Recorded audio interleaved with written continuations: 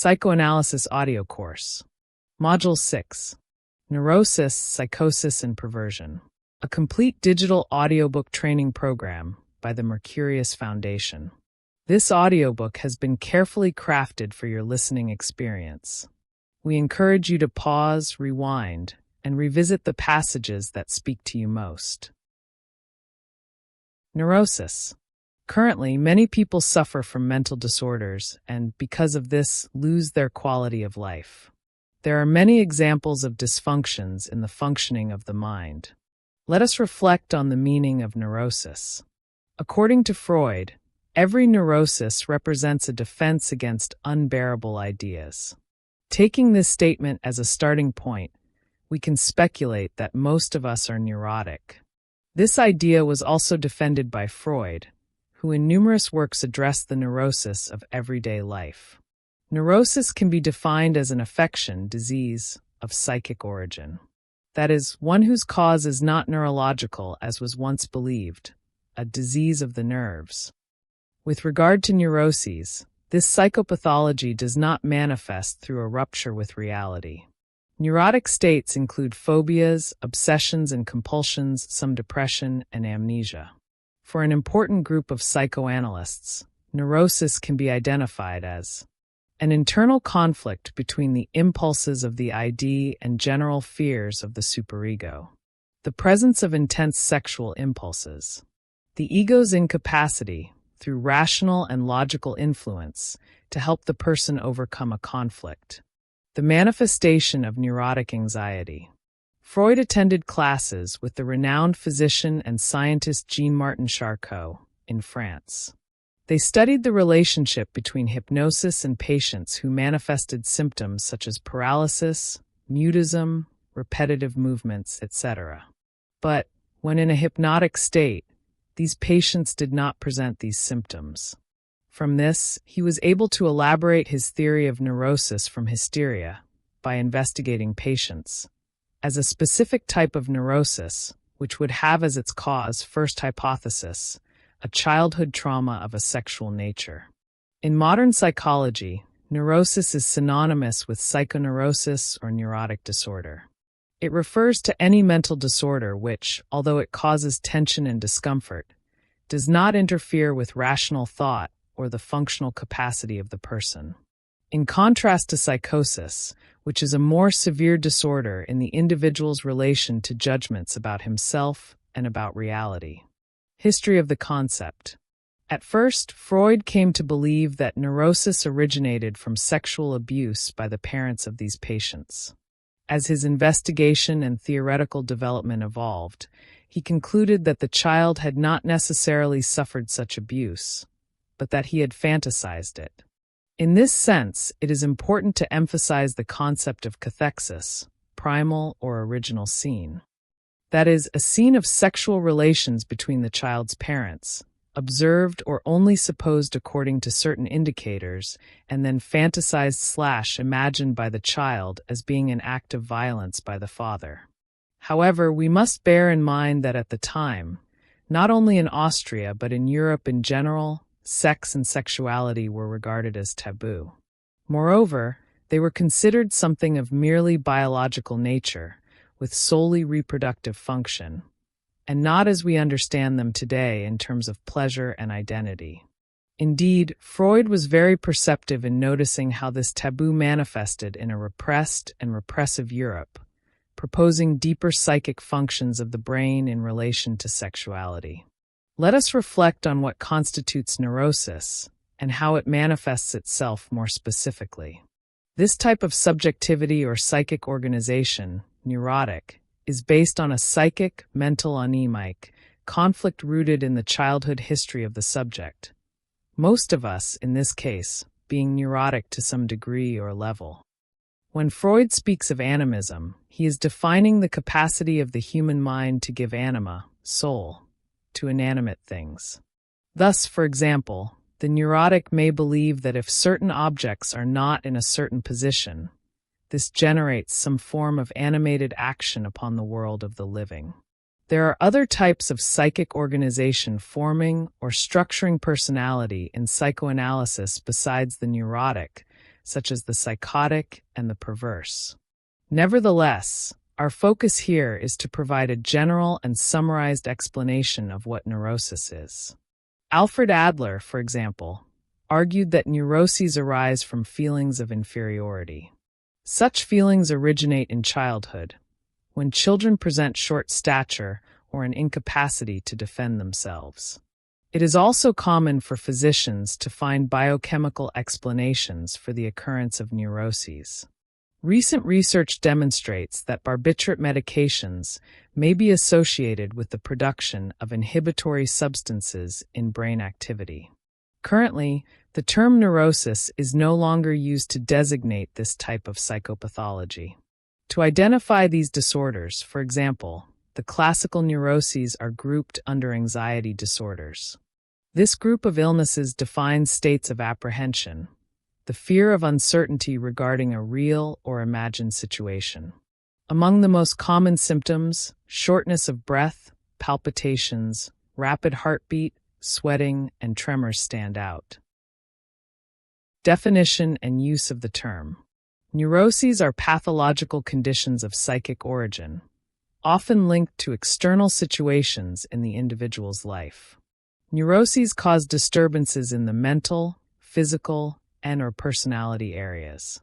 According to the psychoanalytic view, neuroses result from ineffective attempts to deal with unconscious conflicts and traumas. What differentiates neurosis from normality is the intensity of neurotic behavior, the individual's inability to resolve internal and external conflicts satisfactorily. The concept of neurosis is essentially linked to psychoanalysis. Psychologists from other schools, especially cognitive behavioral therapy, sometimes criticize the term. For them, a diagnosis of neurosis has no practical meaning, since they do not deal with psychoanalytic concepts. This criticism led to a modification in the classification systems of diseases. The current systems of classification of mental disorders abandoned an approach focused on the nomenclature neurosis and adopted a descriptive approach, that is, one that explains the disorder, its symptoms, and its uncomfortable effects on the individual's life. In the 9th edition of the International Classification of Diseases, IE9, there was a category neuroses of mental disorders itself. However, with the publication of the 10th edition, ICD-10, in 1994, the term came to be used only descriptively, and no longer neuroses, but neurotic disorders, and not for all the categories it traditionally designated. According to ICD-9, under neurosis were included the following groups of psychic disorders: phobic anxious disorders and other anxiety disorders, obsessive-compulsive disorder, dissociative conversion disorder, somatoform disorder, dysthymia and certain types of depression, neurasthenia, differentiating neurosis and psychosis. In general terms, psychosis differs from neurosis by presenting with greater intensity and also by being disabling. Historically, psychosis was also more associated with what came to be conventionally called madness. Even today, for example in legal terms, psychosis is recognized as a severe mental disorder that prevents individuals from adequately managing their lives, effective relationships, and work. The differentiation between psychosis and neurosis is not unanimous among therapists. For some, it is merely a matter of differences in symptom intensity. For others, there are fundamental differences between psychoses and neuroses. Psychosis. The loss of voluntary control over thoughts, emotions, and impulses is the main characteristic of psychosis. Psychotic behavior presents difficulties in distinguishing between reality and subjective experience. In this case, fantasies and reality become confused, and reality may be replaced by delusions and hallucinations. In this type of psychopathology, there is an acceptance of the psychotic state on the part of the patient, even though he may not understand that something is wrong with him. The individual's capacity for emotional and social relationships is affected, with a marked disorganization of personality occurring. For a better understanding of this psychogenic condition and its correlated psychic conflict, it is necessary to briefly address Freudian theory, mainly the psychic apparatus structuring the personality into three parts or instances. Psychosis is a classical psychopathological condition recognized by psychiatry, clinical psychology, and psychoanalysis as a psychic state in which there is a certain loss of contact with reality.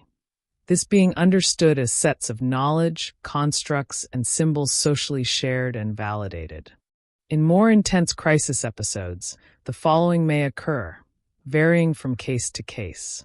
Hallucinations or delusions, psychic disorganization including disorganized and/or paranoid thinking, psychomotor loss of control, feelings of intense anguish, severe depression and insomnia.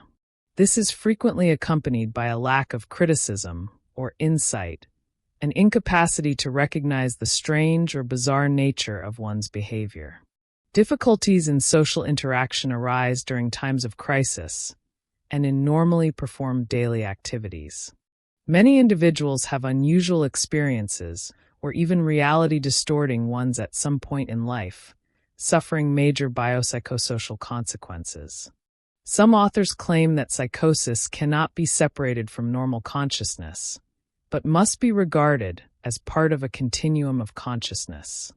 For psychodiagnosis, clinical observations are made which include anamnesis, analysis of the initial conditions presented by the patient, the subject's life history, his psychological state, and illness.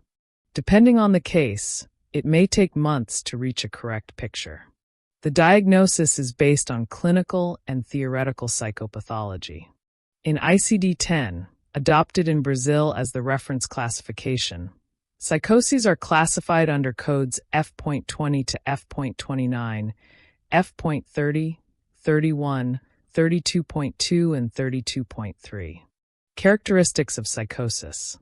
Regarding the main clinical characteristics of psychoses, it can be stated that they are psychologically incomprehensible, according to Jaspers. They present bizarre experiences such as delusions, hallucinations, alterations in self-consciousness. There are no primary alterations in the cognitive sphere. Memory and level of consciousness are not impaired. If this occurs, it is due to other clinical alterations, delirium, as well as due to psychoactive substances. Characteristics of psychosis. Regarding the main clinical characteristics of psychoses, it can be stated that they are psychologically incomprehensible, according to Jaspers. They present bizarre experiences such as delusions, hallucinations, alterations in self-consciousness. There are no primary alterations in the cognitive sphere. Memory and level of consciousness are not impaired. If this occurs, it is due to other clinical alterations, delirium, as well as due to psychoactive substances. Psychoanalytic interpretation. In psychoanalysis, psychosis corresponds to a psychic functioning that obeys a principle of primordial rejection, which corresponds to the German term Verwerfung. Primordial rejection consists in the expulsion of one's own ideas or thoughts, which then come to be treated as foreign or as if they had never occurred. In his text Neurosis and Psychosis, Freud emphasizes psychosis as being defined by the absence of the inscription of castration and the non-existence of the subject. Psychosis would then be of two types, paranoia and schizophrenia. Schizophrenia. As an effect of this rejection, a splitting of the self into two parts may occur, one that is recognized and another that is not recognized as one's own. This splitting characterizes schizophrenia. Paranoia. When the thoughts not recognized as one's own are located in other people, through projection, psychosis is then characterized as paranoia. Schizophrenia would be marked by a regression to the level of autoeroticism, produced in the absence of external stimuli, while paranoia would represent an interruption at the level of narcissism. Schizophrenia would not be a cerebral disorder, but rather a disturbance of the unconscious, a form of psychosis involving total loss of participation in the external world. After some time, psychoanalysts arose claiming that schizophrenia would result from repressive mothers.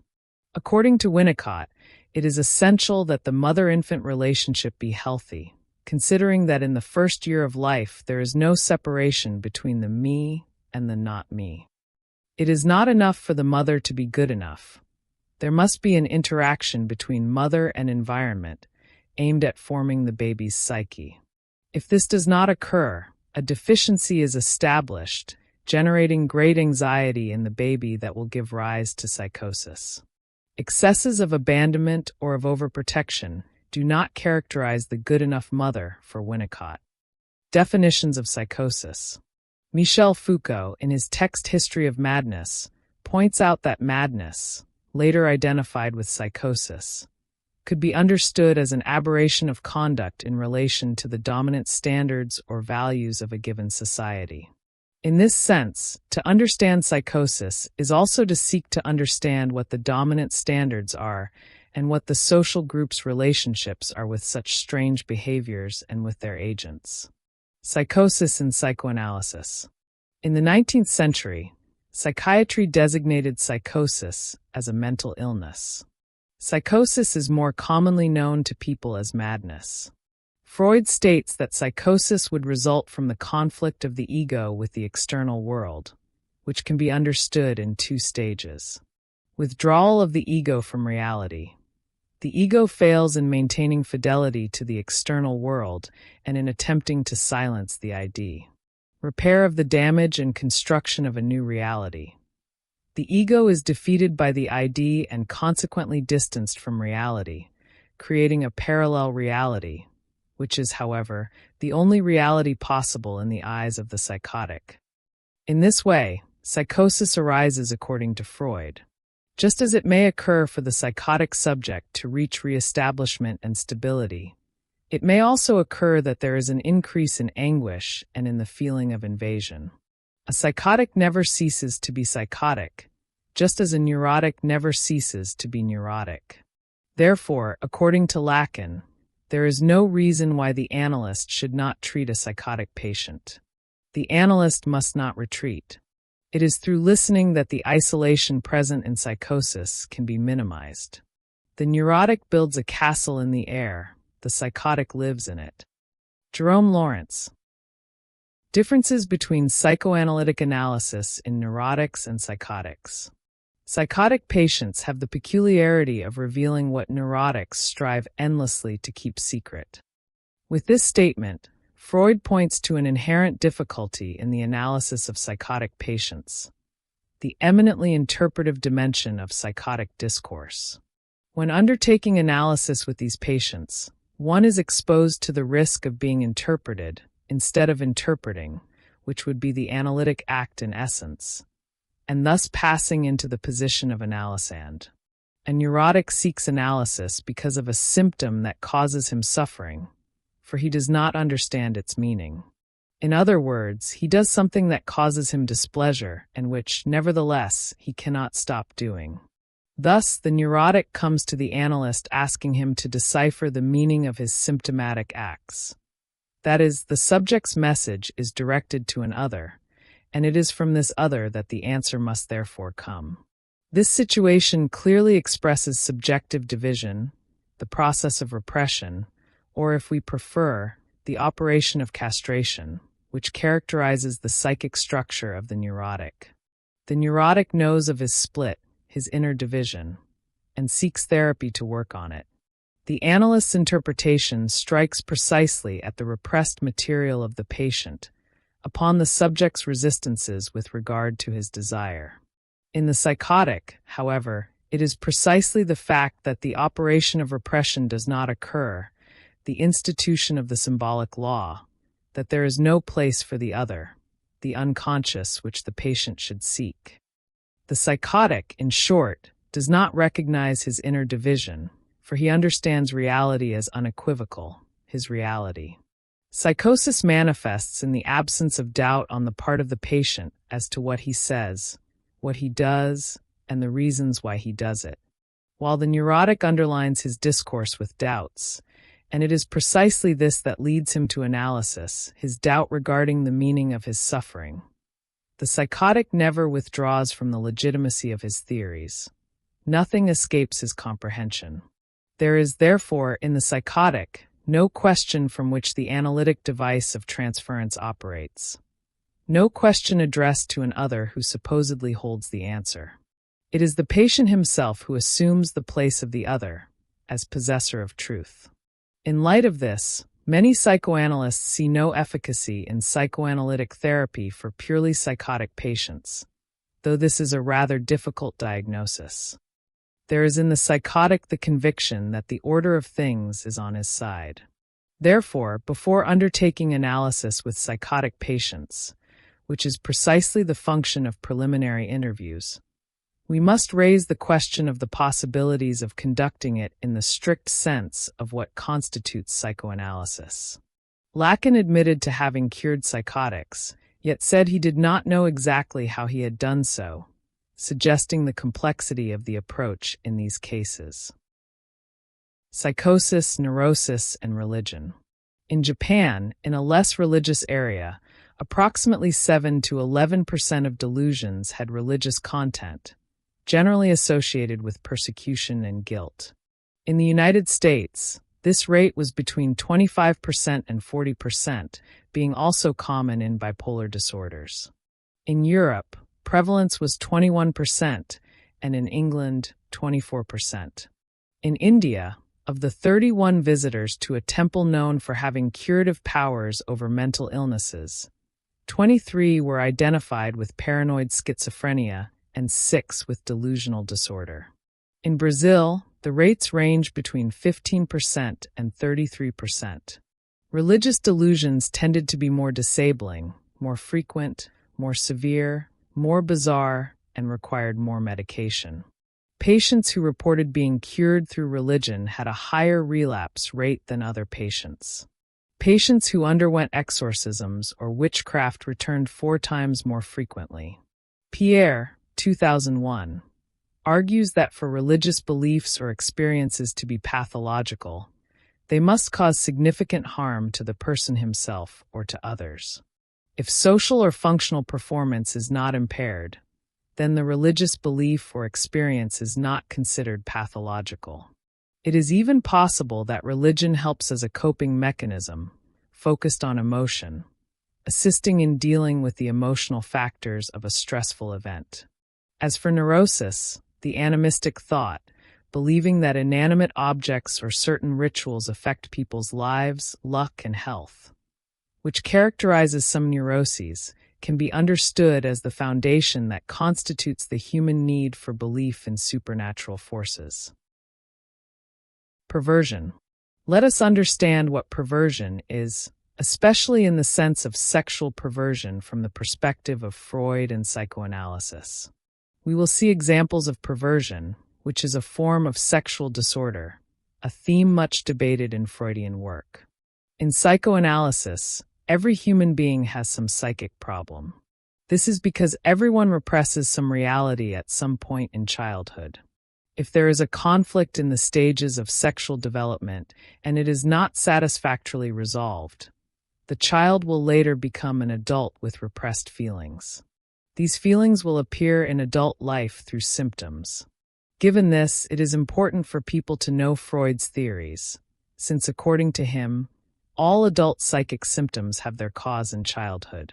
The child is born without any information, and every action of the world and the people around directly influences his or her psyche. Some of these behaviors include exhibitionism, fetishism, necrophilia, zoophilia, voyeurism, sadism, and masochism. No individual is born with an instruction manual. Thus, individuals are shaped with problems caused by social, cultural, and historical impositions. Gender, sexual orientation, and gender identity disorders are examples of these impositions, which often cause internal and external conflicts in individuals, since predetermined models and forms of right and wrong already exist, many of which do not match the individual's internal reality. Freud's view of sexuality is broad. it is not tied solely to the sexual act. In his theory, it is present in human life from birth through the sexual drive, originally universal, innate to the human being and seeking to obtain pleasure. The idea that pleasure is not necessarily sexual. Just as the sexual drive is universal, the expression of this pleasure also transcends the concept of sexuality. Freud had the merit of being a pioneer of this theme in the scientific field, opening a range of new studies on the theory of sexuality. Like any study, Freud's work is marked by a historical context, despite its innovative character. There are interesting, more recent studies in psychoanalysis and psychology that shed light on sexuality, its orientations, and its individual and social manifestations. The child, when feeding, sucking a pacifier, or biting teething toys, among other things, enjoys a sexual satisfaction, and this satisfaction is polymorphous, with multiple sources. Initially, it is autoerotic, with itself, through so-called erogenous zones, which begin outside the genital zones but evolve toward them. As child development progresses, the individual passes through a period of latency, channeling this energy toward non-sexual purposes. The energy is directed to education and social interaction, which will contribute to keeping the sexual drive on the right course. After this period, the search for pleasure returns, now with the choice of a new sexual object, the other, no longer oneself. This is an organization of the sexual components of the drive, natural in every human being, which leads Freud to state that humans are born polymorphously perverse. It is possible to understand, through the study of psychoanalysis, that every human being potentially has a perverted attribute, since orientations, desires, and tastes are not the same. One would not expect that in the complex and identity-laden field of sexuality there would be uniformity, which is not observed in any other human sphere. Freud broadly understood perversion as everything in sexuality that does not aim at reproduction, that is, that does not aim at the penis-vagina pattern attributed to the genital adult phase. It is what every human being seeks from birth, the pursuit, conscious or unconscious, of pleasure, which may lead to different searches and experiments. Freud broke paradigms with his theories, and to this day is misinterpreted by those who do not study his work in depth. Sexuality and perversion have a broad meaning, not the limited sense that common sense attributes to them. Perversion comes from the Latin pervertere, corresponding to the act or effect of perverting, becoming perverse, perverted, corrupting, demoralizing, depraving, altering. It is a term used to designate the deviation, by an individual or group, from any of the human behaviors considered normal and/or orthodox for a given social group. The concepts of normality and abnormality, however, vary across time and space, depending on circumstances. Perversion is distinguished from neurosis and psychosis as a mode of functioning and defensive organization of the psychic apparatus. The term is also frequently used with the specific meaning of sexual perversion or sexual deviation. Thus, in psychoanalysis, if we wish to say that someone has a perversion behavior, it seems more appropriate to say that it is a perverted behavior, not a perverse behavior, since there should not necessarily be the idea of evil or satisfaction in another's pain that the term perverse carries today. When this text adopts the term perverse, understand it as synonymous with perverted, without necessarily the moral nuance of cruelty. In its origin, in 3 essays on the theory of sexuality, 1905, Freud treats perversion as deviation of sexual conduct that does not aim at genitality. That is, perversion is the realization of forms that at the time were considered non-traditional, distinct from what would be conventional, genital sexual satisfaction. The original meaning perversio, itself derived from pervertere, refers to the notion of to set aside, or to put oneself apart.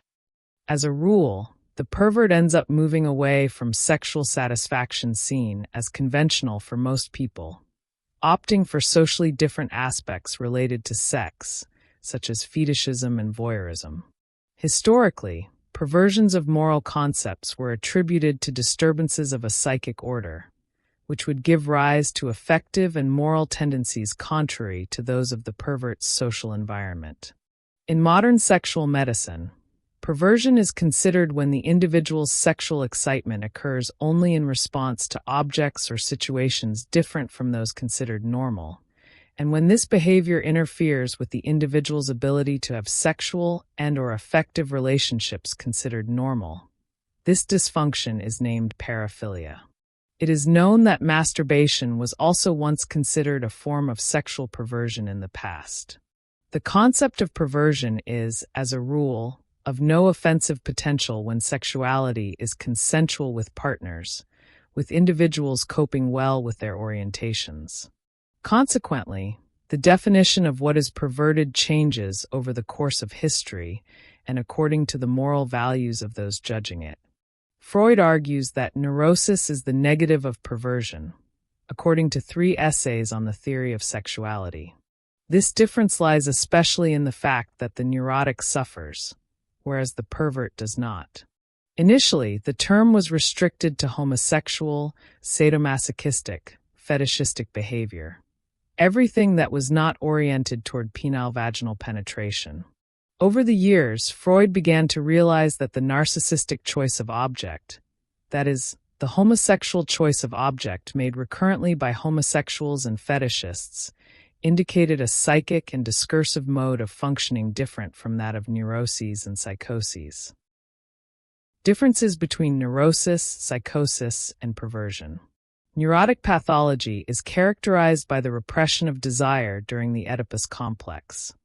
The child does not successfully overcome the unfulfilled desire for the mother, which is unconsciously repressed and reemerges in the form of symptoms. In psychotic pathology, there is a rejection of reality and of the Oedipus complex. Delusions, hallucinations, and depressions are frustrated attempts to give meaning and logic to a particular worldview.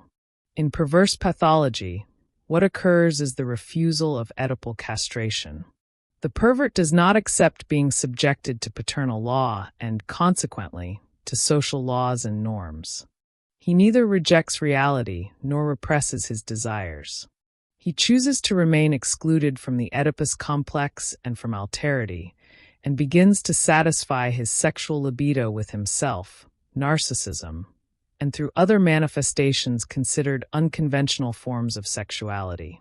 Relational characteristics in perversion. According to various scholars of perversion, some symptoms are frequently found in people with this psychological structure. Flexible symbolization. Due to their subversion of social dictates held as truths, applicable in culturally determined contexts, the pervert perceives the world through a partial displacement between sign and meaning. Example: the meaning of what is pleasure may find its object, sign, in non-obvious elements, certain objects, certain parts of the body, behaviors, etc. Fetish. Although the displacement between sign and meaning is greater than in the neurotic, the pervert also has emotions tied to symbolization, but in a much more concentrated way, given the scarcity of emotionally significant symbols. Thus, perverts often concentrate their libido on a single valued symbol, which is independent of the person who carries it. It may be a bodily feature, an accessory, a smell, or any form to which value is attributed. Example: the obtaining of pleasure may occur only through a particular object or ritual. Seduction. Thanks to their symbolic flexibility, it is not uncommon for the pervert to be distant from the social representations that bring people together with a sense of union, which allows them to use such resources without becoming emotionally involved. Thus, various forms of emotionally charged communication, such as sexual incitement, crying, or financial dependence, may be employed by the pervert in ways that are perceived in their relationships. Example: a behavior of always wanting to conquer new people. Narcissistic object choice. A pervert seeks to establish more intimate relationships with those who resemble him or with those he envies, i.e., wants to be like. He almost never takes into consideration the feelings and needs of the other. The sexual choice, although narcissistic, may occur both in a heterosexual and in a homosexual orientation. Homosexual orientation is also not restricted to the perverse structure, as it may also appear in psychoses and neuroses, as noted by Freud, Melanie Klein, Masood Khan, and Lacan. Discomfort with authority/morality/social law/ritual. Perverts do not recognize value in authorities, and by extension, they do not value the laws and truths dictated by such authorities. Thus, they feel uncomfortable with the ambivalence presented by the authority and autonomy of a boss, partner, judge, police officer, teacher, father, or any other normative social role.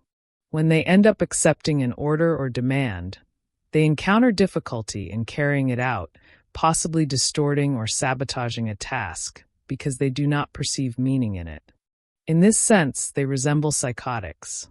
The difference, perhaps, is that psychotics consider themselves the law itself and do not perceive external reality, whereas perverts take satisfaction in being different, and knowing this difference increases their satisfaction, although they are aware that other people live by other rules and standards. Psychosomatic characteristics.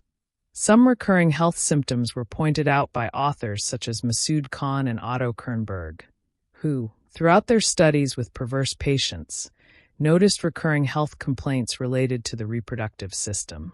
These problems were not limited to sexually transmitted diseases, but also to wounds and hormonal imbalances, manifested especially by low sperm count in men and inconsistencies in ovulation in women. It must be stressed that this is not a necessary rule for all perverts, but rather a perception of greater recurrence in the view of these authors. What kind of science, after all, is psychoanalysis?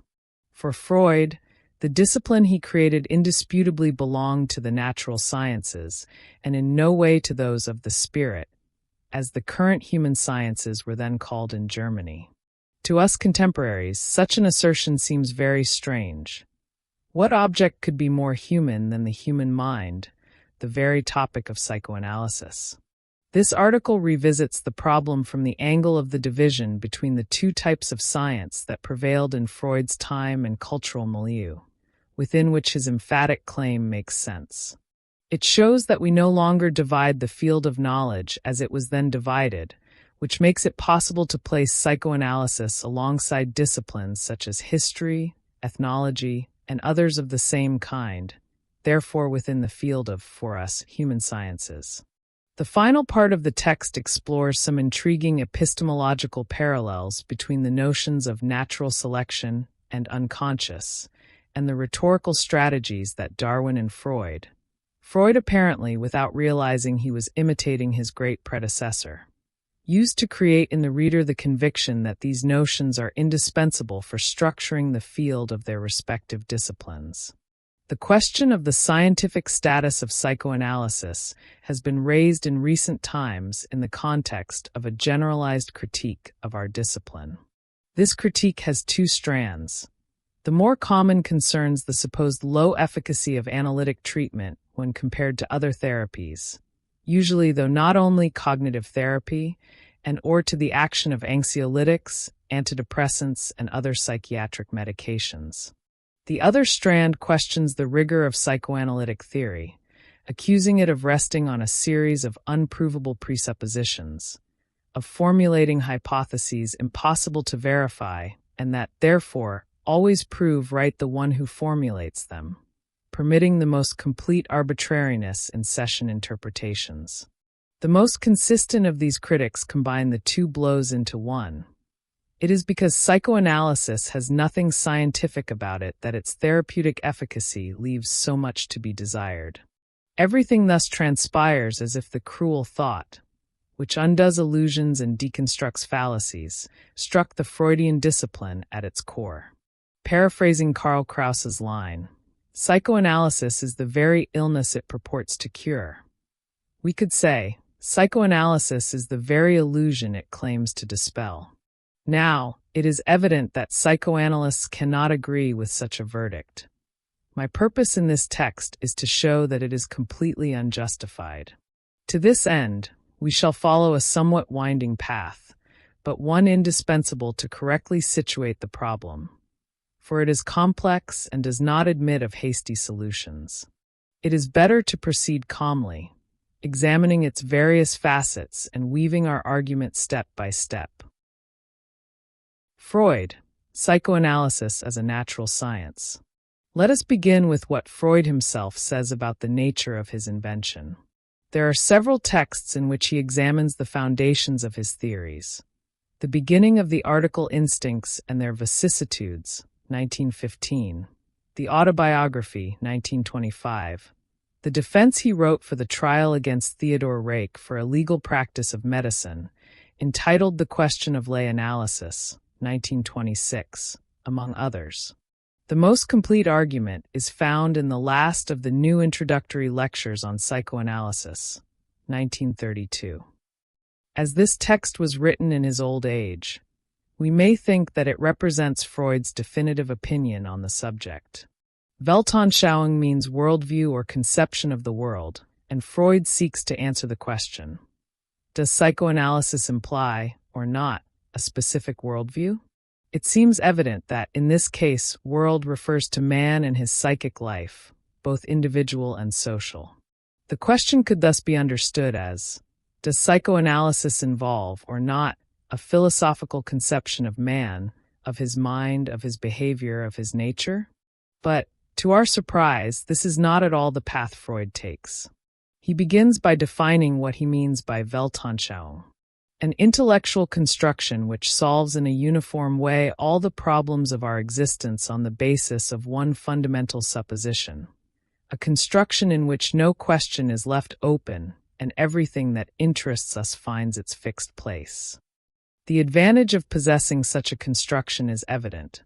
It provides us with security, offering clear criteria both for understanding what surrounds us and for defining ideals of conduct, obviously converging with its fundamental supposition, for guiding our actions.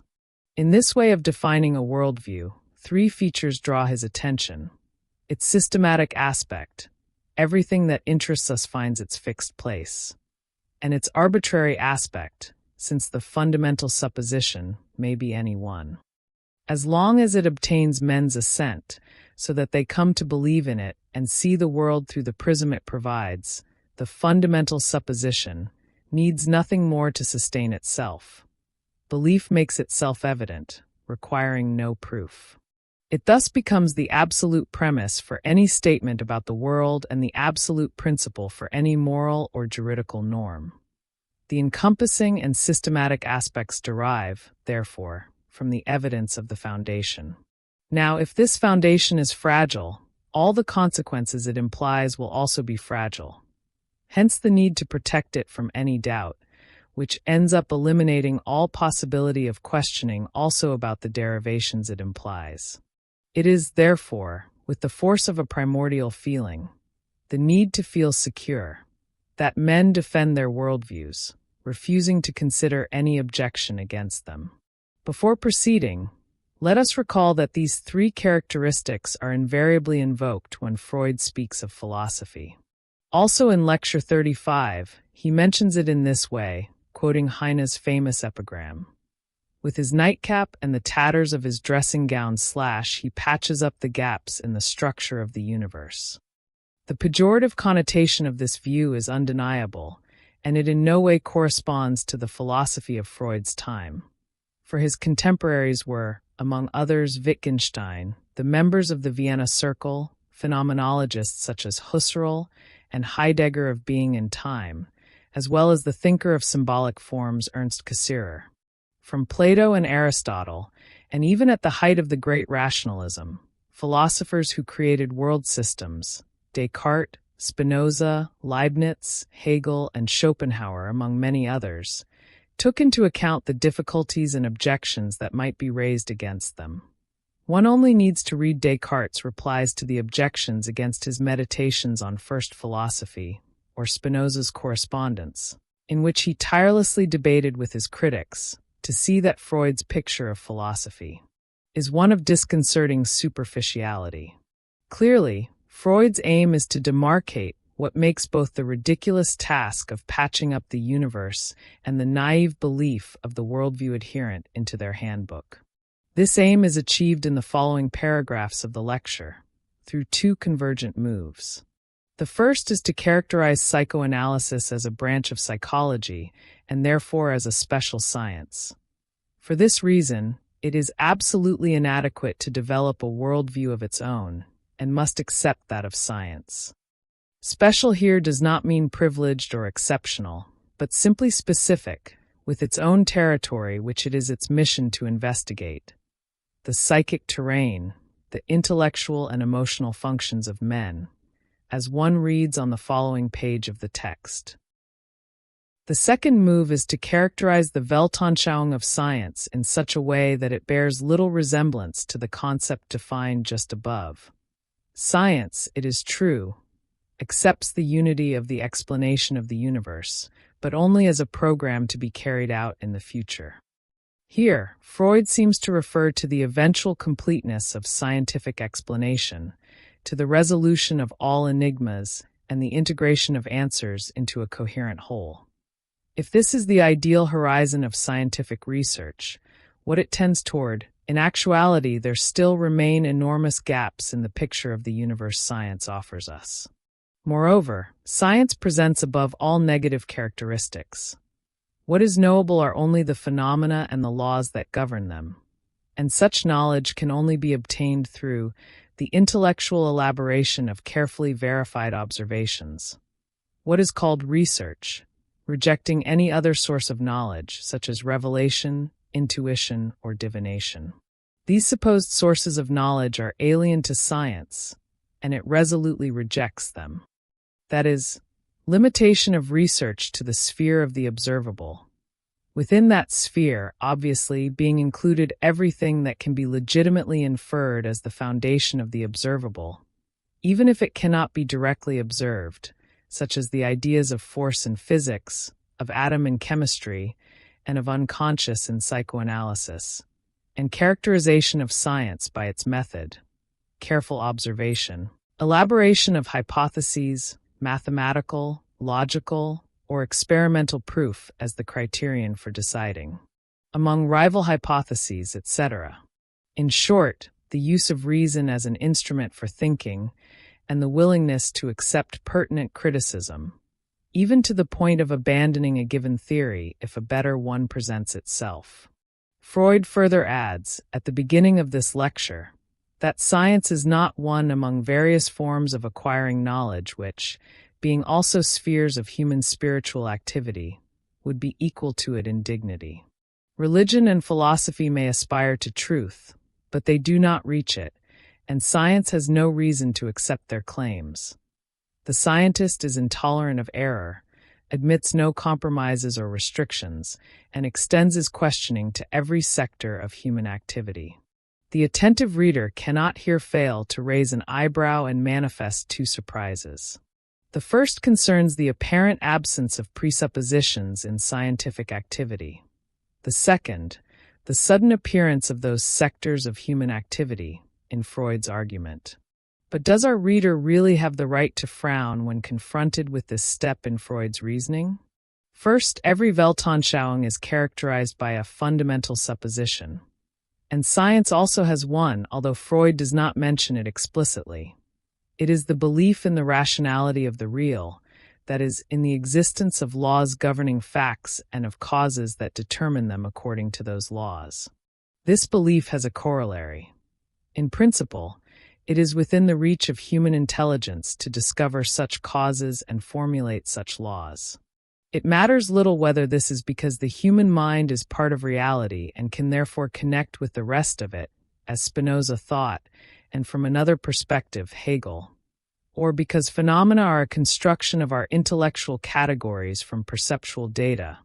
A la Kant, knowledge is possible because nature presents observable regularities, whose formulation in abstract terms produces the statement of its laws, and because facts have causes, that is, other facts in whose absence they never occur, and in whose presence, absent intervening contingencies, they regularly occur. Determinism is thus the hidden presupposition of the scientific Weltanschauung, as Einstein expressed in a beautiful metaphor. The Lord is subtle but not malicious. He does not play dice with the universe. This is what makes possible the discovery of true laws, that is, in correspondence with what is as it is, and therefore the application of these laws in technological artifacts that instrumentalize them.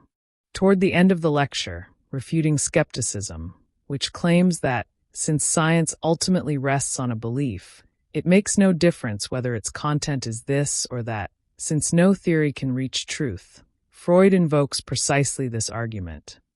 The proof that science offers a reliable access to reality is technology. He says picturesquely, if it were really a matter of indifference what we think, if there were not among our opinions some which are characterized by their agreement with reality, then we could build bridges of paper as well as of stone, inject into a patient a decigram of morphine instead of a centigram, and use tear gas in place of ether for anesthesia. But assuredly intellectual anarchists would energetically repudiate such practical applications of their theories. Unlike the arbitrary beliefs that sustain religion or philosophy, therefore, the belief in the existence of natural laws and in our capacity to discover them proves to be grounded. Especially since, by this basic principle, it is possible to correct errors in prevailing theories and to propose others closer to the facts as they are, hence more apt to successfully predict the behavior of the objects they study and to allow increasingly complex technological applications. The first surprise is merely the consequence of Freud's having taken for granted, in his argument, what we have just made explicit.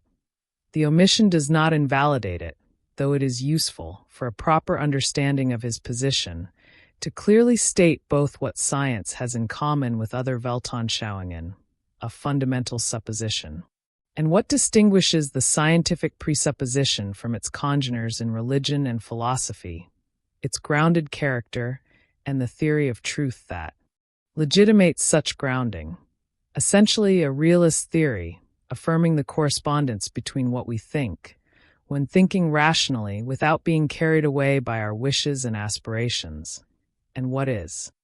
The second surprise, however, cannot be dismissed so easily. It concerns the sudden appearance of human activities as the object of scientific investigation. What is surprising about this? In Freud's time, human activities, more commonly known as civilization or culture, were studied by the sciences of the spirit, and there was a clear distinction between them and the natural sciences. Freud, however, does not take this distinction into account because, as we shall see below, he considers both territories to be homogeneous. When he says that psychoanalysis as depth psychology is a part of psychology and psychology a special science that obeys the canons of science, it is evident that for him there exists only one type of science and not two, human and natural. Certain branches of this unified science may deal with the spiritual activities of man, while others concern themselves with inanimate matter or living organisms. The object of psychology is clearly outlined against the backdrop of nature, the intellectual and emotional functions of men, and Freud adds, and of animals. Therefore, the part of psychology that investigates the depths, the unconscious, its laws, its effects upon human behavior, is also a natural science. This position of Freud's does strike us as strange. For what could be more human than the human mind, with its infinite complexity, which psychoanalysis itself helped to reveal? To understand why Freud situates it among the natural sciences, we must now open another window and investigate what the opposition between natural sciences and sciences of the spirit, as it was then called, meant in the German context of the time. The fall of the methods. Here we shall turn to the analysis proposed by Paul Laurent Assaun in his book on Freud. Discussing what he calls the monist foundation of psychoanalysis, the belief Freud held in a single type of science, whose method is valid for any particular science. A sound refers to the famous quarrel of the methods, Methodenstreit, that took place in Germany at the end of the 19th and the beginning of the 20th century. In summary, the issue was as follows. There would be basically two types of objects for knowledge, the natural ones, existing without man's involvement in their emergence and in their mode of operation, and the historical or cultural ones, that is, everything resulting from life in society and characterizing human existence.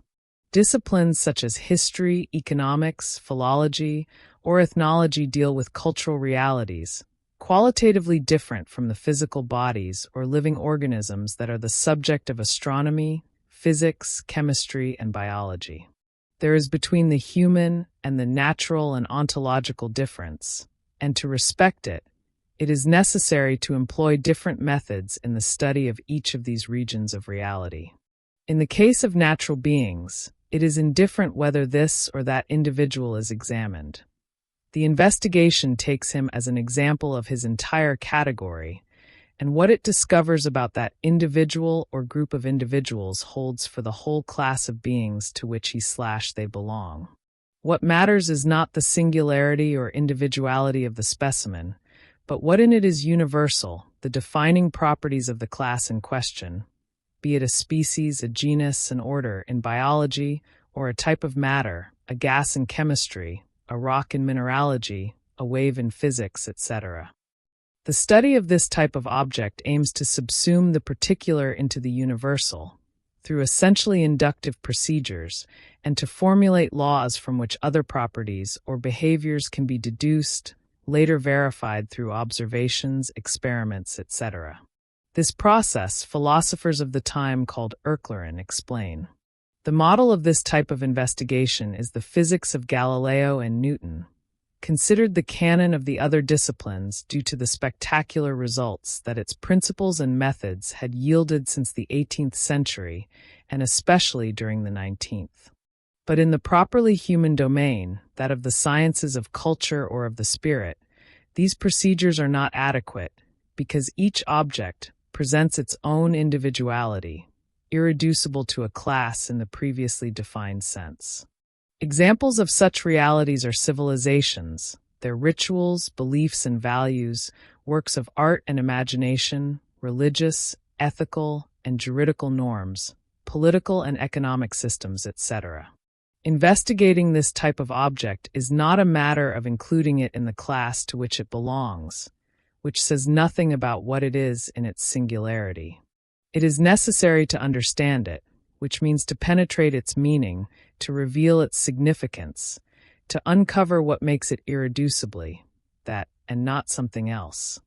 Thus, to study the French Revolution, the Baroque style, or the Russian novel obviously requires defining what a revolution, an artistic style, or a novel is, but that is only the first step. Each of those entities presents its own specific characteristics, even within its class, and it is this that matters to emphasize.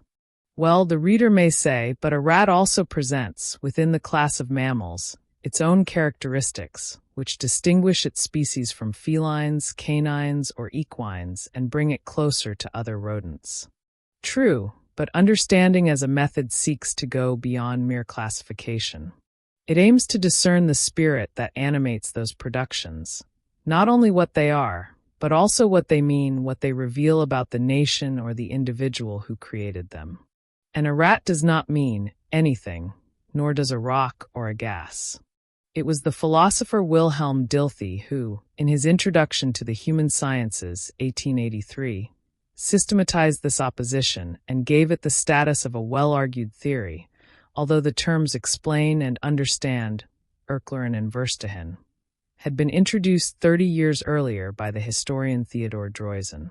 The Verstehen or hermeneutic method therefore consisted in interpreting the realities to which it was applied, clarifying their significance, and the means through which they expressed it, that is, their internal articulation, their relation to other facets of the same cultural system, and their differences in relation to equivalents in other cultural systems. The Birth of Tragedy by Nietzsche, is an example of this type of work, as is The Civilization of the Renaissance in Italy by Jacob Burckhardt, Paideia by Wilhelm Jaeger, Fundamental Concepts of the History of Art, and countless others. Assound points out two important characteristics of the comprehensive method and of the disciplines that employ it: its distant origin in theological hermeneutics, from which, especially through philology, the method came to conquer the other territories of culture, and the presence of value judgments in the interpretations to which it gives rise. That is, the implicit or explicit evaluation that the cultural works and facts examined are grand, sublime, superior or inferior to others, etc. For this very reason, certain ideological prejudices inevitably seep into such analyses, reflecting the Eurocentrism of the time and even certain xenophobic attitudes of some nations toward others. Thus, non-Western cultures, with the exception of some Asian ones, such as those of China or India, are considered primitive, and their study reveals the clear superiority of the white race over the savages. The study of German culture frequently had the result of demonstrating the superiority of the German nation over Latin or Slavic peoples. We cannot generalize, of course, but the fact is that the meaning that one seeks to make evident is often expressed in terms that today we would call racist, and which even at the time had the effect of reinforcing the prejudices of a given public in relation to its neighbors, or to the peoples subordinated to it in the context of colonization. Having thus understood the opposition between the natural sciences and the human, or cultural/spiritual, sciences, let us return to Freud. It is necessary to understand why he thinks psychoanalysis is a natural science. All the more since the reader will not have failed to notice that I just used the word interpretation, linking it to the context of the human sciences. But is not interpretation precisely what singularizes psychoanalysis in its search for the unconscious meaning of our mental productions? How, then, are we to understand Freud's emphatic position regarding the character of psychoanalysis as a natural science? How to include in such a science the practice of interpretation, something proper to a field whose specificity Freud deliberately chooses not to take into account? Not because he ignored it, since the debates were contemporary to him. A clue can be found in a passage from Autobiography, 1925, where Freud once again states his conviction that it is unjust to infer, from the lack of clarity of his fundamental concepts, especially the doctrine of the drives, that psychoanalysis is not a science. I have often heard the disparaging remark that nothing can be made of a science whose principal concepts are as unclear as those of libido and drive in psychoanalysis. But this criticism rests on a complete ignorance of the situation. Clear fundamental concepts and sharply defined terms are only possible in the Geisteswissenschaften, insofar as these want to include a domain of facts in the framework of a systematic intellectual construction. In the Naturwissenschaften, among which psychoanalysis must be counted, such clarity of basic concepts is superfluous and indeed impossible. Zoology and botany did not begin with correct and comprehensive definitions of animal and plant. Biology still today does not know how to fill the notion of living being with a secure content. Even physics would have been deprived of all its development if it had had to wait until its concepts of matter, force, and gravitation had achieved the clarity and precision desirable. Freud continues by returning to an observation he had already made in Instincts and Their Vicissitudes, 1915, whose opening paragraph is in a sense his epistemological manifesto. In the natural sciences, the basic representations are at first vague, determined for some time by the sphere of phenomena that they are to investigate. Only later analysis of the material gathered through many and rigorous observations can give them greater precision. Thus, since psychoanalysis is a science founded on observation, it can only reflect upon its results as they present themselves, that is, necessarily fragmented, solving, step by step, the problems that arise. In the same vein, In Lecture 35, Freud compares the work of the analyst with that of the scientist, clearly implying that the reason for the similarity between them is precisely that the analyst is a scientist. The progress of scientific work takes place in a manner very similar to that of analysis. We begin the work with certain expectations, but we must put them aside. Through observation, we learn here and there something new, but at first the parts do not form a coherent whole. We then create suppositions, construct auxiliary hypotheses, which we abandon when they are not confirmed. It is necessary to have patience and the disposition to consider all possibilities, giving up our first convictions, because dominated by them, we fail to perceive new and unexpected factors. And in the end, all our effort is rewarded. The isolated discoveries are organized into a well-adjusted whole, and we have a view of a part of psychic happening. The task is complete, and we are ready for the next. Let us note the contrast between this description and what the passage from the autobiography says about the human sciences. The analyst/scientist does not refrain from creating suppositions and auxiliary hypotheses to understand what is given to observation, but he is ready to abandon or correct them if they are not confirmed.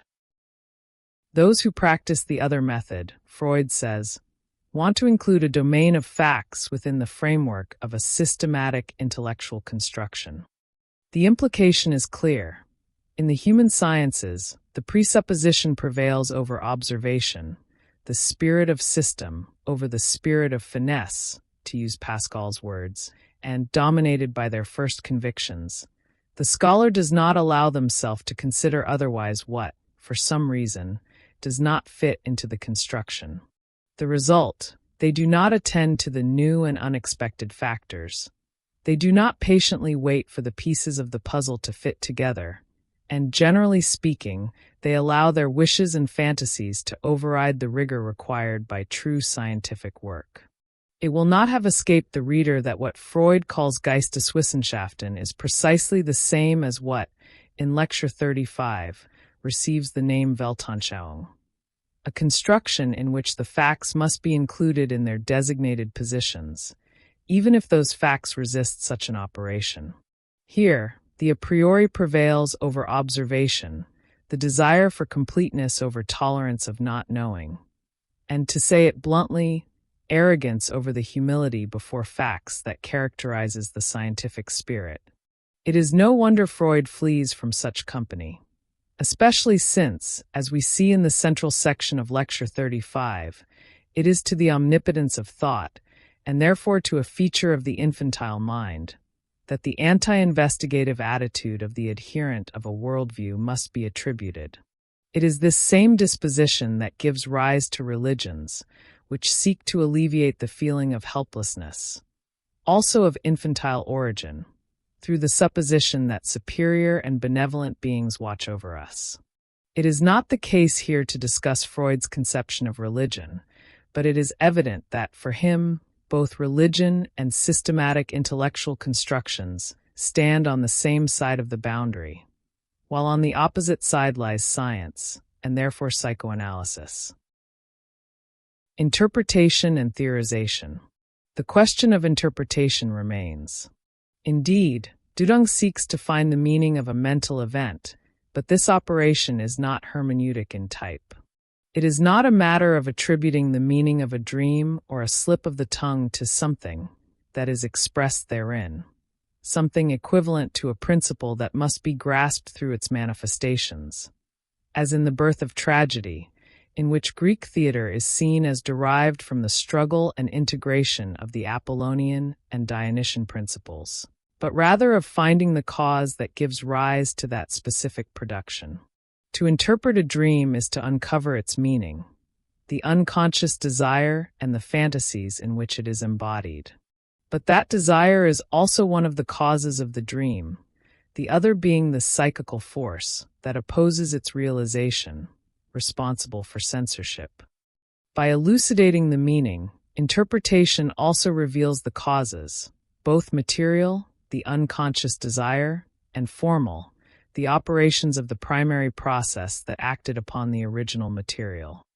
The same applies to the tendencies whose clash produces the slip, the joke, or the neurotic symptom. Tendencies, desires, and drives are efficient causes, forces that determine what appears in consciousness. Thus we see that Freud's investigation is guided by the principle of determinism, which he shares with those whom he places within the territory of the Naturwissenschaften. Starting from observation, in the case of psychoanalysis, what is observed is the patient's discourse in session. The analyst collects data and reflects on them in the way Freud described in the passage from Lecture 35 cited earlier. It is from this back and forth between observation and theorization that the hypotheses arise about what determines such facts. Typically, unconscious conflicts opposing drives/desires/fantasies to defenses, hypotheses that in turn guide the analyst's interventions. These aim to modify the balance between such factors in the direction of greater psychic mobility, lifting repressions, restoring the capacity to love and to work, and analogous formulations that we find at every step in Freud's writing. For we must not forget that psychoanalysis began as a branch of medicine, therefore aiming not only to understand the psychic world, but also, and above all, to intervene in it, undoing harmful constellations and favoring rearrangements. Let us not fear the word, more healthy ones. To do this with knowledge of cause, it was necessary to create a theory that explained how the mind works and how it becomes ill. From the beginning, this theory had to be comprehensive, that is, to also account for the normal functioning of the psyche. This is what Freud attempts in the project of 1895, and later, with more success, in Chapter 7 of the Traumdeutung, creating a metapsychological model that would be incessantly taken up and modified throughout his work, among other texts, in Introduction to Narcissism and the Ego and the ID. Strictly speaking, psychoanalysis, as Freud conceives it, theorizes on two different levels. The first is the more general one, of the great hypotheses about the unconscious, the drives, defensive conflict, anxiety, and other elements of psychic happening. Here we are in the domain of universality or generality, and what the theory presents is a vision of the human being as moved by forces he does not know, while at the same time having to grant them some gratification and restrict such gratification to the limits permitted by life in society. The repression of the most intense and primordial desires will produce harmful effects, ranging from common nervousness to the most severe psychoses. The enormous complexity of the Freudian construction should not make us lose sight of the fact that it sets into play a very limited number of factors, basically drives, anxieties, and defenses, and a relatively small number of operations acting upon them. The primary and secondary processes, it is the efficient, propulsive character, we might say, of these factors that determines the highly varied combinations of what we call psychic life.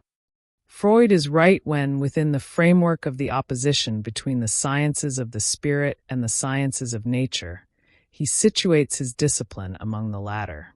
Indeed, it is not in relation to the object spirit, but in relation to the metaphysics of this object, seen as a determined product of causes in knowable principles, and in relation to the method, the systematic search for these causes, and the willingness to incessantly correct theory in light of the new and unexpected factors, that the division is made.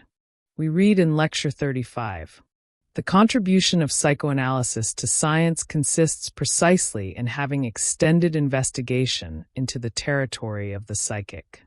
But this incorporation of the study of the intellectual and emotional functions of men and of animals into science does not in any way modify the general position of the latter, because no new sources of knowledge nor new methods of investigation arise.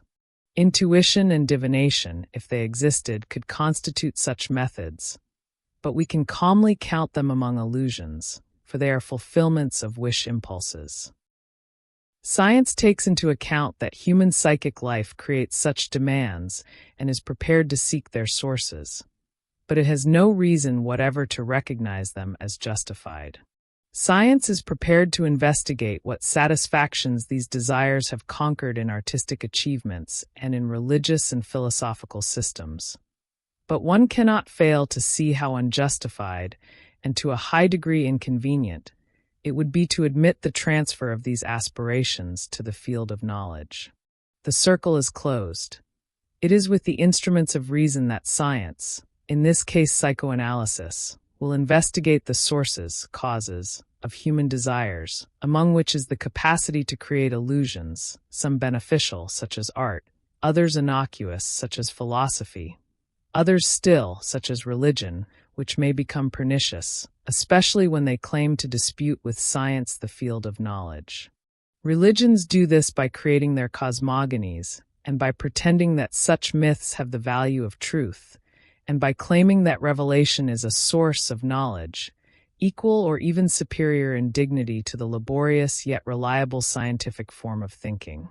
In summary, the spirit, both in the sense of soul or psyche, and in the sense of culture, here understood as everything that human beings create in living in society, is a legitimate object of science, to be investigated with the same methods and with the same care as the other objects upon which it dwells. That this applies to individual psychology is quite clear. It is a matter, as said, of discovering the causes of psychic productions and intervening in order to modify them, or eventually to remove them, thanks to knowledge of their nature and their mode of action. Now, Freud operates in exactly the same way when he approaches historical or cultural questions, thus entering the territory of the human sciences. A good part of what he wrote deals with religion, social life, and works of art, from sculpture to painting to theater and fiction. Each of these objects is considered as the product of discernible causes. Religion as a response to infantile helplessness, moral norms as a consequence of the murder of the primal father, works of art as the fruit of sublimation and of the psychic particularities of their creators, etc. All these products of spiritual activity derive from the intellectual and affective functions proper to humans, thus establishing continuity between individual psychology and social psychology. When addressing social or cultural phenomena, the psychoanalyst employs the same concepts and hypotheses built in the study of the individual, but he does not intend to modify them through his action. He only seeks to explain them, and hopes that this explanation contributes, in the long term and with the help of other factors, to enabling men to transform their conditions of life. This is what we see in texts such as Modern Nervousness, regarding sexual morality, The Future of an Illusion, regarding religion, Group Psychology and the Analysis of the Ego, regarding artificial masses, Civilization and its Discontents and Why War, regarding violence, etc. All this, however, refers to the level of universality, that is, to the general theory of man which constitutes the most abstract part of psychoanalysis. Nevertheless, in the Freudian program there is another level of theorization, closer to therapeutic practice. It is what aims to construct a specific theory about that individual, the patient who seeks treatment. This theory is based on what he reports about his life and on what he manifests of it under the conditions of transference. These are the data upon which the analyst's imagination will operate. It is up to him not only to interpret one by one the elements that arise, but also to reconstruct the probable chain of events that resulted in those systems, those fantasies, and other particularities of that person. The passage from Lecture 35 that compares the work of the analyst to that of the scientist mentions both activities. The interpretation of isolated aspects. We learn now here, now there, something new, but the parts do not form a coherent whole. And the reconstruction, which situates each element in its place. The isolated discoveries are organized into a well-adjusted whole, and one has a vision of a part of the psychic happening. In a certain way, this work approaches that carried out by the human sciences, insofar as for them what counts is the individual specificity of the object. Hence Dilthey called them ideographic, from the Greek root ideo, proper, specific, unique, as in idiosyncrasy. Here too the goal is to construct an idiographic hypothesis, in order to account for why the rat man is obsessed with rats and not flies, why little Hans fears horses and not spiders, why Schreiber raves as he does and not otherwise or with other contents. The originality of Freud lies in carrying out this task with the resources of explanation, and not with those of comprehension, in the sense in which we previously defined these concepts. It is by combining the general theories of psychoanalysis, the unconscious, psychic conflict, the role of the Oedipus complex, the action of defenses, with the unique circumstances of that life, childhood experiences, traumas, developmental fixations, intensity of the forces present, that one arrives at a plausible reconstruction. Beyond the 5 great clinical cases, we find this type of theorization in the epicrizes placed after each account of the studies on hysteria, and in writings such as The Predisposition to Obsessional Neurosis, when he studies a patient who initially presented hysterical symptoms, only to later replace them with a florid obsessional neurosis. Observations on a case of paranoia that contradicted the psychoanalytic theory of this affection. The title speaks for itself. Or observations on a case of female homosexuality, the well-known case of the young homosexual. And it is important to note that, despite the difference in levels of explanation, the human mind in general, in the first type, and the specific realization of its potentialities in a given person, in the second, the procedures employed are the same. Essentially, the search for causes and for the way they combine to produce their effects. Freud's refusal to adopt the comprehensive method is justified both by his metaphysical and epistemological choices and by another factor, which is worth mentioning briefly: the impregnation of that method by value judgments. We know how much importance he attaches to neutrality, that is, the refusal to make moral judgments about the desires and fantasies of the patient. Explanation in the style of the Naturwissenschaften dispenses with moral judgments. Murderous or coprological fantasies, such as those that appear in the analysis of the rat man, are studied with the same detachment as any others, and linked to causes considered invariably only from the angle of their efficacy in producing such effects.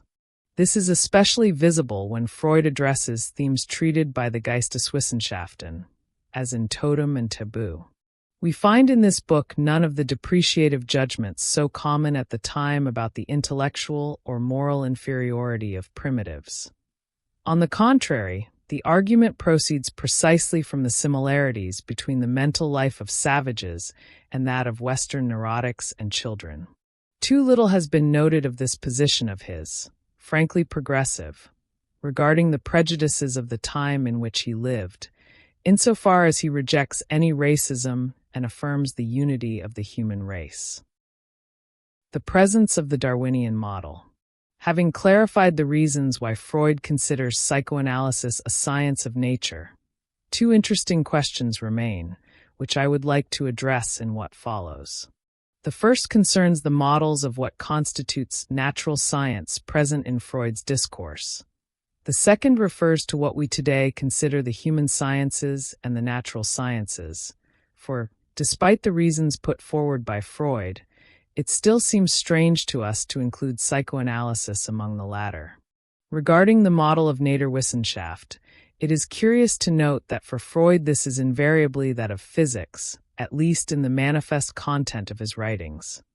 Hence derives the idea of psychic forces, as well as the constant use of the term mechanism and the countless mechanical, hydraulic, and electrical metaphors that punctuate his descriptions of the psychical happening. In this, he does not differ from his contemporaries. The prestige of that discipline was immense, whose spectacular progress seemed, at each new challenge, to confirm the truth of Newtonian doctrine.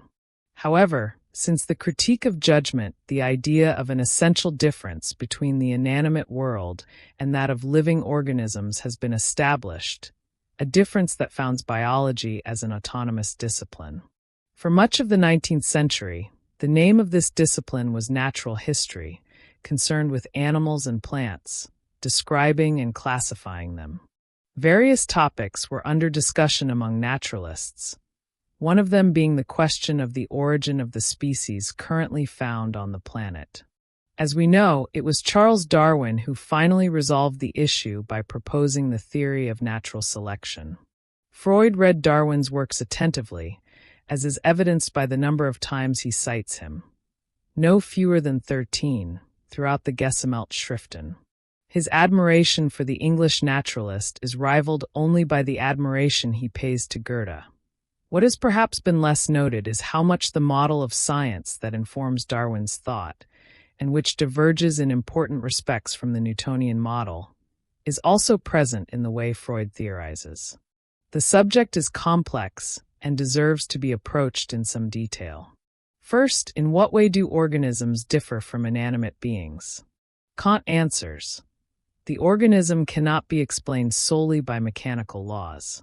In it, all the parts are simultaneously means and ends, and the whole is more than the mere addition of the parts. Life is not a sum, but a system of functions, hierarchically organized and interdependent. In particular, this implies that the functioning of the organism is determined not only by causes in the efficient sense, but also by the existence of finalities, feeding, defending itself, reproducing, in short, surviving. The behavior of living beings thus requires the reintroduction of something that the rationalism of the 17th century and the materialism of the 18th had banished as superstition. The so-called final cause, which Aristotle defined as that for the sake of which something is done. The final cause has an obvious sense in the universe of technique, where it designates the function of an object. A bed is constructed so that someone may lie on it, shoes to protect the feet, etc. But during the Middle Ages, finality had also been attributed to natural phenomena. For example, it was said that rain exists in order to fertilize the earth and allow plants to grow.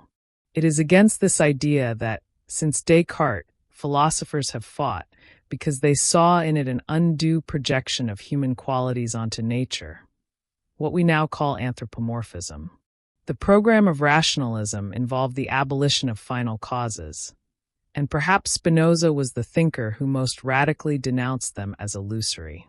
The reintroduction of the final cause into biological thought does not re-establish the idea that nature exists for the service of man. Cows do not exist to give us milk, nor sheep to give us wool. The concept regains validity when referred not to the good of the human being, but to that of the plant or animal organism.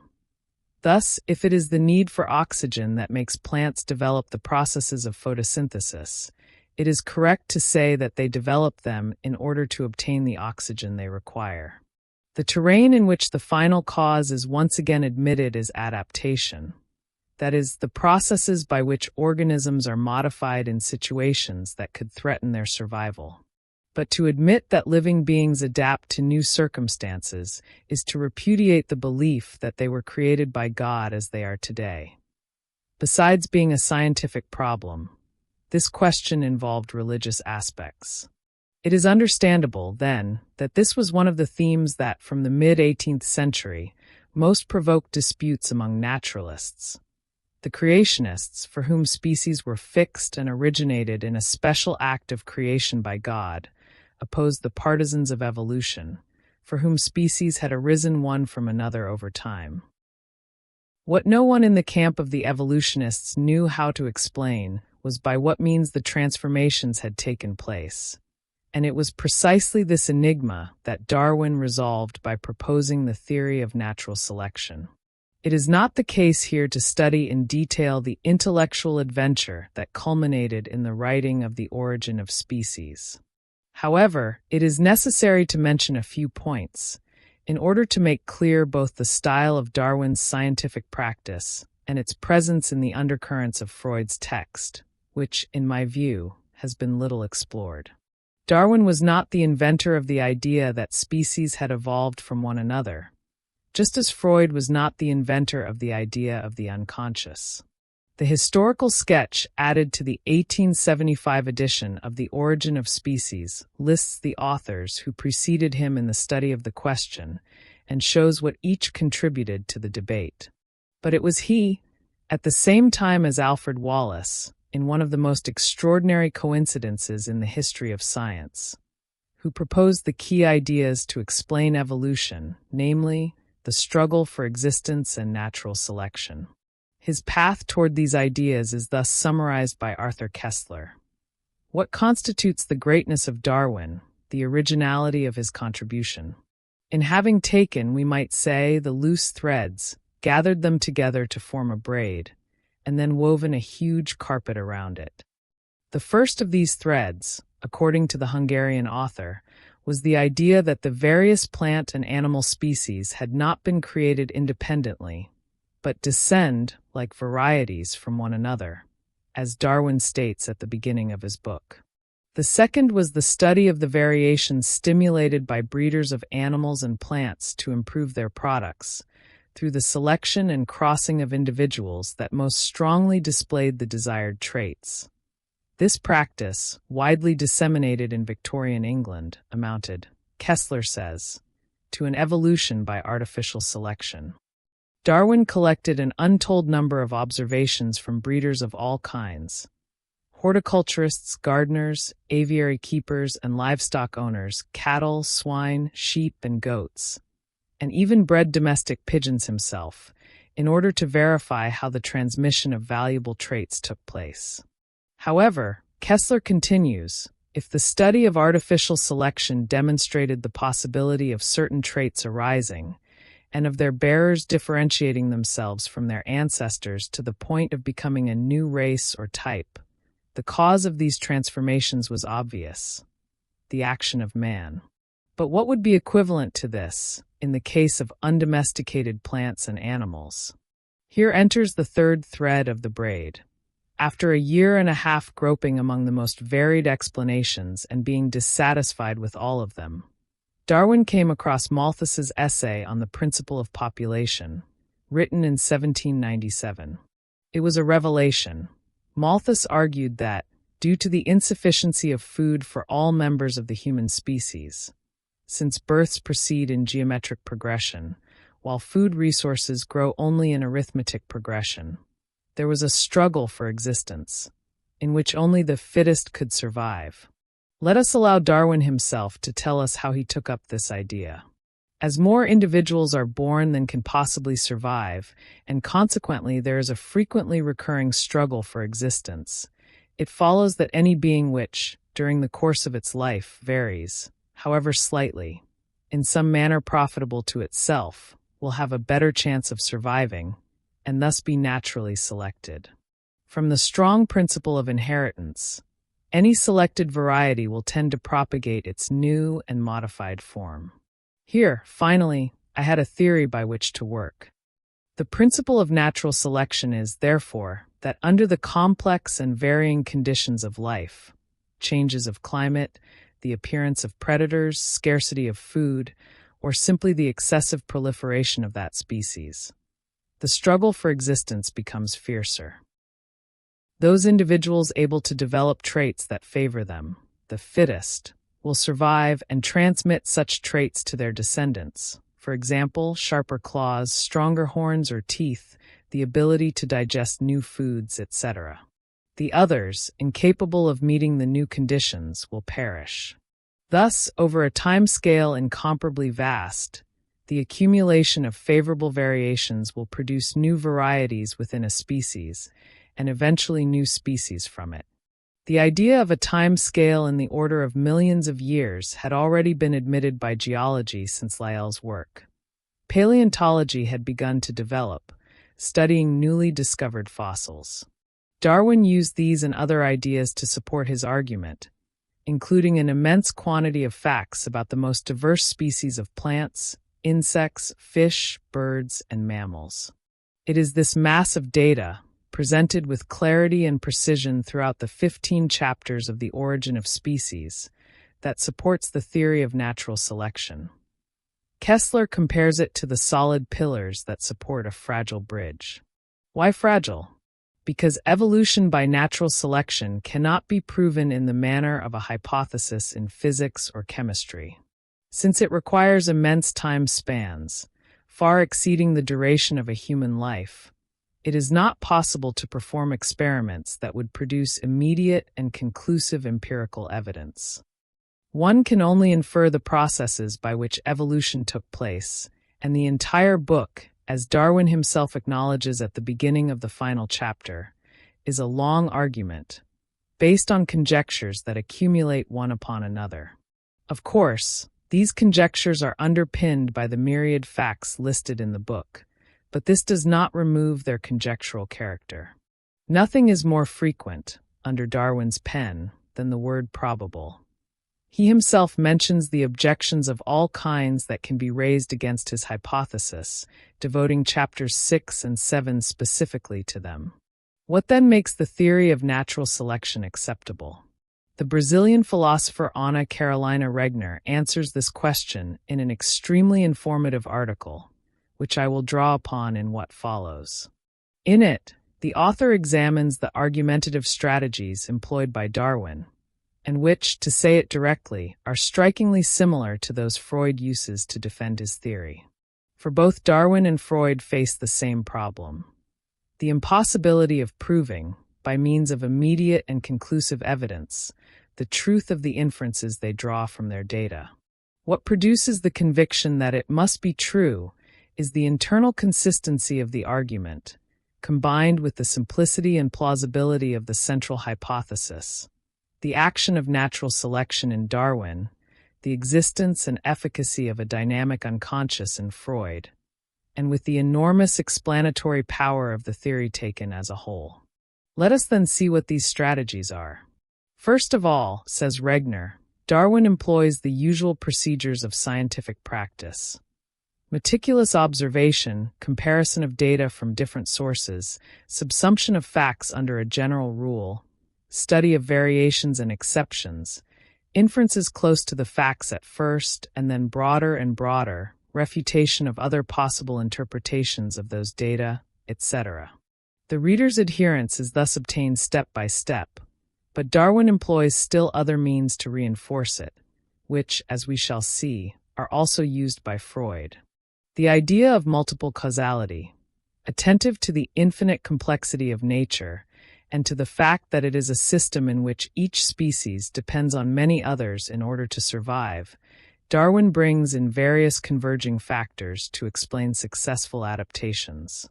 An example, right at the beginning of the book, is the case of the mistletoe, which feeds parasitically on certain trees, whose seeds must be transported by certain birds, whose flowers are completely separated into sexes and require the action of certain insects to transport the pollen between them. It would be ridiculous, he writes, to attribute the structure of this parasite, with its relations to several other organisms, solely to the effects of external causes, or to the will of the plan itself. The study of exemplary cases. Since even the most extensive enumeration of facts would always be incomplete, the theory is tested in greater detail with a few specific cases. It explains them satisfactorily, and more satisfactorily than any rival theory. Thus, its heuristic local value serves as an element of conviction.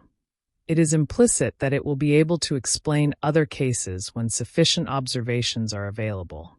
The example of domestic pigeons in Chapter 1 fulfills this function.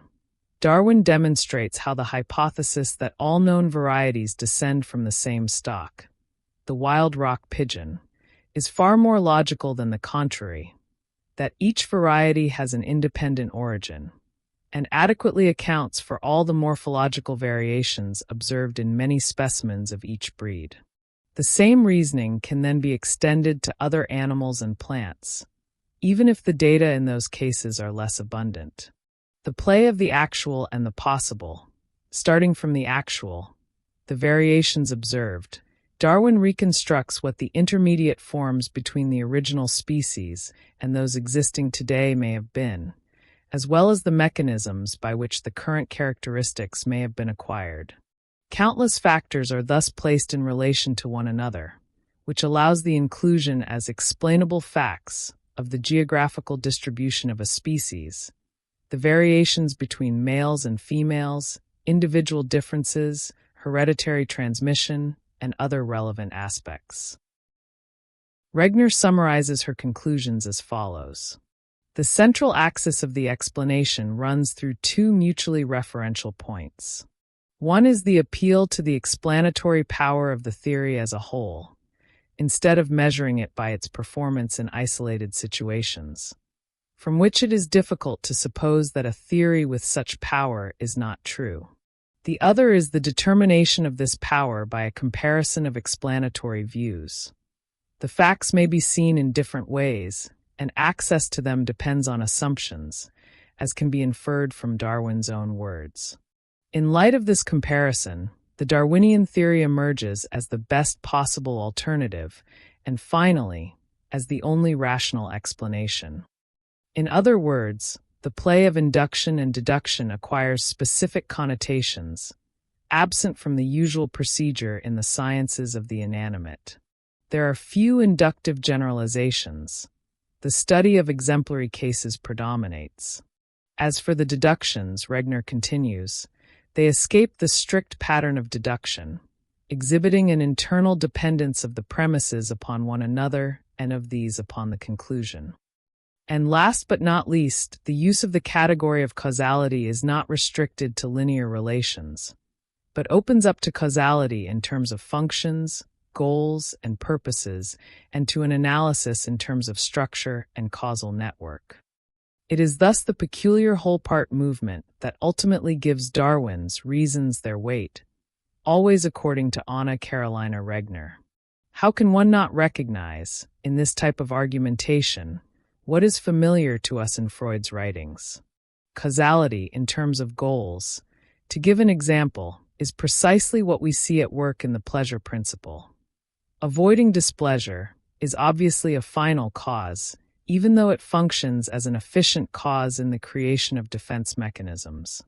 The causal network is nothing other than the well-known overdetermination, to which Freud resorts with the frequency we know. The study of exemplary cases, and the probative function attributed to them has its parallel in the clinical cases we still study diligently today. The explanatory power of the theory as a whole is what allows Freud, in the interpretation of dreams, to justify the introduction of the idea of the unconscious. And this he had already done earlier, when resorting to this concept to account for the effect of hypnotic suggestion after the subject's awakening. The play of the actual and the possible covers exactly what Freud understands by reconstruction. And we could continue this enumeration for several more pages. This, I hope, will not be necessary. It is evident the kinship of the argumentative strategies of our two authors.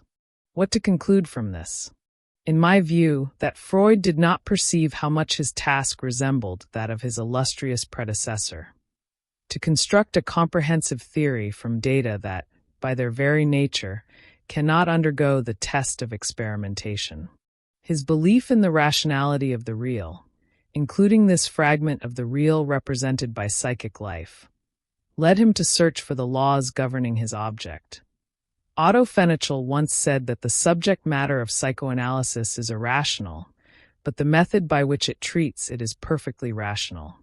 None of these laws can be proven, as in the case of gravity in physics or the combination of elements in constant proportions in chemistry. It is the accumulation of an enormous variety of data and the immense explanatory capacity of the theory to account for them that produces the conviction that it must be true. Moreover, just as breeders of domestic species could favor in them the emergence and maintenance of desirable traits, the psychoanalytic technique, based on theories constructed in the manner I have explained, allows intervention in psychic reality and, to some extent, its modification in the desired direction, sometimes with more or less success. Nevertheless, even therapeutic failures can be explained in light of the theory, for example, by the presence of exceptionally intense defenses, by impasses in the evolution of the transference, or even by the therapist's failure in the use of the analytic instrument. Freud believed he was proceeding like Galileo or Newton, and it is in this spirit that he makes his affirmations when it comes to the scientificity of psychoanalysis. It is this belief that leads him to include his discipline in the roster of the natural sciences. But if I am right in what I am suggesting, he overlooked a great difference between his object and that of physicists, a difference that brings his démarche closer to that of the naturalists committed to the theory of evolution. This difference consists in the impossibility of obtaining immediate and conclusive empirical evidence. In Darwin's case, because of the infinitesimal character of adaptive variations and the monumental scale of time required for them to become established. In the case of psychoanalysis, because causal explanation appeals to factors that can only be supposed and not emphatically demonstrated, whether it be the current action of unconscious motivations or past developments argued to have resulted in the present picture. If this is so, Darwin is much more present in Freud than the 13 explicit citations would suggest. It is their way of doing science that brings them together, because the objects with which their theories deal share more characteristics with each other than either does with the objects of physics, astronomy, or chemistry. Psychoanalysis among the human sciences. The second point that remains to be clarified is whether we can still today admit Freud's argument and, as he claims, situate psychoanalysis among the natural sciences. It seems to me that we cannot. And not because Freud's reasons are false, but because we no longer distinguish in the same way the two great fields of scientific investigation. What exactly is the Natur of the Naturwissenschaften? In the first place, an objective system of processes governed by determinism, under the aegis of laws capable of being uncovered by human intelligence. This is how Newton conceived it, and this vision underlies the decisive progress of physics and chemistry throughout the 19th century. In Darwin, another dimension is added to this one, the dimension of nature as an autonomous subject, bearer of an internal dynamism, says Regner, capable of producing new species, and whose face becomes visible through the struggle for existence. It is easy to understand the reason for this second determination. Physics and chemistry deal with processes that do not vary from a temporal point of view, while biology studies organisms whose transformation necessarily occurs in time. Nuclear reactions were the same in Hiroshima and at the instant of the Big Bang. Water was already composed of 2 molecules of hydrogen and 1 of oxygen on the day the first drop formed, and since then its chemical formula has been H2O. Time is a variable in certain equations of physics, for example, in those of acceleration. Its passage affects material beings, erosion, entropy, new combinations of elements, etc. But the processes described by physics are essentially repeatable, which ultimately cancels temporality as a constitutive factor of them. Otherwise, their exact replication in other experiments would not be possible. The same does not occur with life. Extinct species do not reappear. Evolution has a direction. Darwin calls it divergence of characters. And the living forms of the secondary era, as fossils reveal, were quite different from those that exist today. It makes sense, therefore, that Darwinian theory requires a subjectivized nature. Although obviously such a subject cannot be identified with a person, and only metaphorically can one say of it that it acts, selects, accumulates results, or does not make leaps. But the fact remains that nature is the ultimate efficient cause of everything that happens on the vital plane. Now, as we have seen, Freud has a conception of it closer to Newton's than to Darwin's. This may be due to the fact that in the object he studies, the psyche, nature in the broadest sense does not need to play the role of efficient cause, because there is something much closer to fulfill that function, the drives. It is they, in fact, that constitute the Oberbegriff, the fundamental concepts for whose lack of clarity he sees no reason to apologize. Since the drive is essentially a driving force, It is not surprising that the treatment Newton gave to this notion should serve as a model for Freud, and that his conception of nature, therefore, should approach that proposed by the English physicist. With one crucial difference, however. The psychic forces are not measurable in quantitative terms, nor are they subject to mathematization. Already here similarities emerge between the Freudian procedure and Darwin's, for the latter's biology also dispenses with mathematics. Another similarity is the use of metaphor not only as a rhetorical or pedagogical resource, but as a form of knowledge. Intensity of the drives or psychical localizations are more than figures of speech. They are ways of apprehending the reality of the object, in the same way as the subjectivization of nature in Darwin. Furthermore, the concept of nature in Freud includes the immaterial. If it were otherwise, psychology, and ipso facto psychoanalysis, could not have the status of science. What makes psychoanalysis scientific is the search for laws and causes for psychic phenomena, causes and laws in every respect similar to those Newton established for the realm of the material. Hence Freud concludes that his discipline is a Naturwissenschaft, and not a science of the spirit. It happens that we no longer establish the partition between these two types of knowledge in the same way as Freud's contemporaries. For them, to account for a phenomenon in the area of the Geisteswissenschaften excluded its being subsumed under universal laws. It was precisely this that distinguished Erklären, to explain, from Verstehen, to understand.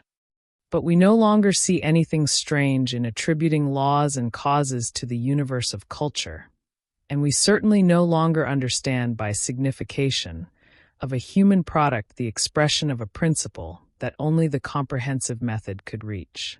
Linguistics, to give an example, works with the notion of laws of language and does not seek to understand what it is, but quite clearly to explain how it functions, in a sense very close to what Freud and his contemporaries judged exclusive to the natural sciences. Has culture, then, come to be part of nature? Obviously not. The distinction remains valid between what exists independently of man's action, though it may depend on that action for its disappearance, and what exists only because man instituted it. Stars, rocks, living organisms, or electromagnetic waves are qualitatively different from beliefs, customs, political institutions, works of art, and sciences. Under the generic label of human sciences, in fact, very different disciplines coexist. Some work with objects quite close to the natural ones, such as geography or the history of food. In developing their theories, they cannot fail to take into account the physical environment or the climate. Others, such as statistics, make use of mathematical instruments when their objects are populations and the distribution of characteristics among them. This is the case with sociology, when it carries out sampling research, or when they study phenomena susceptible of quantification, as economics does.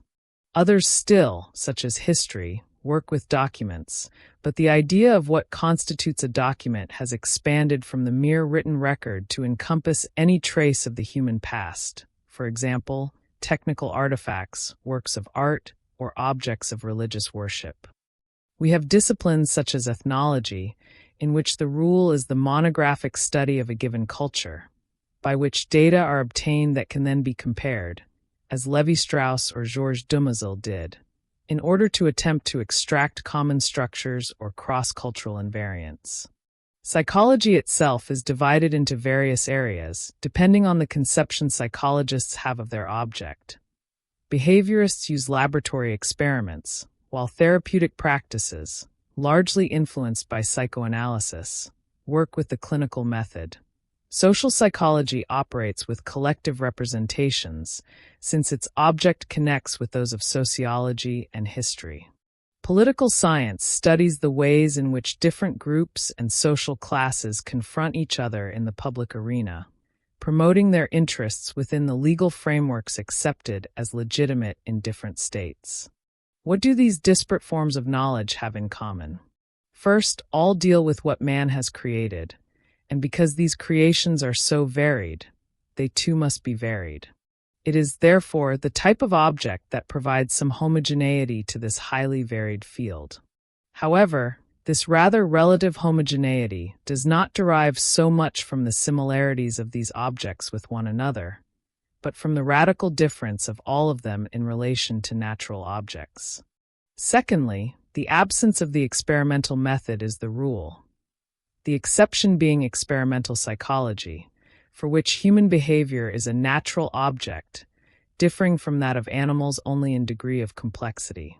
Since the experimental method is not suitable for the type of object they study, whether because it is immaterial like an institution, or unique like an artistic, scientific, or philosophical work, or excessively large like a population, or belongs to the past like a historical document, or for any other essential determination, the human sciences had to invent other ways of dealing with it, at once adequate to what they study and capable of producing knowledge with rigor equivalent to that, which the experimental method guarantees to the natural sciences. This point is fundamental. Either the human sciences are a fraud, or the knowledge they provide is valid, and what guarantees their validity is that it has been produced by the application of non-arbitrary methods. Each human discipline thus defines which procedures are pertinent to its territory and which are not, as well as criteria for the establishment of hypotheses and for their confirmation or refutation, standards of problems considered legitimate, levels of requirement for scientific work, and so forth. What allows the progress of knowledge in these sciences is the establishment of a solid and undisputed core of coherent information. Theories are accepted for their internal consistency, for their compatibility with the general principles of the epistemological field of the discipline, and for their heuristic value in dealing with new discoveries, and they may be modified or completely replaced by others when some new fact successfully challenges them.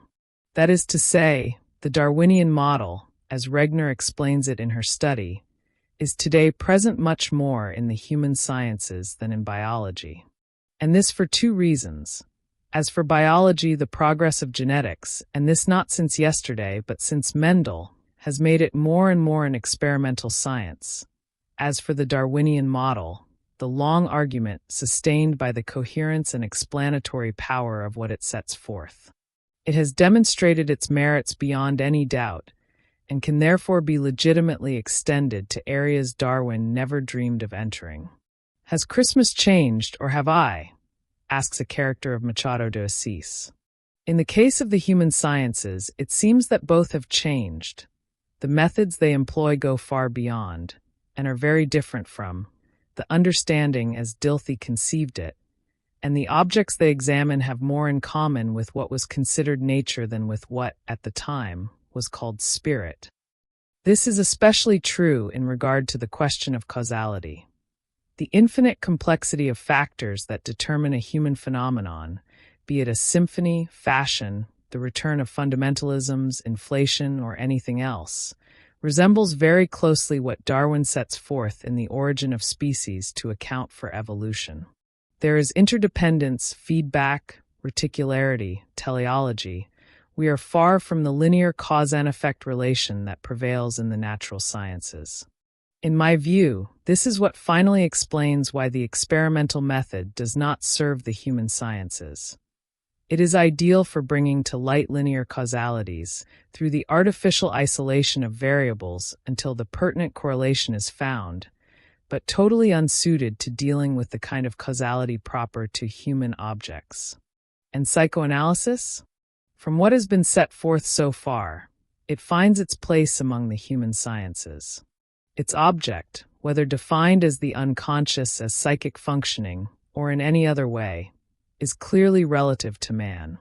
Its method, considered here as regards the mode of theorizing, not clinical practice, is the interpretation of acts and psychic productions in order to reconstruct the processes that generated them, both interindividual and relational.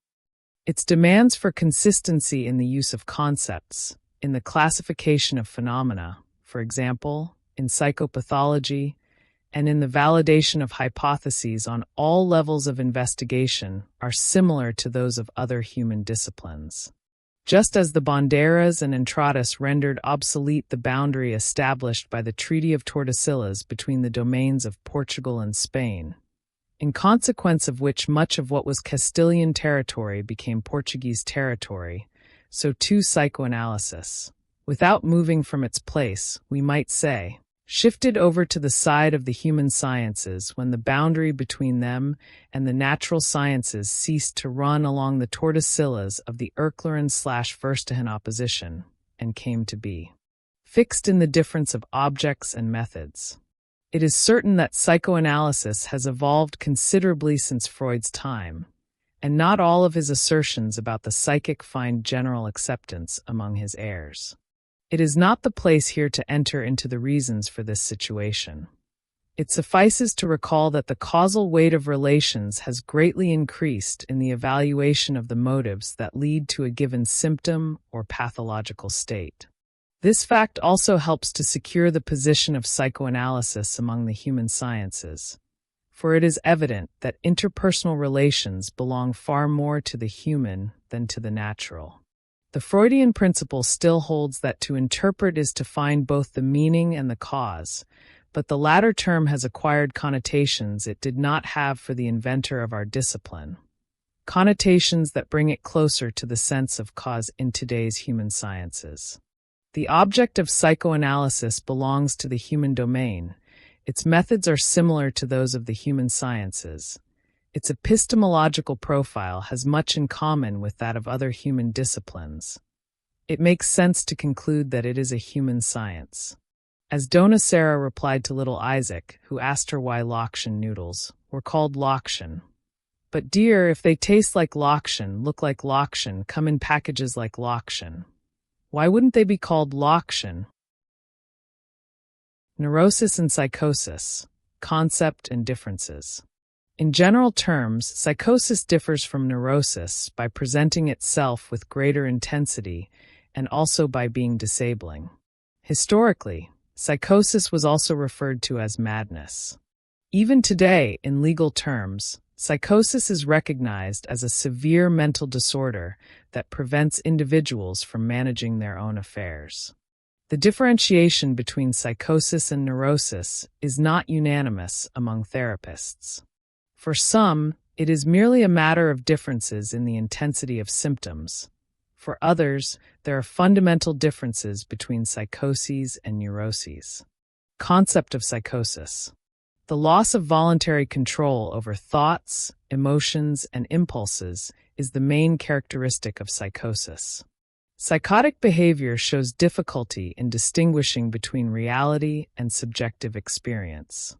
In this case, fantasies and reality become confused, and reality may be replaced by delusions and hallucinations.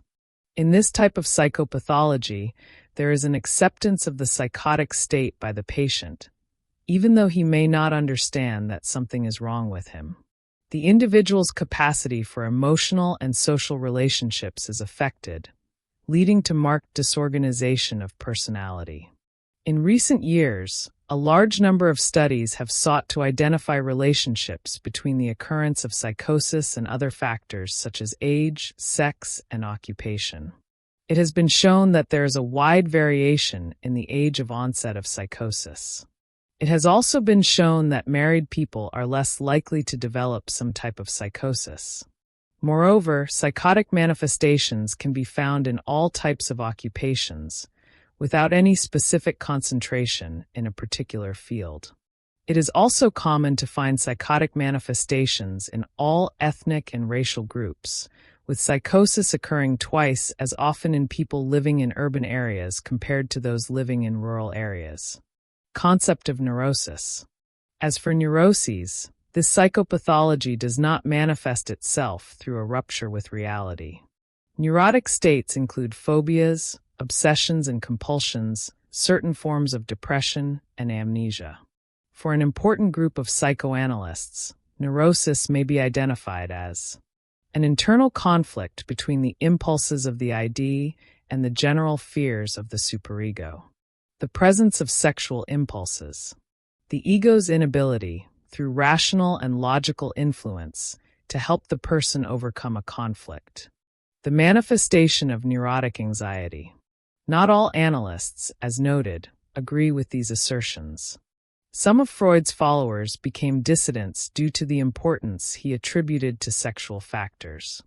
Alfred Adler, for example, argued that neuroses arise from feelings of inferiority.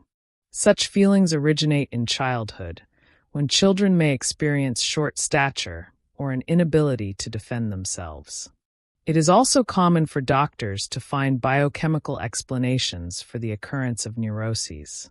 Recent research has shown that barbiturate medications may be associated with the production of substances that inhibit brain activity. Currently, the term neurosis is no longer used to designate this type of psychopathology. To identify these disorders, terms such as anxiety disorders are employed. This group of illnesses defines states of apprehension, fear of uncertainty regarding a real or imagined situation. Among the most common symptoms are shortness of breath, palpitations, rapid heartbeat, sweating, and tremors. Neurotic anxiety disorders. Broadly speaking, let us examine the subdivisions of this group of disorders. Phobias. Among phobias, the most common is agoraphobia, commonly expressed as a fear of leaving home. This is the most common type among people seeking treatment. Other types include social phobia and simple phobia, both representing persistent and irrational fears. Obsessive-compulsive disorder, OCD. The most common obsessions revolve around violence. It is also common for obsessive-compulsives to develop habits such as counting, steps, events, patterns, wallpaper, washing their hands repeatedly, or touching objects, all the furniture in a room or all the items in a cabinet. Generally, obsessive-compulsive adults attempt to resist these symptoms, recognizing how little sense they make. PTSD. This generally manifests as a delayed effect of some traumatic event. When these symptoms persist, the condition is concluded to be post-traumatic stress disorder, a common disorder among war veterans and survivors of kidnapping or natural disasters. Generalized anxiety disorder, GAD. This refers to a type of persistent anxiety that lasts for at least a month. Among the most common symptoms are restlessness, fear, sweating, dry mouth, insomnia, and lack of concentration. Psychosis and depression. Psychoanalysis attributes a close link between psychosis and depression. Depression can trigger psychosis in predisposed individuals. Conversely, a psychotic person may experience extreme anguish that leads to depression. In psychoanalysis, the terms psychosis and depression represent the results of unresolved conflicts and unconscious traumas. Psychodiagnosis is not simple, requiring anamnesis, a detailed case analysis and symptom assessment with the patient's life history. Psychotic individuals present delusions, hallucinations, bizarre habits, and loss of reference to the self. Thoughts no longer belong to the individual, who comes to identify them as originating from others. This scenario characterizes paranoia, which occurs through projection. Differences in behavior, psychosis and neurosis. For Freud, psychosis is the eternal struggle between the ego and the external world. It is the struggle of the ego with the ID, in which the ego is defeated and thus distanced from reality. In the case of schizophrenia, there is a total loss of connection with the external world.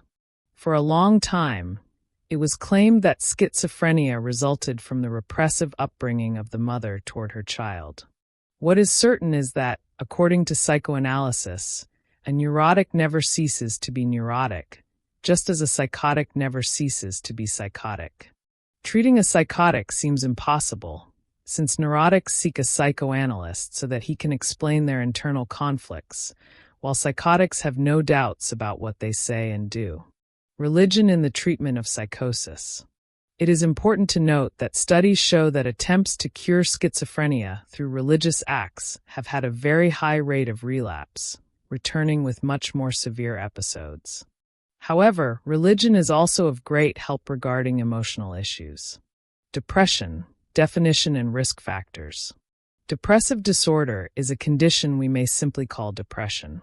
In most cases, it is identified by a prolonged state, around 2 weeks, of deep sadness. The factors that lead to this state may be genetic, environmental and psychological, family history, drug and medication use. Unlike momentary sadness, depression is treated with antidepressant medication and psychotherapeutic counseling. However, in some cases, the person may become a danger to themselves. In such situations, hospitalization may be the best treatment option. Diagnosing a psychotic disorder. Another important fact about depression is that today it is the second leading cause of work-related disability. It is more common among women. When a patient experiences depressive delusions, he generally develops a sense of anguish along with excessive feelings of punishment, guilt, ruin, and nihilistic delusions, sometimes hearing voices, the cries of the dead, or threats from demons. These reactions lead to the diagnosis of a psychotic disorder. Depression is currently classified as a depressive episode when it refers to the first episode in affected individuals.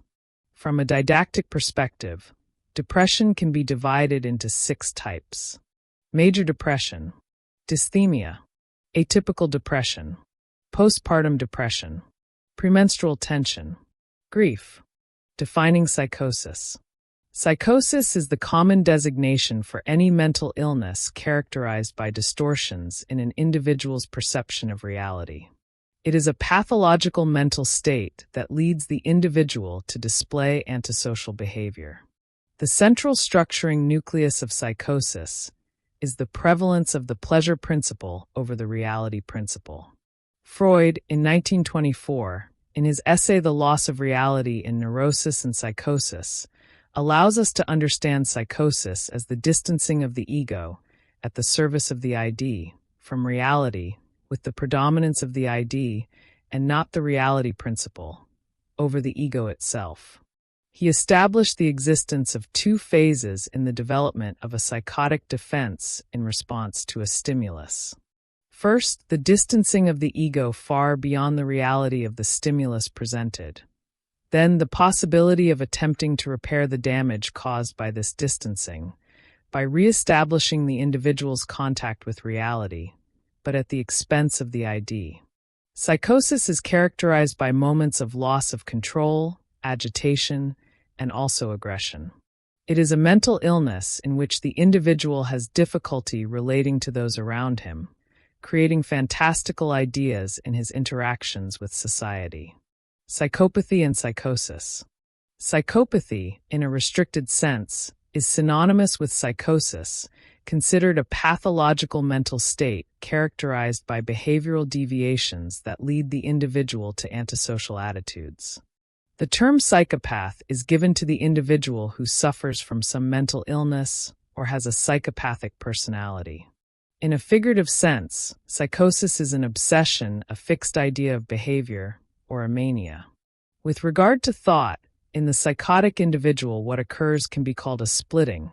That is, the primary delusional thought is neither repressed nor kept embedded, which enables him to act with apparent normality. Since his thought is imprisoned, he does not possess the pleasure of thinking nor the freedom and autonomy to elaborate new thoughts. It is believed that social factors, such as life in large cities, drug abuse, and social isolation, may be directly or indirectly associated with psychosis. A probable interaction between these social factors with biological and psychological factors would produce a chain reaction, thus resulting in the development of the psychotic condition. Types of psychoses. There are numerous types of psychoses or psychotic disorders. Schizophrenia and bipolar disorder are some of the best-known psychopathic conditions that exist. Psychosis is categorized into 3 main groups, based on their respective causes. Psychosis resulting from a mental or psychological condition. Psychosis resulting from a general medical condition. Psychosis resulting from drug and alcohol abuse. The relationship between psychosis and depression. Manic depressive psychosis is a psychiatric illness characterized by alternating depressive and hyperactive behavior. Today, this type of psychosis is called bipolar disorder. In this case, the coexistence of psychosis and depression is clear. For Freud, the forces that drive art originate in the same conflicts that lead individuals to develop neuroses. Thus, art establishes an intermediate domain between reality, which denies us the fulfillment of our desires, and the world of fantasy, which seeks their satisfaction. Symptoms of psychosis. Through their artistic expressions, sculpture, painting, poetry, individuals are able to reproduce their inner world, desires, anxieties, and frustrations. Art allows the articulation of the darkest inner aspects with external reality. The main signs and symptoms of psychosis are quite diverse and can be perceived through changes in the individual's personal characteristics, such as mood, as well as in thinking and behavior. Confused thinking, delusions, hallucinations, altered feelings, altered behavior. The signs of psychosis directly affect a person's performance at work and in studies, in addition to preventing them from efficiently carrying out some basic day-to-day activities. In short, patients diagnosed with some type of psychosis and depression have difficulties living normally and are often unable to take care of themselves. If these illnesses are not treated, they can harm themselves and others. What is perversion? In psychoanalysis, every human being has some psychic problem. This is because everyone represses some reality at some point in childhood. If a conflict arises in the phases of sexual development and it is not resolved, the child will become an adult with repressed feelings. These feelings will appear in adulthood through symptoms. The child is born without any information, and every action of the world and the people around directly influence their psyche. The mouth as a way of knowing the world. Using the mouth as a means of knowing the world, it is natural for the child to bring everything unknown to it. For the child, this is natural. If an adult reprimands them for this reason, the child enters into conflict and begins to learn to interpret, in their own way, the reasons for people's repressions.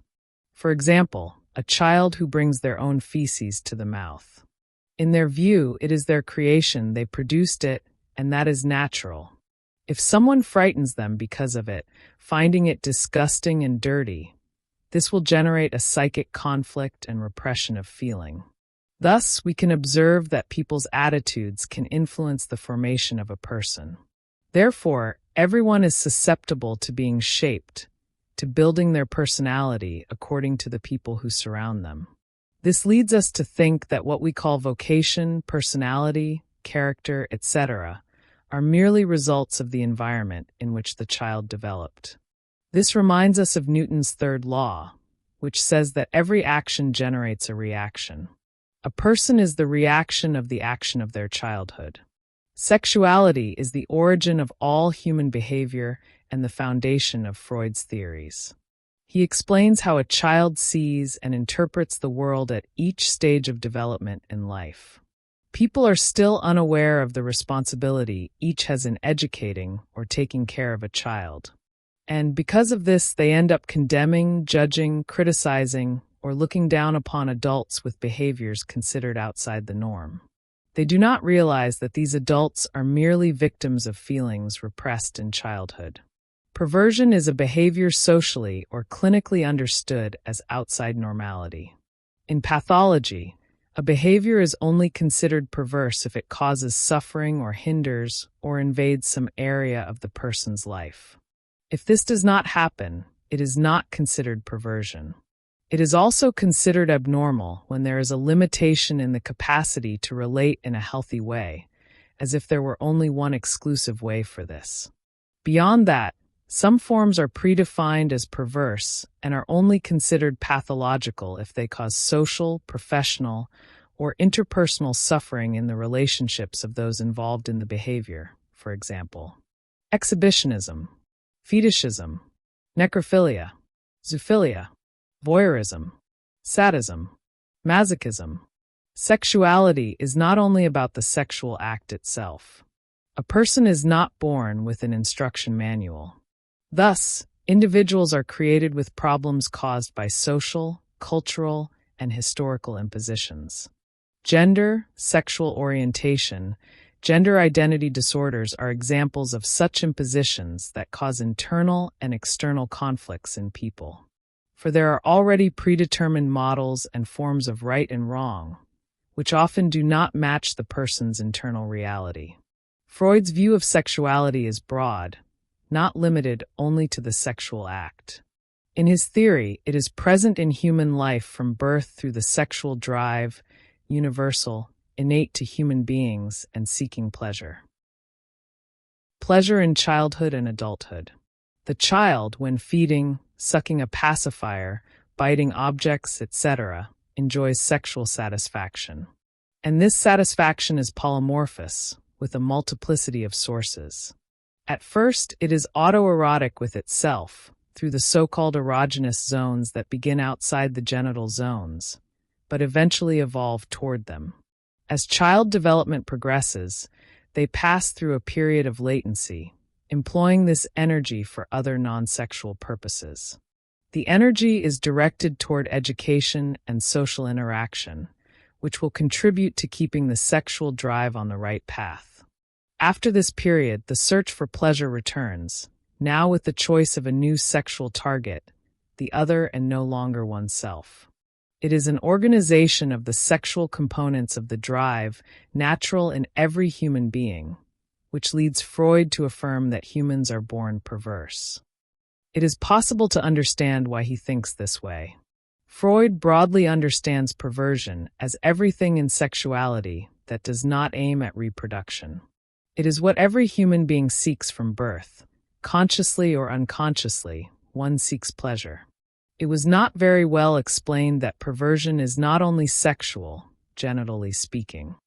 For a student of psychoanalysis to better understand the concept, it should be emphasized that not only those sexual examples given are forms of perversion, but rather any behavior that seeks solely the individual's own pleasure, without regard for society's rules.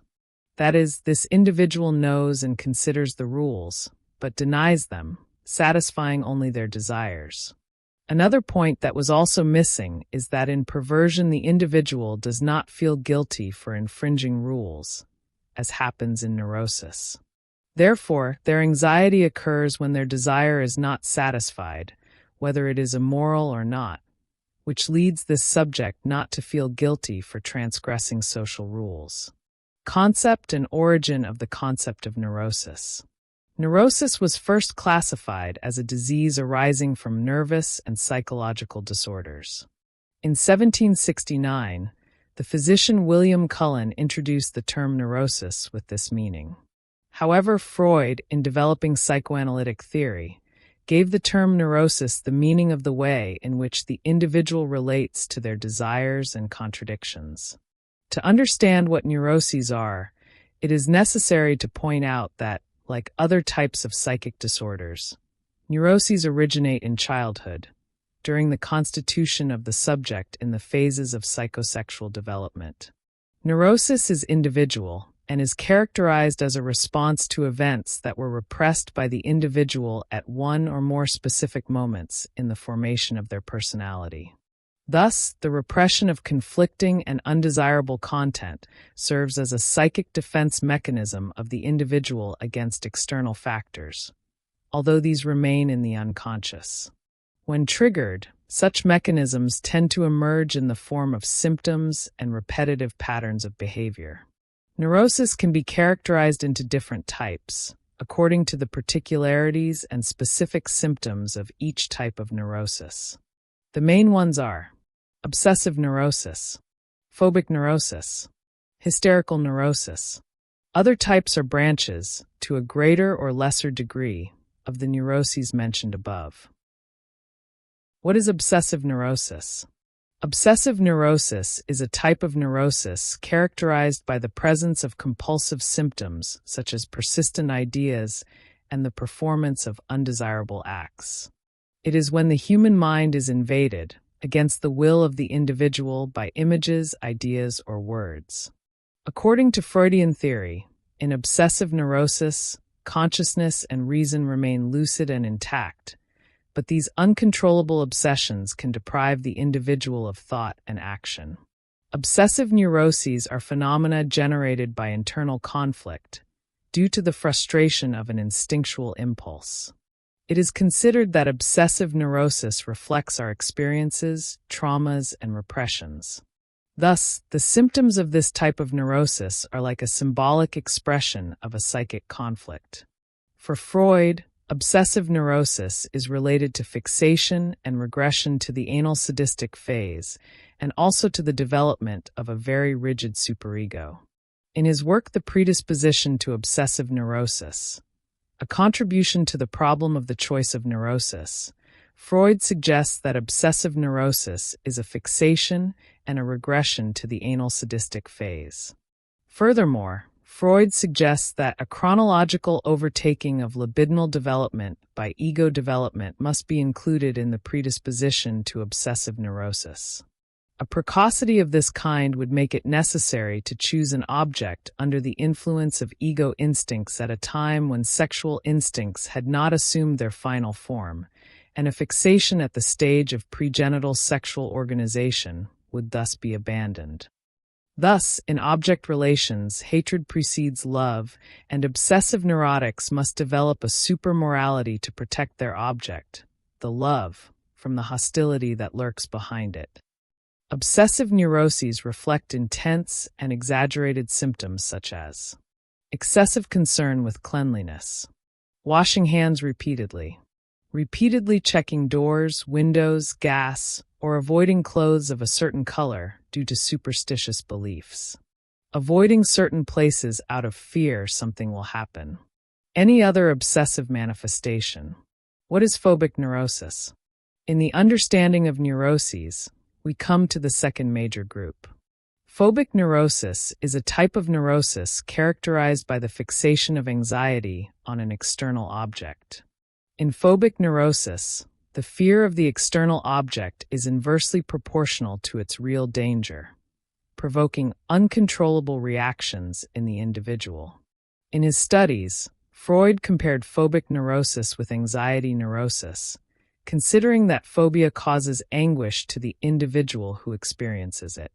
A phobia is nothing more than a panic attack when an individual is faced with an object, animal, place, or person that causes them anguish. The origin of phobic neurosis is related to the phallic stage, since the individual feels threatened due to the process of castration. Feelings of love and hate toward the parents are repressed and unconscious, leaving only the conscious fear caused by these feelings.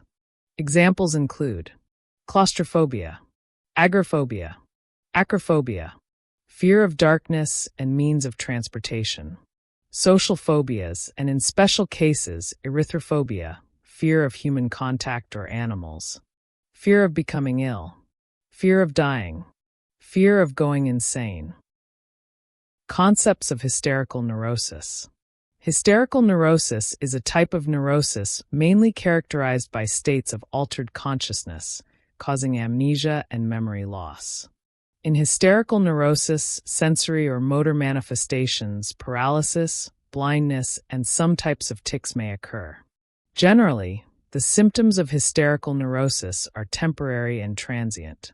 In his studies on hysteria, Freud defined it as an abnormal variant of behavior, an exaggerated attitude of psychic origin. In hysteria, the individual stages illnesses as a way of escaping situations they consider insurmountable. It was in the case of Anna O. that Freud discovered that the physical manifestations of hysterics were related to repressed memories of great intensity, and that such physical manifestations were theatrical.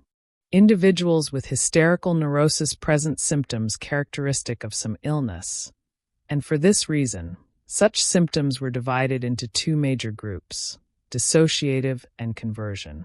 Let us differentiate neuroses from this distinction between two types of hysterical neurosis. Dissociative, predominance of a break with reality, which can cause fainting, amnesia, automatisms, among other symptoms. Conversion, predominance of physical manifestations anchored in psychic conflicts. The individual may present contractures, spasms, tremors, loss of speech, and some tics. Hysteria is related to the oral and phallic stages. Submission to the demands of the other against one's own will would then, according to Freud, be the main cause of symptoms in individuals with hysterical neurosis, making them incapable of acting according to their own desires and wishes. Psychosis, neurosis, and perversion. Once the personality is defined within one of the three structures, it will never change, though the intensity of the specific symptoms of each may vary. This also means that one structure excludes the other. For example, a neurotic individual will never present any symptom related to psychosis. Let us now analyze each of them. One essential point in understanding these mental structures is their functioning. Each of them has a specific defense mechanism. This defense mechanism is nothing more than an unconscious way in which the mind finds to deal with the suffering that arises from the Oedipus complex. Psychosis. In the structure called psychosis, we find three subdivisions: paranoia, autism, and schizophrenia. The defense mechanism of this structure is known as foreclosure, forecluso, a term developed by Lacan. The psychotic finds outside himself everything he excludes from within. In this sense, he externalizes elements that could be internal. The problem for the psychotic is always in the other, in the external, but never in himself. In paranoia, paranoid personality disorder, the other is the one who persecutes him. The subject feels watched, persecuted, and even attacked by others. In autism, the other almost ceases to exist. The person isolates themselves from others, avoiding coexistence and communication. In schizophrenia, the other can appear in countless forms, as a hallucination, a monster, or any other entity. What becomes most evident here is psychic dissociation. Another characteristic of psychosis is that, unlike individuals with other mental structures, the psychotic reveals, albeit in a distorted way, their symptoms and disturbances. Common symptoms include mood swings, confused thinking, hallucinations, sudden changes in feelings. Neurosis. Neurosis is divided into hysteria and obsessive neurosis. Its specific defense mechanism is repression. While the psychotic always projects the problem outward and reveals their disturbances, even if distortedly, the neurotic does the opposite. The problematic content is kept secret, not only from others but also from the individual themselves. The neurotic internalizes the external problem. This is what repression consists of. To keep these contents repressed, neurosis produces a splitting of the psyche. All painful content is repressed and remains obscure, causing sufferings that the individual can barely identify, only feel. Because they cannot identify the real cause, they complain about symptoms rather than their origin. In hysteria, the person circles endlessly around the same insoluble problem. It is as if they never find the real source of their frustration. They constantly seek an idealized object or relationship to project their repressed frustration, which inevitably leads to more disappointments. In obsessive neurosis, the person also circles around the same unresolved issues.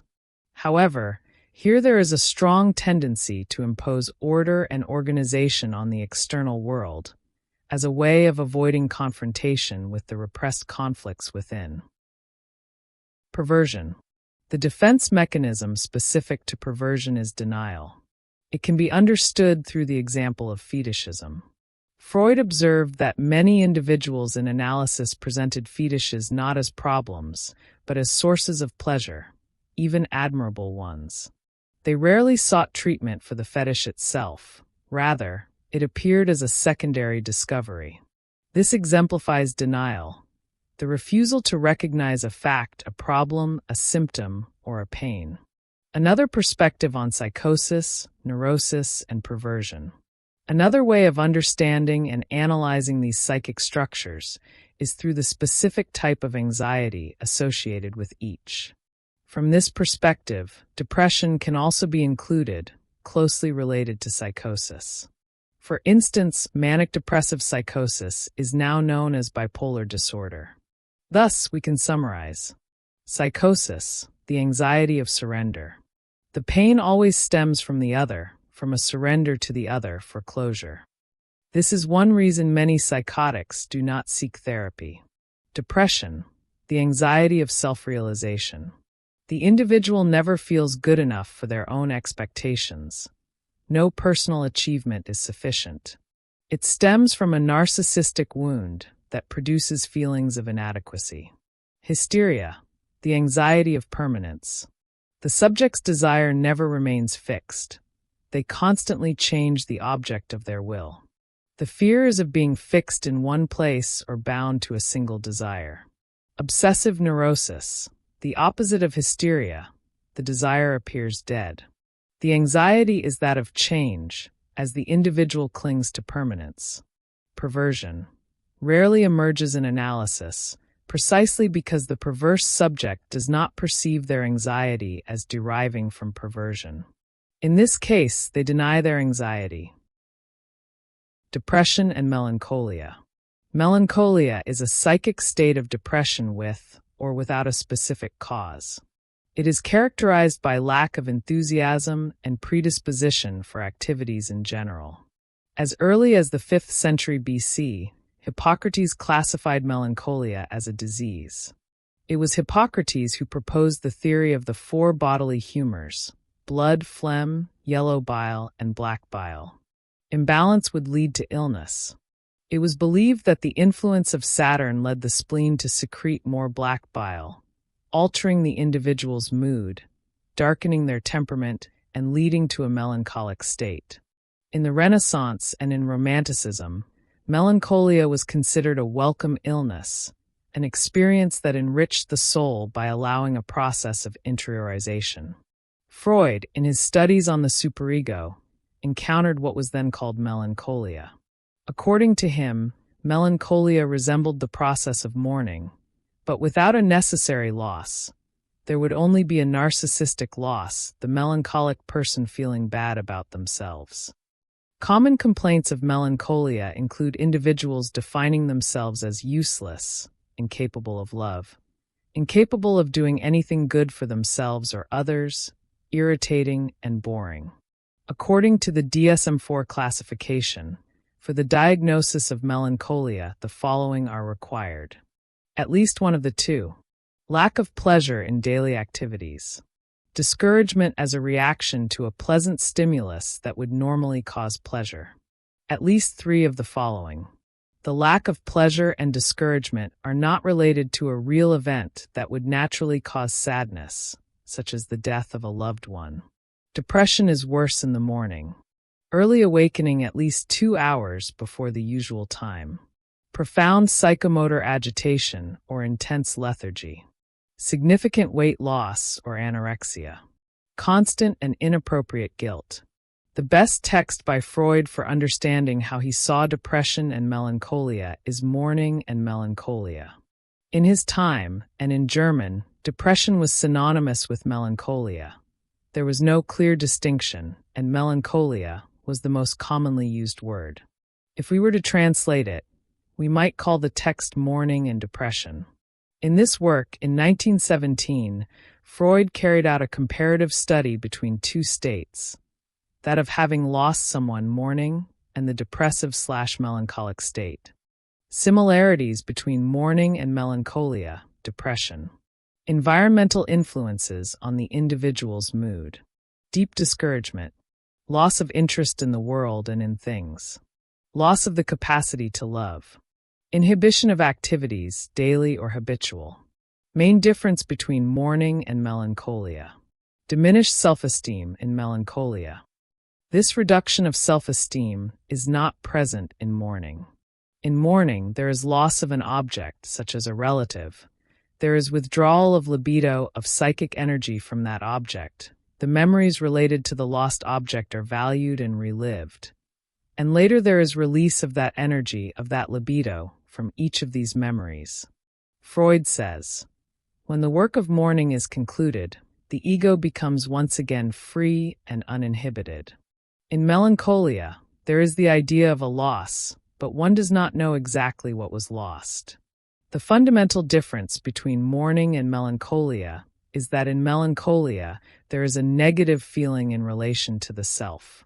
These are feelings of self-recrimination, self-depreciation, self-lamentation, and low self-esteem, which do not occur in mourning.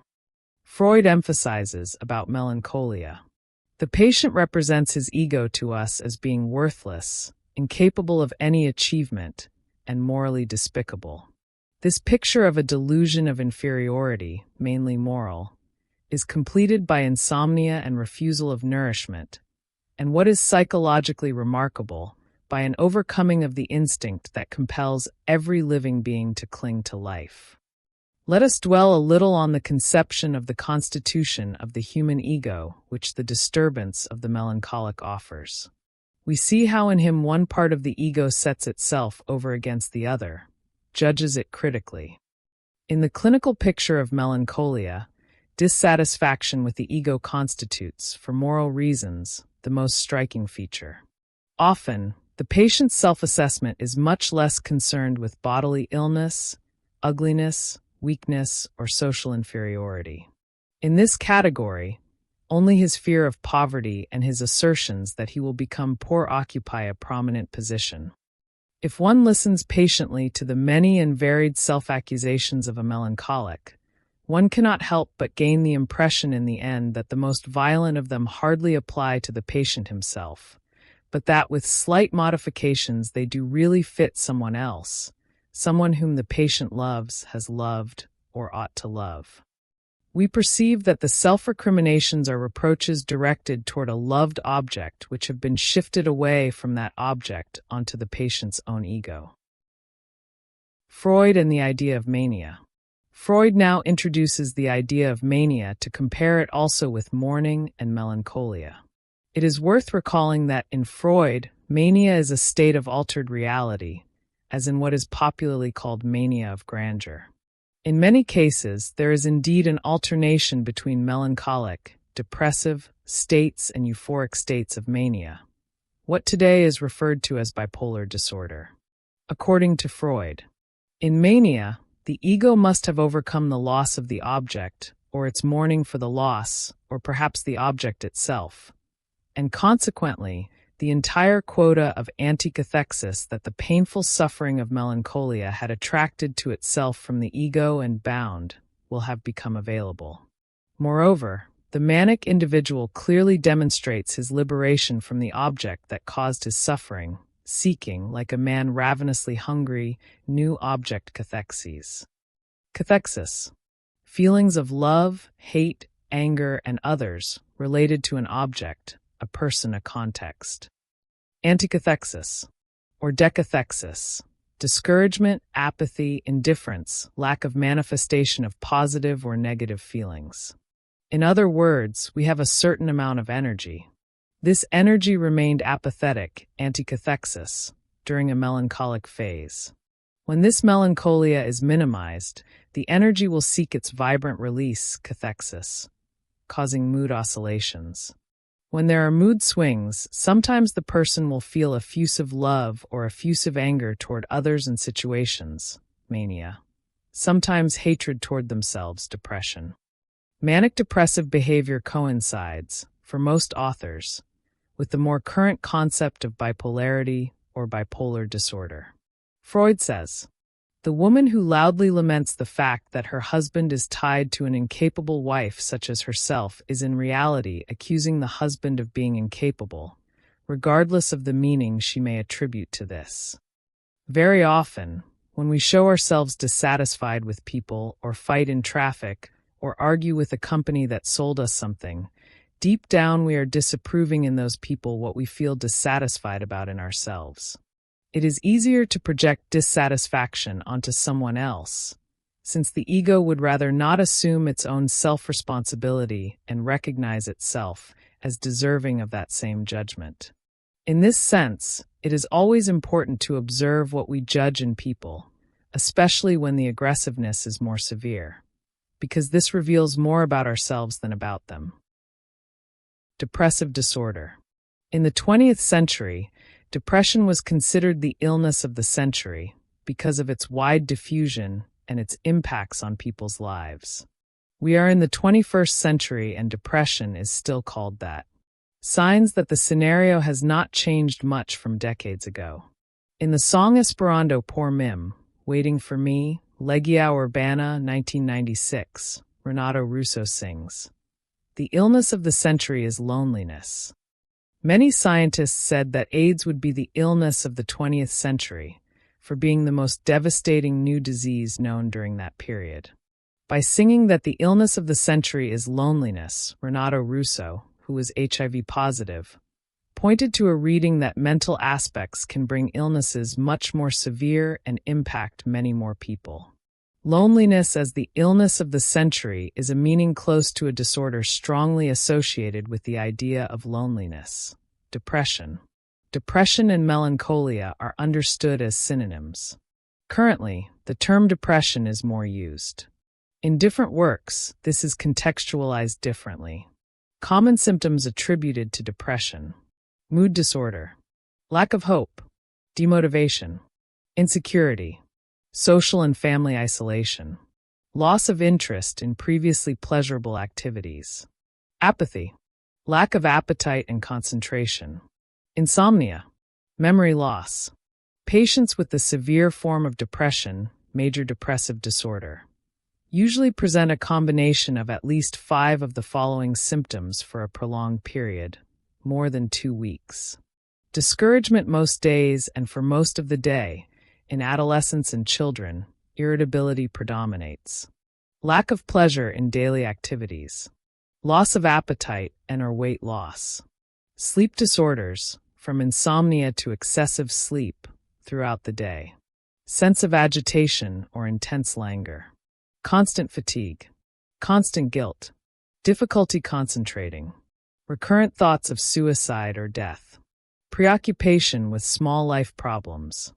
Difficulty taking a shower, reading a book, or even doing simple things like watching television. Self-harm. Major depressive disorder, MDD, or major depressive disorder, often called simply depression, is a mental disorder characterized by at least 2 weeks of depression present in most situations. It is depression proper, more severe. It differs from minor depressive disorder, also called dysthymia, which is a state of depression considered mild but very prolonged. Dysthymia and depression. What are the similarities and differences between dysthymia and depression? Strictly speaking, dysthymia can be seen as a slightly milder form of sadness than depression. Dysthymia is not incapacitating, although it can be limiting. Over time, untreated dysthymia may convert into depression. The nomenclature of pathological cases of acute sadness has changed greatly over time. The term melancholia was the generic name, up to the 18th century, for every disorder related to acute discouragement or anguish. Over time, specifications in terminology arose, as already discussed. We may say that what the ancients called melancholia could mean either depression, or severe melancholia, or dysthymia, milder melancholia. Differences. Dysthymia can be considered a mild, non-incapacitating depression, a generalized pessimism in the interpretation of events and relationships. It is usually very prolonged, a mild depression that the individual incorporates practically as a personality trait, supposing it is no longer possible to live outside this pattern. Depression has traits similar to dysthymia, but it is more severe, can be incapacitating, and brings greater psychic suffering to the subject. Origins of depression. The condition is believed to be caused by a combination of genetic, environmental, and psychological factors. Risk factors include a family history of depression, significant life changes, certain medications, chronic health problems, and drug use. About 40% of the risk appears to be related to genetics. Sometimes the causes are experiential, factors from childhood, adolescence, or even adulthood. These factors can influence depressive states, often unconsciously. In neurotic cases, for example, the repression of an undesirable event can demand a great deal of energy, which brings down the subject's self-esteem and drains their energy for dealing with life's events. The diagnosis of major depressive disorder is based on the person's description of their experiences and the evaluation of their mental state.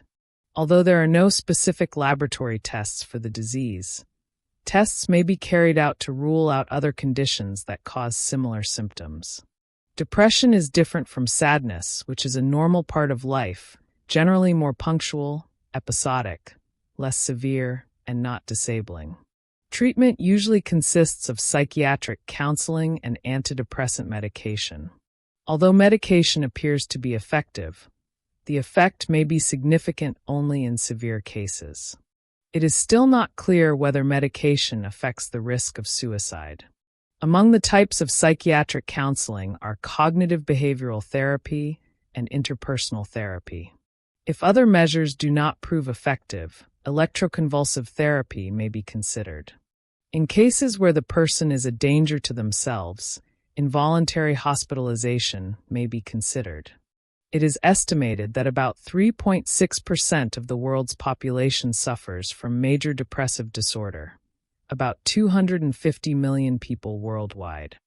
In 1980, the American Psychiatric Association added major depressive disorder to the Diagnostic and Statistical Manual of Mental Disorders, DSM-3, separating it from the depressive neuroses of the DSM-2, which also included conditions now known as dysthymia and adjustment disorders.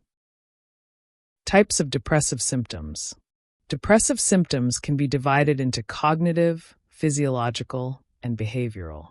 Cognitive. Depressed mood, persistent discouragement, sadness, low self-esteem, feelings of worthlessness, emptiness, guilt, and/or irritability. Reduced ability to experience pleasure in most activities previously considered enjoyable.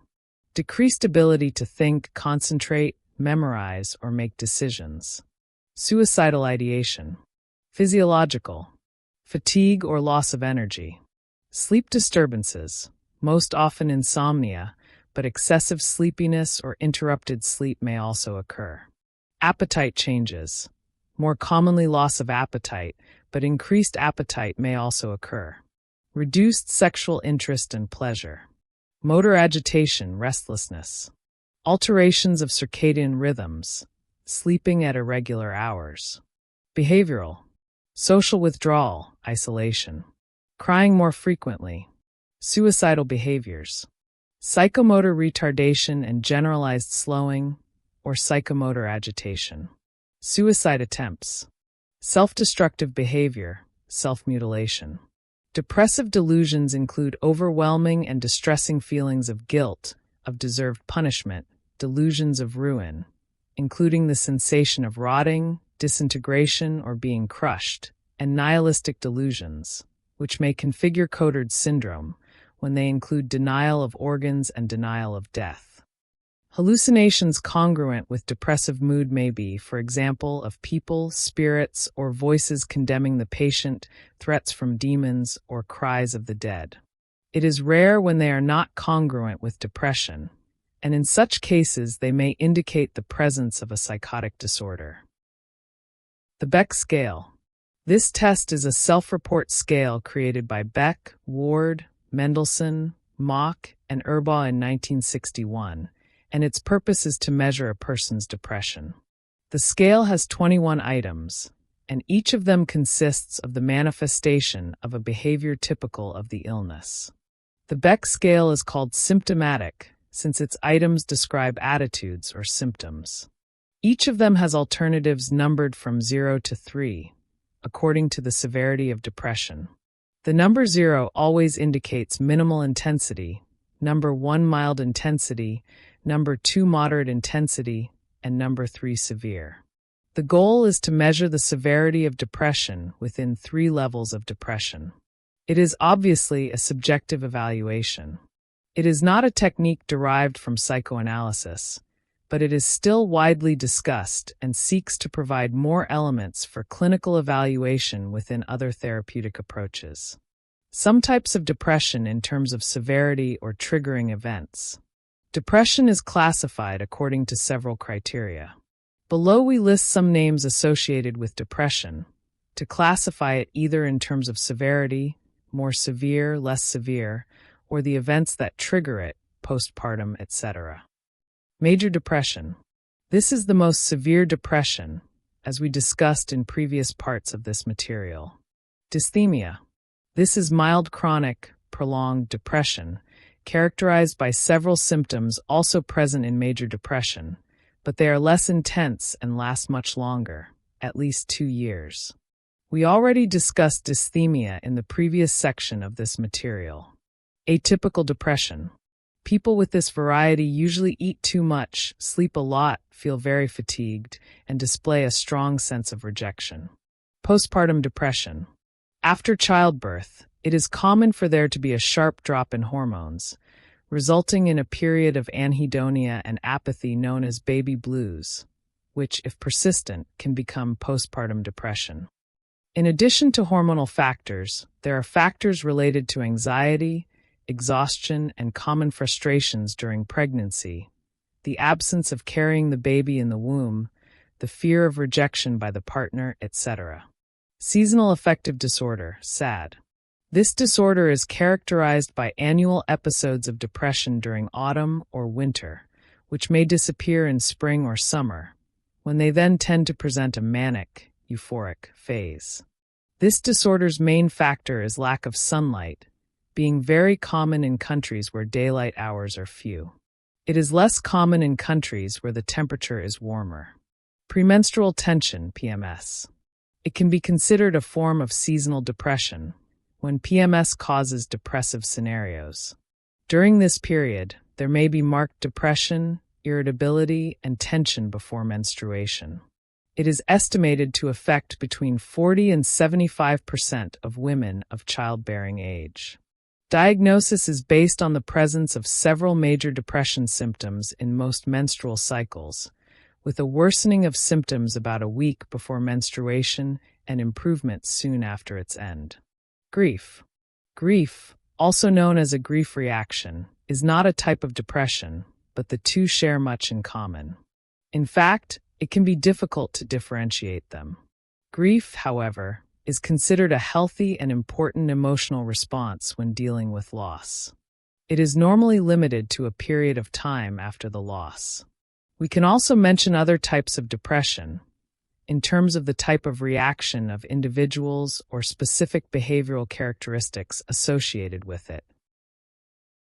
Causes of depression. The causes of depression are numerous and controversial. It is believed that genetics, diet, stress, lifestyle, rejection, school problems, and other factors are related to the onset or worsening of the disease. It is now known that depression is associated with an imbalance in certain chemicals in the brain, and the main antidepressant medications function primarily by restoring normal levels of these substances, especially serotonin. Psychosocial factors. People who have experienced periods of depression report a stressful event as the precipitating factor of the illness. The recent loss of a loved one is the most frequently cited fact, but all major losses, and even small ones, cause some degree of grief.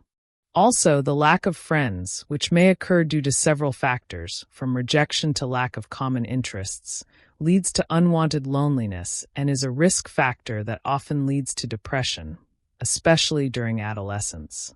Traumatic events, such as the sudden loss of a loved one, or even occasional moves to a new city, can cause deep depression, requiring a long recovery period. Most people overcome this state without becoming chronically depressed. Some genetic or biological factors may explain the greater vulnerability of certain people. The presence or absence of a strong social or family support network also influences recovery, positively or negatively. Some people may suffer from the illness due to moving from a very good city to a worse one that offers nothing in return. A significant risk factor is, for example, when a person who has many friends moves to another city where they have none. Isolated people create a barrier to acceptance. Thus, they end up becoming discouraged from daily activities, and over time this discouragement increases. The person loses motivation in life, and this generates great sadness. This is a common factor that affects young people and adults more. Among the psychosocial factors causing depression, problems related to interaction and relationships in the work environment also play a fundamental role in the development of the illness in question. For behaviorism, one of the factors correlated with depression is learned helplessness, which is the decrease in healthy behaviors resulting from repeated punishments that occurred regardless of what the individual did, non-contingent punishments. Biological factors. Alterations in neurotransmitter levels, mainly serotonin, acetylcholine, dopamine, adrenaline, and noradrenaline, are related to susceptibility to depression. Some hormones may also play an important role, although this is not yet very clear. Additionally, atrophies in certain areas of the brain, particularly in the prefrontal lobe, responsible for controlling emotions and producing serotonin, are linked to significant depressive disorders. In mania, on the other hand, when there is an excess of these neurotransmitters, the symptoms include euphoria, a sense of unlimited energy, a need for few hours of sleep, racing thoughts, impulsivity, irritability, and difficulty in self-control. Neurobiological evidence shows a strong relationship between depression and anxiety disorders. Approximately 85% of patients with depression have significant anxiety symptoms, and 90% of patients with anxiety disorders experience depression at some point. A 2016 study, using electronic medical records and DNA-associated data from more than 28,000 individuals, shows that Neanderthal DNA produced small but significant effects on the risks of developing depression, skin lesions, and excessive blood clotting. Physical factors, traumas. In some cases of depression, physical causes can be found for its existence. It has long been known that many of our traumas and physical accidents are recorded in our bodies along with the emotions we experienced at the time of the trauma or accident. This creates somato-emotional situations that often perpetuate pain or completely alter the person emotionally. The results of various therapies directed at the physical body that release somato-emotional tension and completely change the person's emotional state are well known. In some situations, physical problems can create excessive wear and tension on the body and nervous system, which trigger or worsen the depressive state. In these cases, the various physical problems must be corrected. Unfortunately, many times there are no symptoms of their existence, and so they often go completely unnoticed. Other factors. Medications such as beta blockers, benzodiazepines, corticosteroids, antihistamines, analgesics, and antiparkinsonian drugs can cause depression, as well as withdrawal from any long-term medication. Several scientific studies have found statistical correlations between certain pesticides and depression. Some types of drugs can lead to chronic or non-chronic depression. Benzoyl methylecgonine, cocaine, and or erythroxylon coca extract or coca paste, are the main ones that can potentially lead to chronic depression, capable of completely altering the nervous system in less than 15 seconds after use. Non-chronic depression, however, usually comes from genetics or is caused by life-related disorders. Treatment of depression. It is false to believe that people can heal on their own, or that it is mere weakness. Lack of care can worsen depression, creating a scenario favorable to new illnesses, social isolation, and suicidal tendencies. Depression is treated through medications, psychotherapies such as psychoanalysis, repetitive transcranial magnetic stimulation, dietary supplements, physical activity, relaxation, and meditation. The most commonly used antidepressants in the treatment of depression are selective serotonin reuptake inhibitors such as fluoxetine, paroxetine, and sertraline. Other antidepressants used include tricyclic antidepressants, MAO inhibitors, dopamine reuptake inhibitors, norepinephrine dopamine reuptake inhibitors, serotonin norepinephrine reuptake inhibitors, and tetracyclic antidepressants.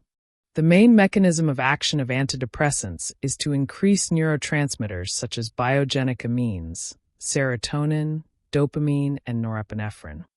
Despite their name, some antidepressants are also successfully used in the treatment of several other disorders, such as anxiety disorders, phobias, obsessive-compulsive disorder, and migraines.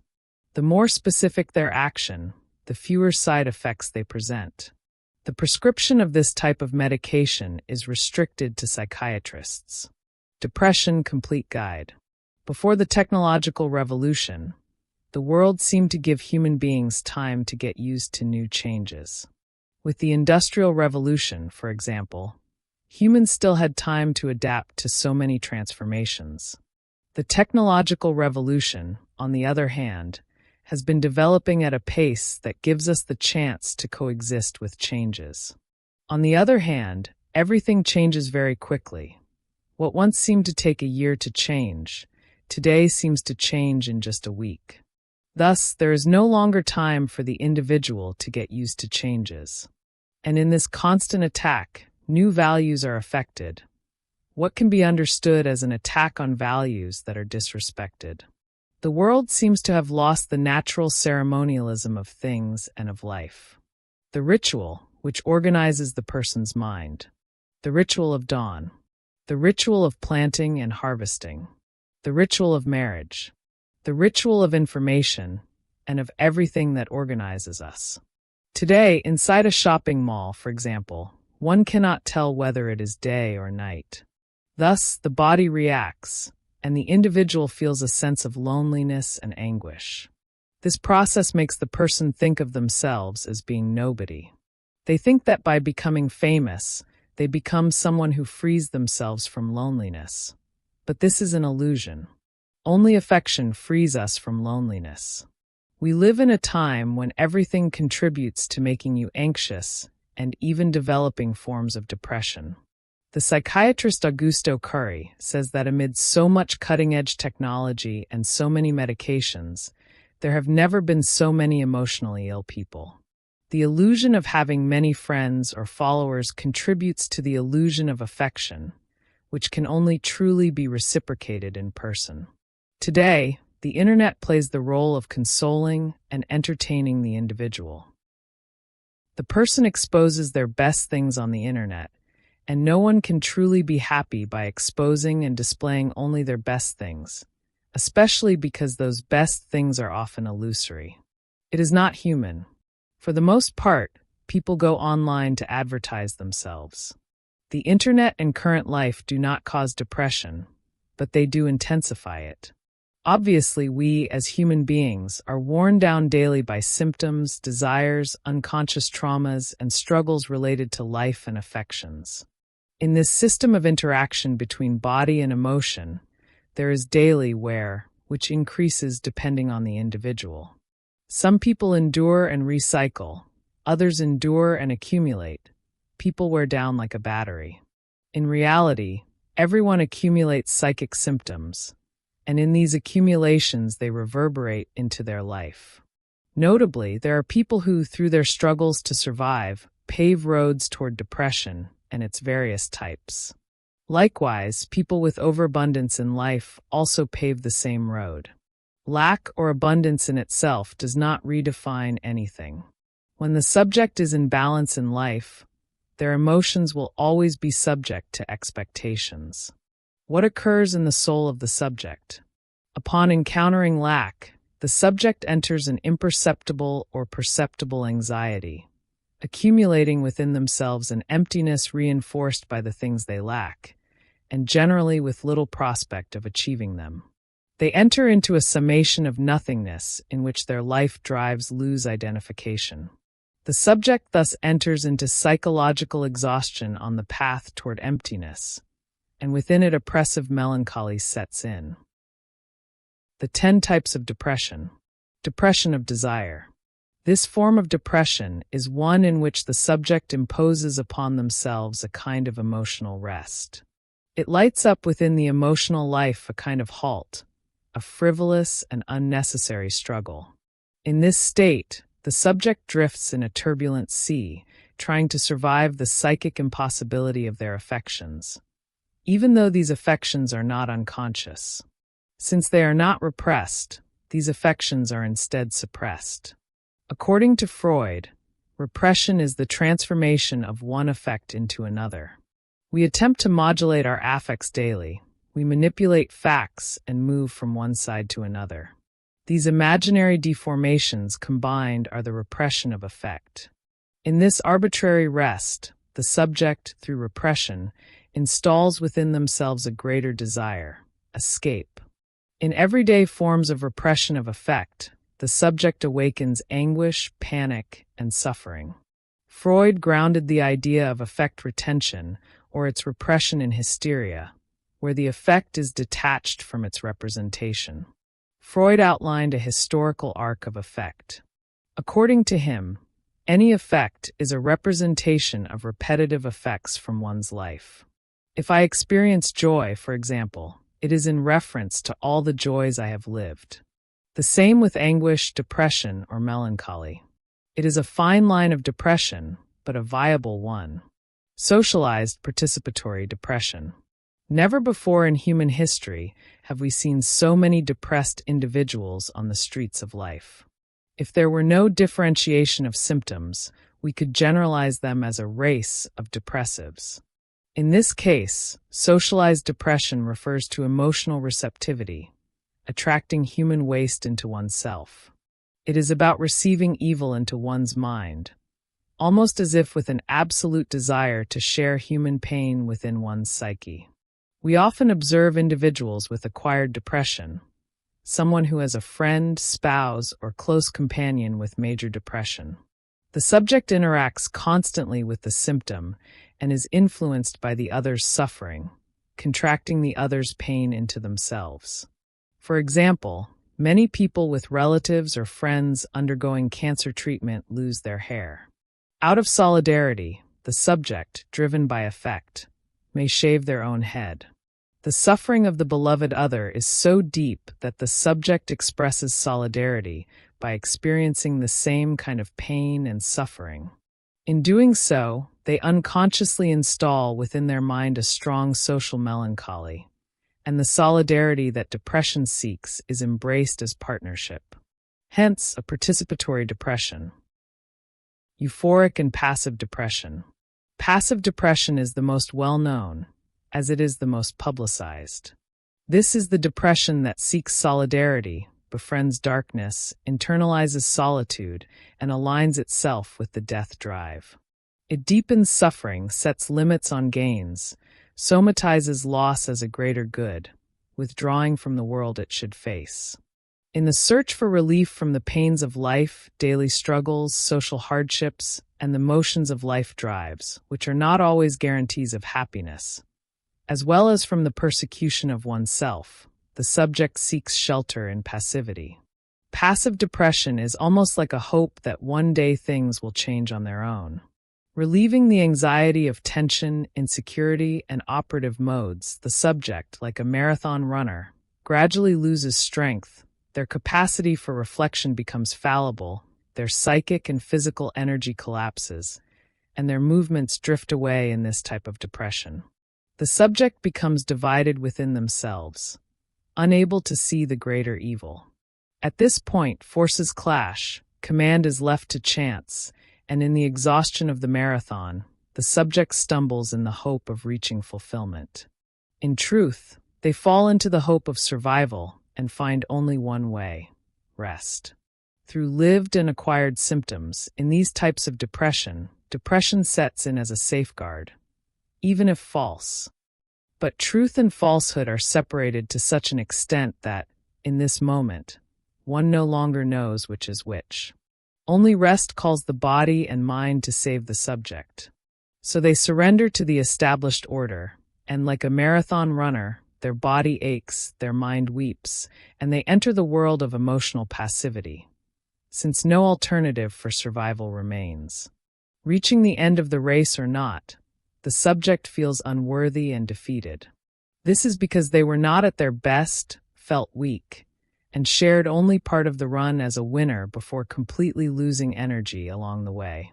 Gradually, they felt powerless to continue, and their surrender and dreams collapsed into rest, just to survive. In this type of passive depression, the subject has no choice but to rest in the hope of regaining strength and living again. They find refuge in the supposed recovery of energy stolen by life's symptoms at every step of their journey, a sum of emotional and physical, where that left them with depression as a gift of rest. Allied with depression of desire, passive depression is based on the alienation of symptoms. The individual internalizes emotional incapacity. Their libido is sometimes detached from their feelings, passively disconnected from their good performance. The individual begins to trade effects for feelings, the containment of emotion, which should have been the destiny of affect. Euphoric depression, in contrast, inverts rest. Out of fear, the subject's anxiety foresees collapse, ruin, a living death, and so they throw themselves irrationally into life drives. Like the sun illuminating the day, the euphoric depressive leaves the night behind, unceasingly searching for strength to survive. Unlike the passive one, this subject still carries within themselves a superhuman potential energy. Thus, they may appear self-sufficient, externalizing their power in disconnected acts. But for them, it is a demonstration of rational strength.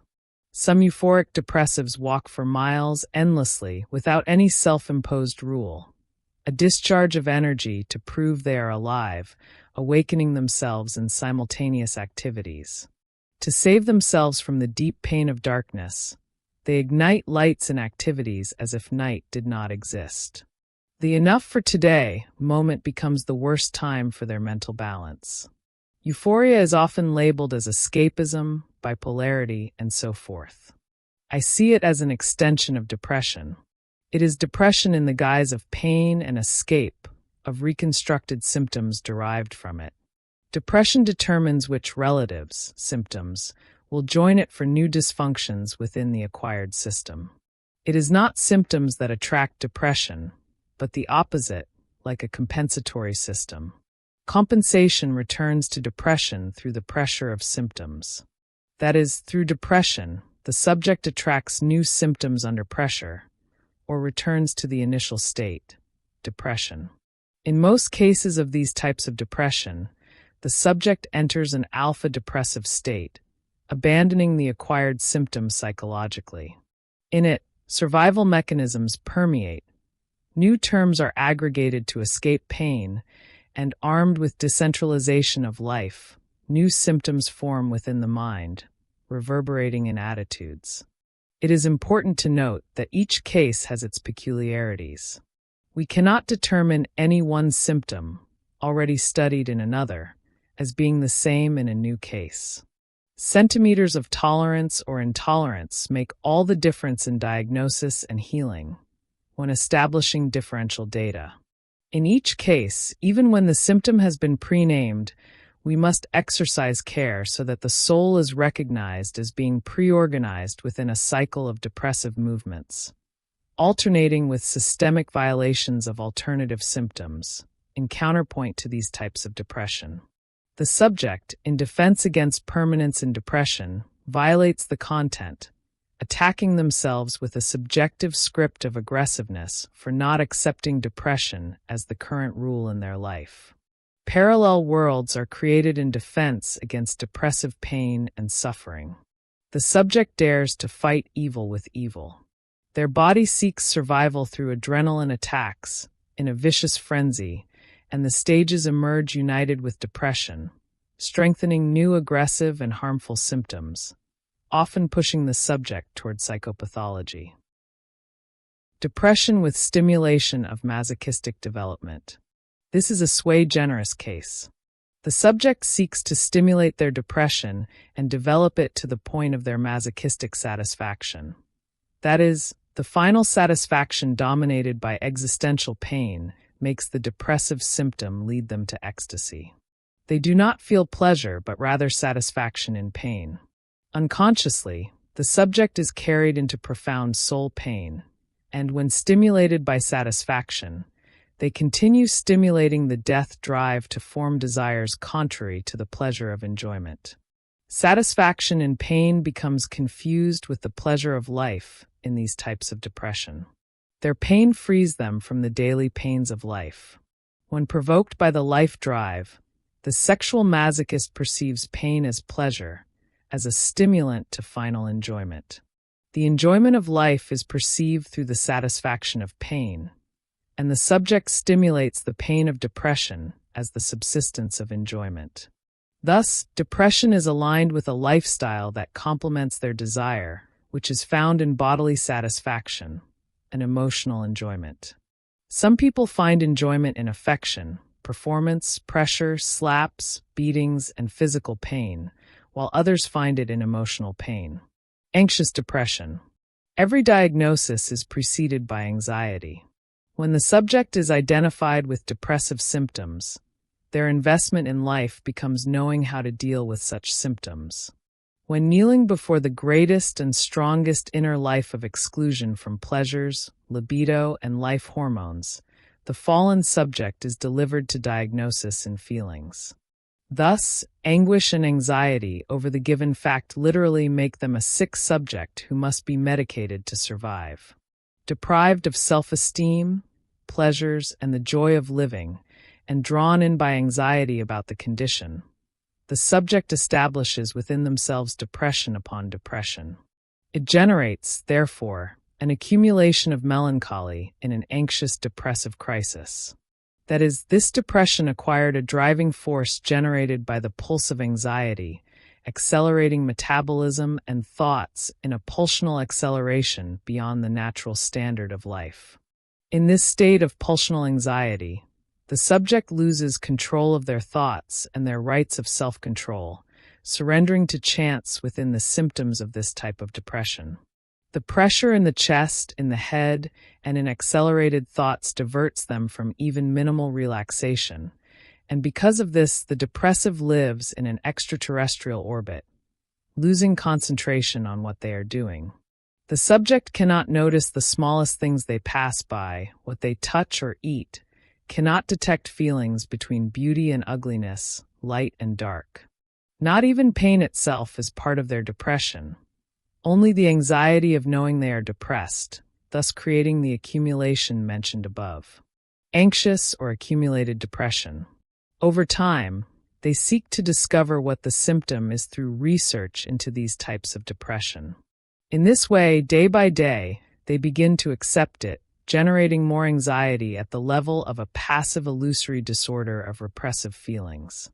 This eventually leads them to live with chronic anxiety because of a diagnosis. Obsessive depression. The activities of repression in human beings tend toward an almost subversive tension. They propose to the unconscious the repression of the representation of one or more feelings into pain and mental fatigue. Obsessive depression aims, in its protective function, to relieve the pulsional pressure resulting from poor repression. The individual, upon receiving such an emotional load, ends up nurturing an obsessive neurosis. The repetition and constant execution of this effect develop a ritualistic behavior. The subject tends to repress obsessively and act out with repetitions of some desire, to the point where their energies become physically and mentally exhausted.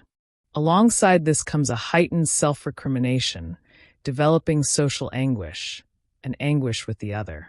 And in its defense, unconsciously, this entire apparatus is aggressive toward the subject. Knowing of the existence of obsessive neurosis, diagnosed by Freud, we can also add the anal sadistic, genital, phallic, and oral stages, points traced by Freud in the unfolding of symptoms. I focus special attention on the rest afforded by this symptom and seek to understand that there exists an important phase joined to this conglomerate of pains. To endure all these executions, depression establishes itself in parts throughout the entire process. Proposal for the types of depression in psychology. When we propose that depression is a rest from symptoms, this does not mean that it is the cure for symptoms, nor does it answer questions such as what the types of depression are. On the contrary, it is through depression that symptoms are attracted. For example, in panic syndrome, the subject chooses to rest in the depression of their safety rather than face the symptom by going out into the streets, having to confront their pain and fear. Rest occurs in personal breakdown. Regardless of whether the individual presents with mild or severe symptoms, deep or slight degrees of depression, the subject enters a catharsis of defense, and their feelings give up on feeling. By accepting the pain of depression, the inertia of living, not by free will, but by admitting and yielding to the new feeling, a platform is created in the subject's psyche that makes them perceive something beyond life. An exchange of life for non-life. It aligns and modulates a new form of surrender that had been drawn throughout life, whether since childhood or adulthood. Time is not the master of development. Rather, the subject is the master of the new platform. There is the line of thought that a person does not choose depression. It establishes itself intrinsically without the subject's authorization. Just as life's events do not ask our permission before entering our mind. The fact that information enters our mind daily does not mean it is obliged to generate existential symptoms, simply because it was received without prior authorization. The same is true for the symptoms of depression. They stem from facts introduced as traumas or disaffections. They did not receive from us the authorization for self-flagellation. The symptoms settle at each step we take into the basement of darkness by our own motivation. To explain better, the subject decides to descend into the basement of their existence. With each step, they draw closer to the target of darkness. They do not wish to choose to go back from the chosen path. Each time, they feel more attracted to the corridor of death as an escape for their rest. They do not realize they are psychologically flagellating themselves. They choose a path that, to them, feels safe, even if it carries displeasures. The sentinels are lost, the counselors die, and the path is traced and approved. The symptoms acquired on the descent into the basement are bodies that crawl at the subject's feet. Then, they decide to become the path for these symptomatic parasites, regardless of the type of depression. Upon reaching the basement, finally, their long-sought depression installs itself, and with it, the bodies of symptoms nestle into the subject and become their partners. However, the greater force is present, and the subject becomes in solidarity with themselves, finding a preliminary rest, where they will make of their life a peace in the pain of nothingness, of emptiness. And so, they will have reasons to cry without knowing why, and without motivating their reasons inherent to what they are living, since living itself does not motivate them, and therefore the rest of life itself. Depression represents the mother of the individual, the place where they nestle, seeking peace, safety in the escape from pain. They disappear into the mother with the intention of returning to the maternal womb and throw themselves into the representation of their maternal affection. What the unconscious does not allow them to know is that the much-desired return to the arms of peace is impossible. And thus, the pain is immense, a mixture of being in the desired place, resting from symptoms, life's pains, and repressions, but as if they were in the mother's womb from the outside. Attempting to penetrate into the highest degree of life and protection, the real pain immobilizes them for life. According to Freud, the oceanic feeling, it is the nostalgia of the mother. The desire not to feel pain does not mean that the individual wants to leave depression, and this is what normally occurs in cases of this representation. Depression for psychology. In this study, the aim was to investigate how depression is related to and embedded in contemporary society. In other words, how it is understood both from society's perspective and through the viewpoint of the ill individual. In the first part, depression is contextualized. Its different terminologies and meanings. Its various explanations according to ICD-10, International Classification of Diseases. The DSM, Diagnostic and Statistical Manual of Mental Disorders. And the characteristics of this disorder. In the second chapter, depression is discussed from the standpoint of behavior analysis and psychoanalysis, which are two branches of psychology. In these two fields, there are different contributions from several authors on the subject. The second chapter is further divided into two sub-themes, melancholy and mourning. Finally, in the third chapter, we see how depression reflects in today's society. At this point, you will find discussions about society's views on topics such as happiness and sadness, as well as those of the individual. Social media and the overuse of antidepressant medication are also discussed. Lastly, the conclusion refers back to the main theme and emphasizes the importance of appropriate treatment for the suffering subject. Contextualizing depression. The term depression emerged in Europe in the mid-18th century in the psychiatric field, derived from the Latin word deprimere, meaning to press down. Initially, the expression was associated with melancholy, and the separation of the concepts only occurred at the end of the 19th century. For a long time, therefore, the terms depression and melancholy were used as synonyms. However, today they represent distinct conceptions. The term melancholy has preferably been linked to psychotic manifestations, therefore more severe in nature. Depression, on the other hand, has been associated with conditions of a neurotic nature. We also find references to psychotic depression and neurotic depression. At times, it is referred to as manic depressive psychosis, a bipolar manifestation distinguished from the monopolar position. Considered the disease of the 21st century, depression has been interpreted as the representation of various psychic manifestations. This reveals that, even today, the terminology itself presents difficulties in conceptualization and interpretation. Nevertheless, what is known is that it is a mental disorder, an emotional disturbance that alters the way we see the world and feel reality. Symptoms. The symptoms consist of mood disorder, hopelessness, lack of motivation, insecurity, social and family isolation, loss of interest in previously pleasurable activities, apathy, lack of appetite and concentration, insomnia, memory loss. Although the symptoms and characteristics of this disorder are described, it is important to emphasize that it manifests in many different ways. Definitions and different perspectives. Psychiatry. From the psychiatric perspective, depression is categorized by the American Psychiatric Association in its Diagnostic and Statistical Manual of Mental Disorders, DSM-4, under the item called mood disorders.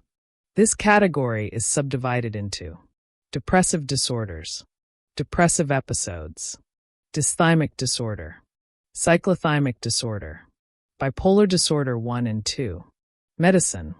From the medical perspective, depression is characterized by ICD-10 as states of lowered mood, reduced energy, and decreased activity, loss of interest, reduced ability to concentrate, fatigue even after minimal effort, sleep problems, and decreased appetite are the main symptoms of depressive episodes.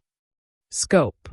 It is a fact that depression directly affects thousands of individuals around the world, impacting people of both sexes, all races and creeds, across different age groups, from infants to the elderly, students, workers, unemployed, retirees, sick or healthy. Such a disorder harms society as a whole. In order to provide more specific treatment for each human being, rather than treating everyone indiscriminately, it is necessary to take into account the different levels of depression and the individual's life history, analyzing it in a multidisciplinary and in-depth manner.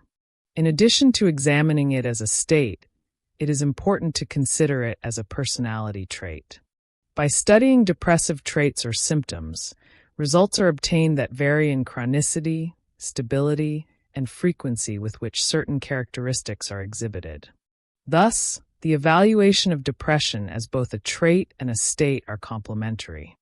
From all that has been discussed so far, one point of agreement among specialists can be understood. It is not possible to attribute a single cause to depression. That is, depression should not be seen as the result of an isolated factor, but rather as linked to a series of factors, including biological, historical, environmental, cultural, and psychological ones. Behavior analysis. The absence of a model. According to behavior analysis, there is still no definitive explanatory model regarding depression. Nevertheless, it is crucial in any behavior analytic explanation to understand depression as a complex phenomenon, which can involve various behavioral relations at different levels of complexity. In this sense, behavior analysis understands depression as a product of the individual's interaction with the environment. Thus, the concept of disease is set aside, and the focus shifts to the organism/environment interactions, making it essential to understand the variables of behaviors observed in depressed individuals. The interference of the environment. No human action is independent of the relationship with the environment in which the individual is inserted. For behavior analysis, the world that functions for behavior is primarily the world that is the product of human action, and the functions of human actions only take place within the context of environmental relations. This perspective is incompatible with views of humans as passive beings who merely respond to the environment, an interpretation sometimes incorrectly attributed to behavior analysis. However, this explanation is also incompatible with views of humans that explain their actions without linking them to what happens in the world around them. Therefore, the understanding of depression, as pointed out by behavior analysts, depends on factors such as investigation of such changes, identification of their antecedent and consequent variables, identification and understanding of depression. Thus, it is only possible to understand depression from the recognition of the contingencies that establish and maintain that behavioral pattern. Furthermore, viewing depression as a complex and multifaceted phenomenon brings crucial considerations, which implies ceasing to assign it predefined, invariable characteristics, as it may include a wide range of relations of varying degrees of complexity. Not only the activities in which the person is not engaged, but also the increase in the frequency of behaviors that do not favor environmental interaction, isolation. In this way, the absence of appropriate behaviors, social interaction, and the occurrence of inappropriate behaviors, abandoning most previously practiced activities, which generate clinical suffering, in the environmental context is part of their current and potential repertoire. Theories in psychology regarding the perspective of behavior analysis have brought valuable discussions about the triggering of a depressive condition, such as behaviors themselves.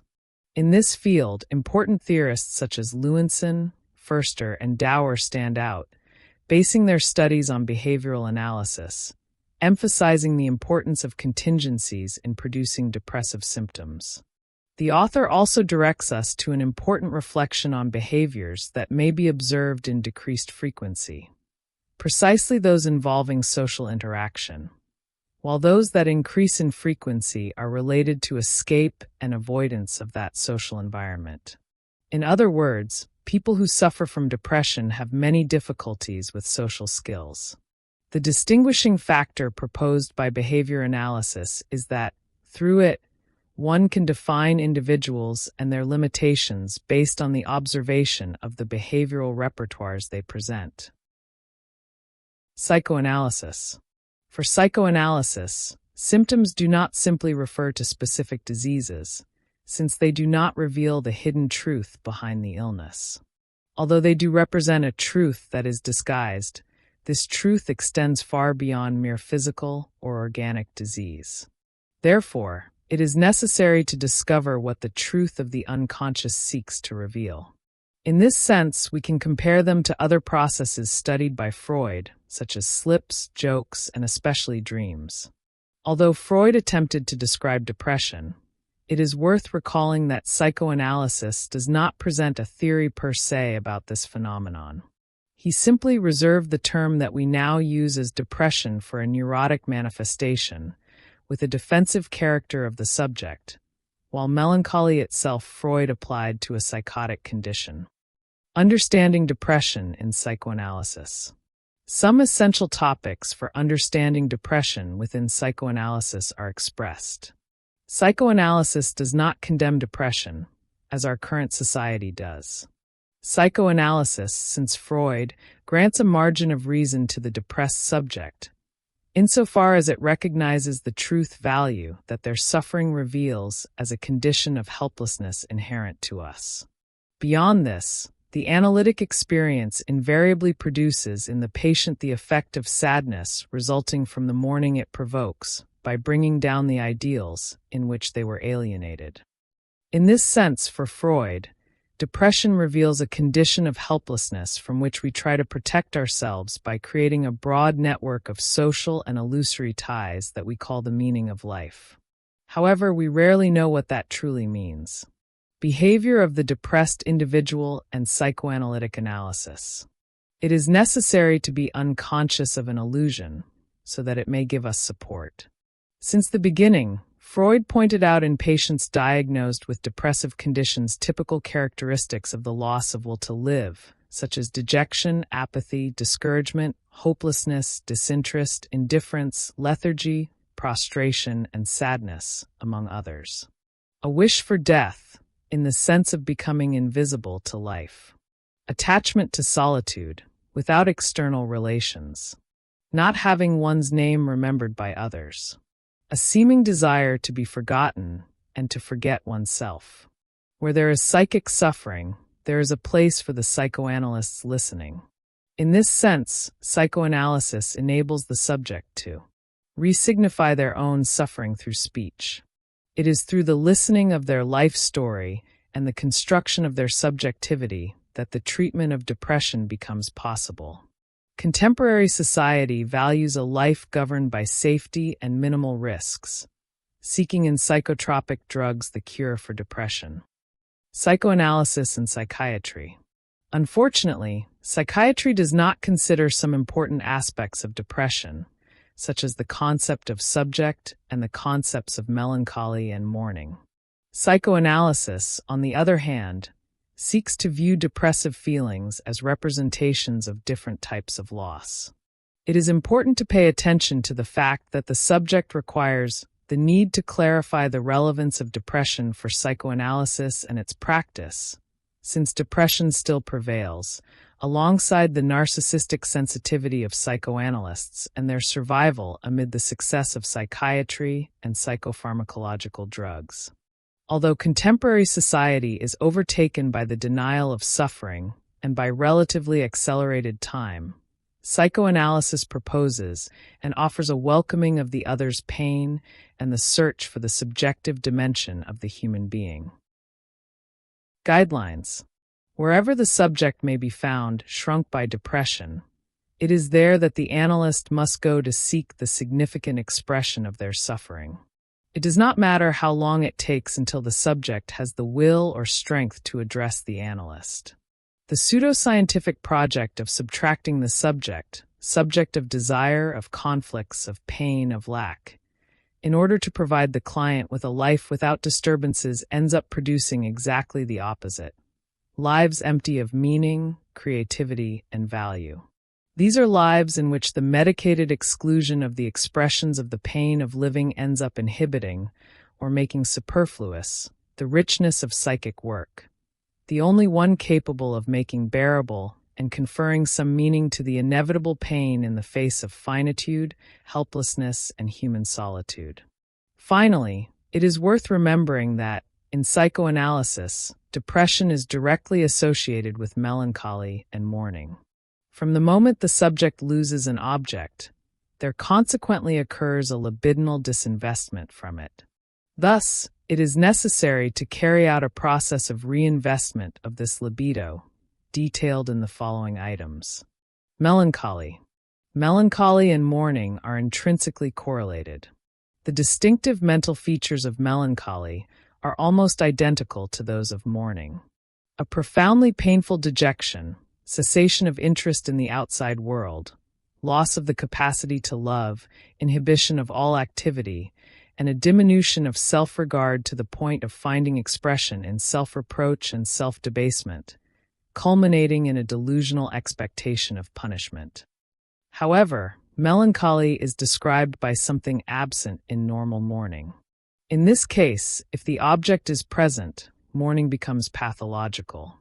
Another difference that Freud brings is that, between the two, melancholy is in some way related to an object loss withdrawn from consciousness, as opposed to mourning, in which there is nothing unconscious about the loss.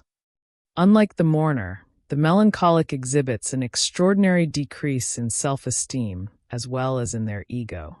In mourning, the feeling of emptiness corresponds to the external world, while in melancholy this feeling is reflected in the ego itself. The patient represents their ego as being devoid of value, incapable of any achievement, and morally despicable.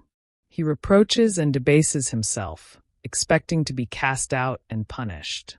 He degrades himself before everyone and feels pity for his relatives for being connected to such a despicable person.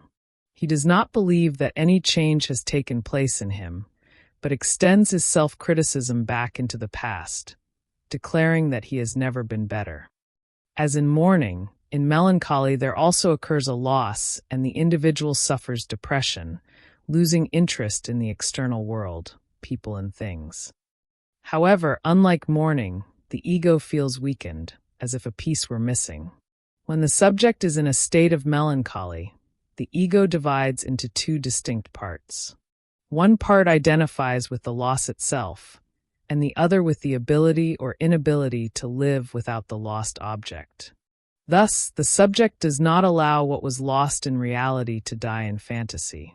In other words, they begin to live from what was lost in a narcissistic way. For Freud, in melancholy, the unknown loss will result in a similar internal work, and will therefore be responsible for the melancholic inhibition. Thus, it can be considered more enigmatic because we cannot see what is so completely absorbing the person. Mourning.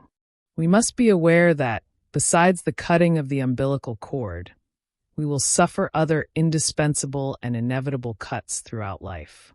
However, some sociocultural factors have made it difficult to elaborate losses, such as the denial of death, the terror it inspires, and the lack of rituals that help in its conception.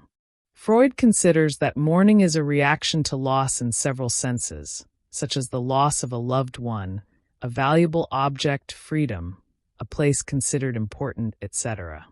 The period that follows after the loss of someone who is important to us, someone who in some way is or was the target of our investments, the target of our interests, or to whom we were attached. The word mourning serves to describe the loss of a loved person, a social position, or an idea that has been found unviable in reality.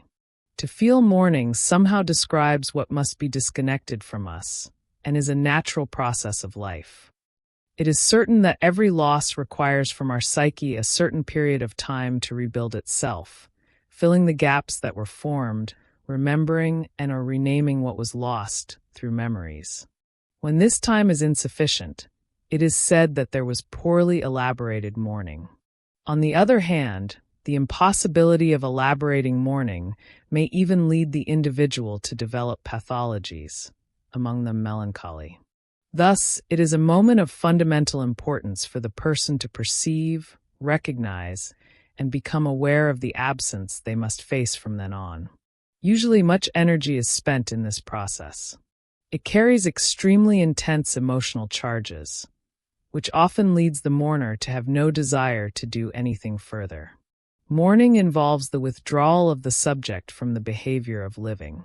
Mourning from a social perspective. In our society, death inspires fear and is vehemently denied, which profoundly affects the relatives and close people of those it takes. Furthermore, mourning is often seen as an inappropriate situation that should be overcome as quickly as possible. As a result, its proper elaboration is compromised. However, we have frequently seen in our society that mourning is considered a process through which the individual passes according to the moment of loss they are experiencing.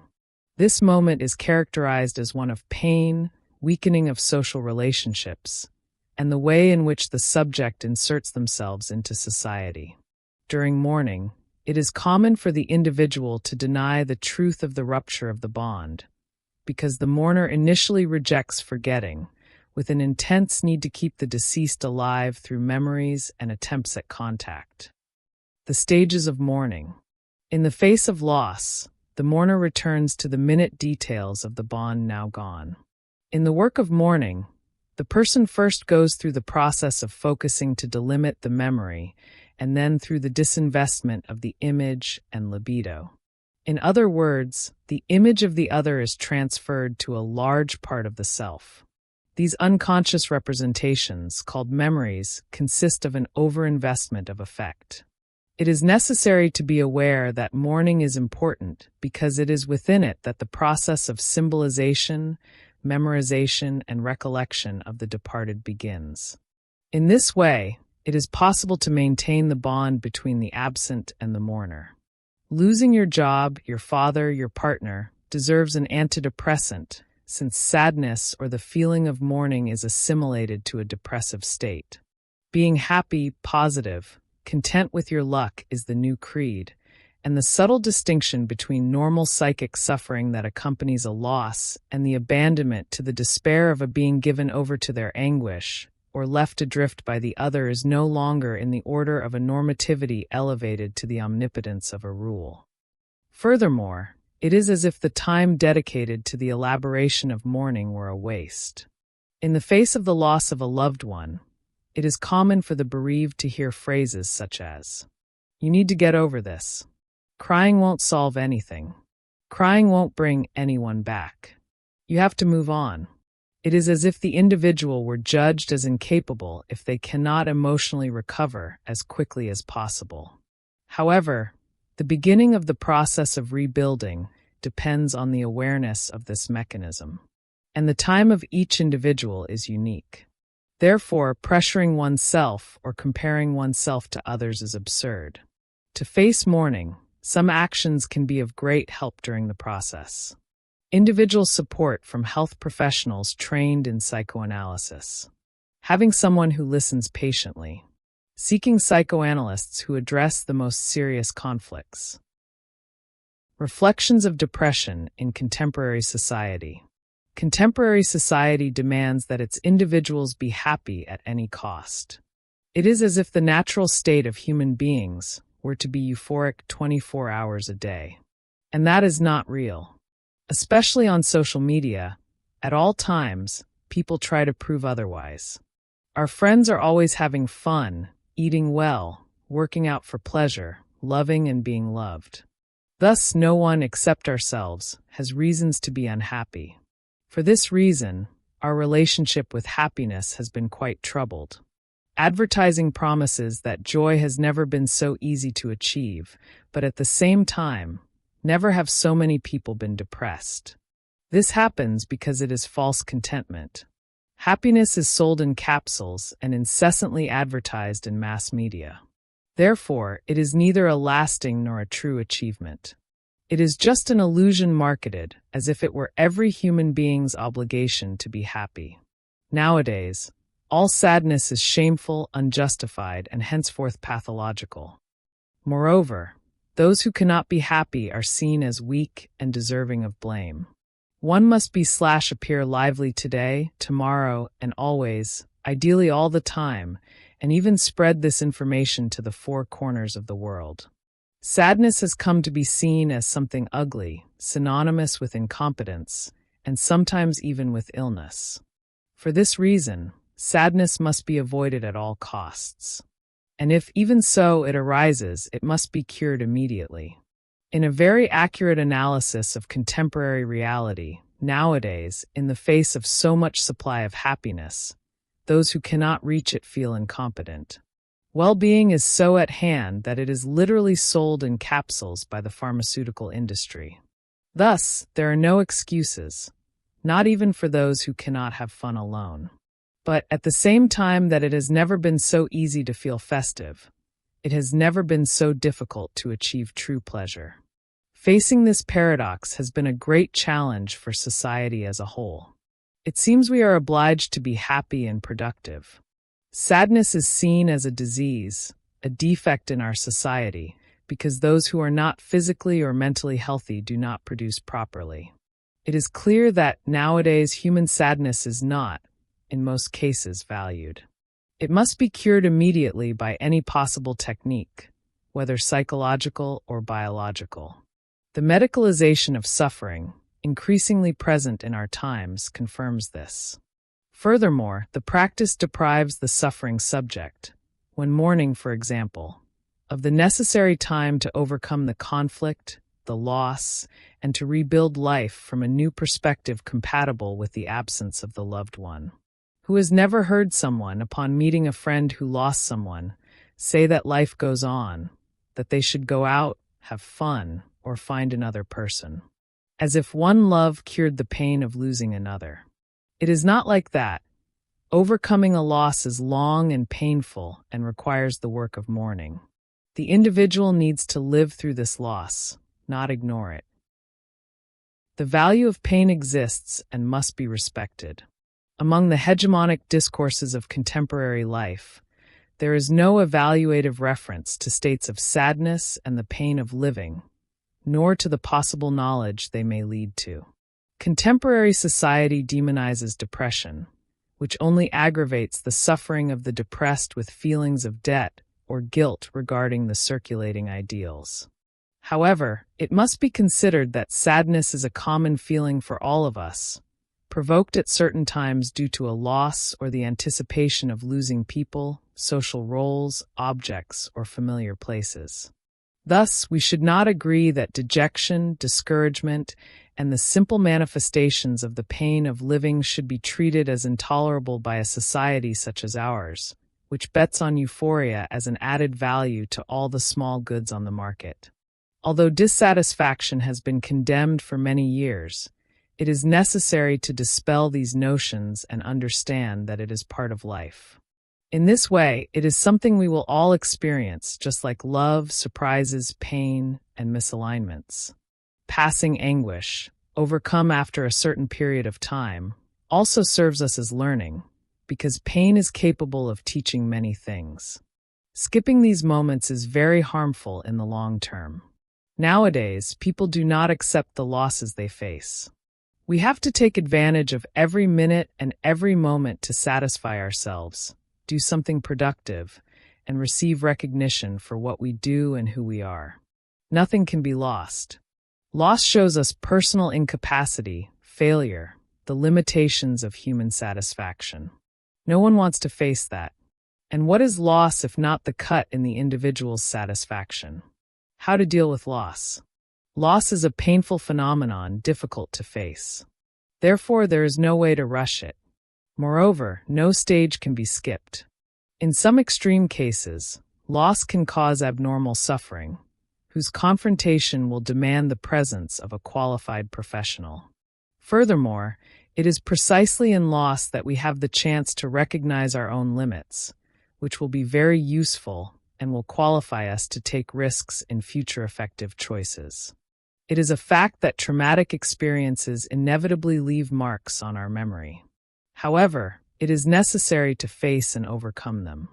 This so that losses do not become unspeakable. The important thing is to know how to respect each person's restructuring rhythm, remembering that the process of grieving is not only difficult, but also slow and progressive. In our lives, we constantly experience loss, abandonment, and giving up. This condition is permanent and inherent to life, and yet it is painful, and the process of grieving is difficult and slow. The loss of a bond between a person and their object is a mental phenomenon that can lead the subject to suffering beyond the normal. However, a perverse secularism has made us demand that our mood, as if it were the stock market, be permanently operating at a high. The individual demands to know the risks and gains beforehand that his investment will yield. Given the supposed infallibility of psychotropics ensured by neuroscience, psychopathologies currently assume a biological character. In this sense, scientific and economic discourse are more convenient and convincing compared to psychotherapies, especially those of analytical orientation, since interventions assume a punctual incidence. Psychoanalysis precisely has as its purpose listening to and welcoming psychic suffering because, many times, this is what makes it possible for what is most proper and unique to the subject to appear. Furthermore, valuing pain means not allowing individuals to be suffocated by the individualistic consumer society. The contemporary scenario points out that depression has been spreading along with pathologies of the act, such as drug addictions and compulsions, which are characterized by acting out and not by symbolic resource. The psychoanalysis of loss. When loss occurs, we retreat towards our ego, self, and lose interest to some extent in the things of the world, external, turning inward to ourselves, internal. It is still not known exactly why some people are more resilient in situations of suffering, while others become immobilized and may never recover. What is known is that losses, sadness, suffering, and early privations can result in anger and exacerbated hostile feelings. Because of this, it is important to find mechanisms that help to deal with these feelings. It is necessary for the subject to convince himself that his old patterns of behavior must be modified, which implies a redefinition of himself and of the situation. This redefinition is fundamental in order to move on to the next phase. It is certain that every process of overcoming a particular moment of suffering tends to be slow and painful. However, there is no way to ignore the pain felt by sudden absence. Therefore, it is essential to respect the time each one needs to see the situation from a new perspective. Otherwise, we will continue to witness the generalized pathologization of subjective life, whose paradoxical effect is the production of an increasingly depressive horizon. The significant increase in depression represents one of the main evils of the 21st century, an alarm signal against that which leaks in the great vessel of the manic society in which we live. Sadness, discouragement, the simple manifestations of the pain of living seem intolerable in a society that bets on euphoria as an added value to all the small goods on offer in the market. In this sense, the treatment of depression cannot be restricted to prescribing pills that take away from individuals their opportunities to seek real meaning for their problem and suffering. This would be similar to throwing them into experiencing a greater sense of helplessness and existential emptiness, which, many times, are only felt afterward. Furthermore, another fact that proves that current modes of subjectivation point to depression, having become a social symptom, is the worrying number of attempts and actual suicides. It is possible to think that these data indicate that listening to and welcoming human suffering is more than necessary. It is urgent. So then, can quick, easy, and immediate solutions really make the pain of the soul disappear? Do all the countless so-called depressives only have physiological deficits of certain neurotransmitters, as pointed out by neuroscientific discourse? Instead of overestimating euphoria, considering sadness a defect or a failure, one should see it as a necessary evil. This for our own maturation. Today's human being struggles in the fight to achieve their own fulfillment, having as a socially shared model fame and success, closely linked to consumption capacity. Thus arises the conflict over impotence and guilt over non-success, which culminates in a process of self-recriminations, the central point of a depressive state. Complementing this same line of thought, experiences such as sadness, anxiety, bad moods, among many others, once considered traits of personality or part of daily life, are today characterized as some type of psychiatric disorder. When the subject cannot maintain this unattainable limit of absolute joy, misguided thoughts make them believe they can resort to medications created to adjust the small imbalances. Thus, an individual makes use of miraculous pills that help escape the failure of not being a happy subject. Some people require the use of specific medications, however, it is known that these do not perform any type of miracle. The medicine only serves to assist in the treatment of depression. In this way, it is important that even while taking some type of medication, the subject undergoes psychological treatment. The use of antidepressants. Antidepressants are presented in contemporary times as a quick and effective solution. This type of chemical treatment precisely echoes the demanding effect of the capitalist discourse, to immediately cure the subject of the maladjustment that prevents them from producing, consuming, and enjoying. People behave as if the pains of life could be dismissed, eliminated through medication. The problem is that when the individual is not accompanied by proper psychological treatment and suppresses this unhappiness through medicalization, in the short term, they feel a certain relief. However, in the long run, that feeling will return even more intensely in the form of anguish and emptiness. We must ask ourselves whether we are not entering a vicious cycle of new illnesses, new remedies. The more the intention of accommodating the body to happiness gains ground, the more life seems potentially to break its balance. Thus, stress, suffering, anxieties, which in the past seemed to ennoble the subject, are now seen as capable of breaking adequacy. The next step is having to sedate whatever might cause a breakdown or collapse in the subject, who, of course, is weakened precisely by what they attempt to fight. The massive dose of repression, with the supposed aim of strengthening, ends up weakening the subject to the point of making them desperately fear the loss of such defense. Thus, suffering today is not seen as something that matures the subject or belongs to them. It announces a collapse of everything, if everything is understood as their sense of contentment tied to a mute body. Social tolerance toward the depressed.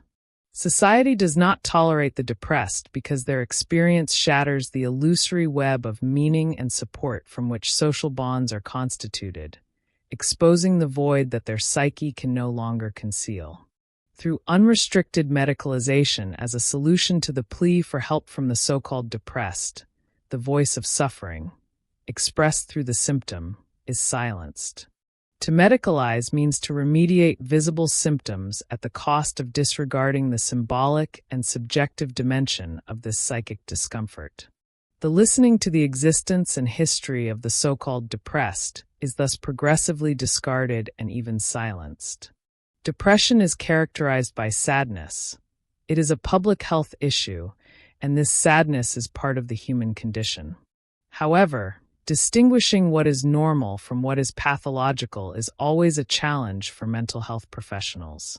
Despite the separation between happiness and sadness, the antonym of depression is not happiness but vitality. In other words, society seeks this vitality in daily life, in the workplace, and within family environments. It is understood that this relentless demand and pursuit to reach the standards imposed by society for happiness ultimately triggers low self-esteem, leading to severe depression. Contemporary society has been living in haste, overwhelmed by the chores of everyday life, hectic work, and countless commitments. In this way, the individual's biological and mental clock has no pause, no rest. The simple and good things that arise in daily life are neglected, giving way to the trampling of limited time and this constant rush. As a result, the human being cannot fulfill their routine, while also meeting what society itself imposes regarding happiness at all times. Currently, there hangs in the air the obligation to be happy at any cost. However, it is necessary to be aware that such attitudes put the population at risk, as they deprive individuals of their right to deal with losses, frustrations, suffering, and the sadness inherent in human life. Furthermore, they promote various superficial goals as indicators of happiness.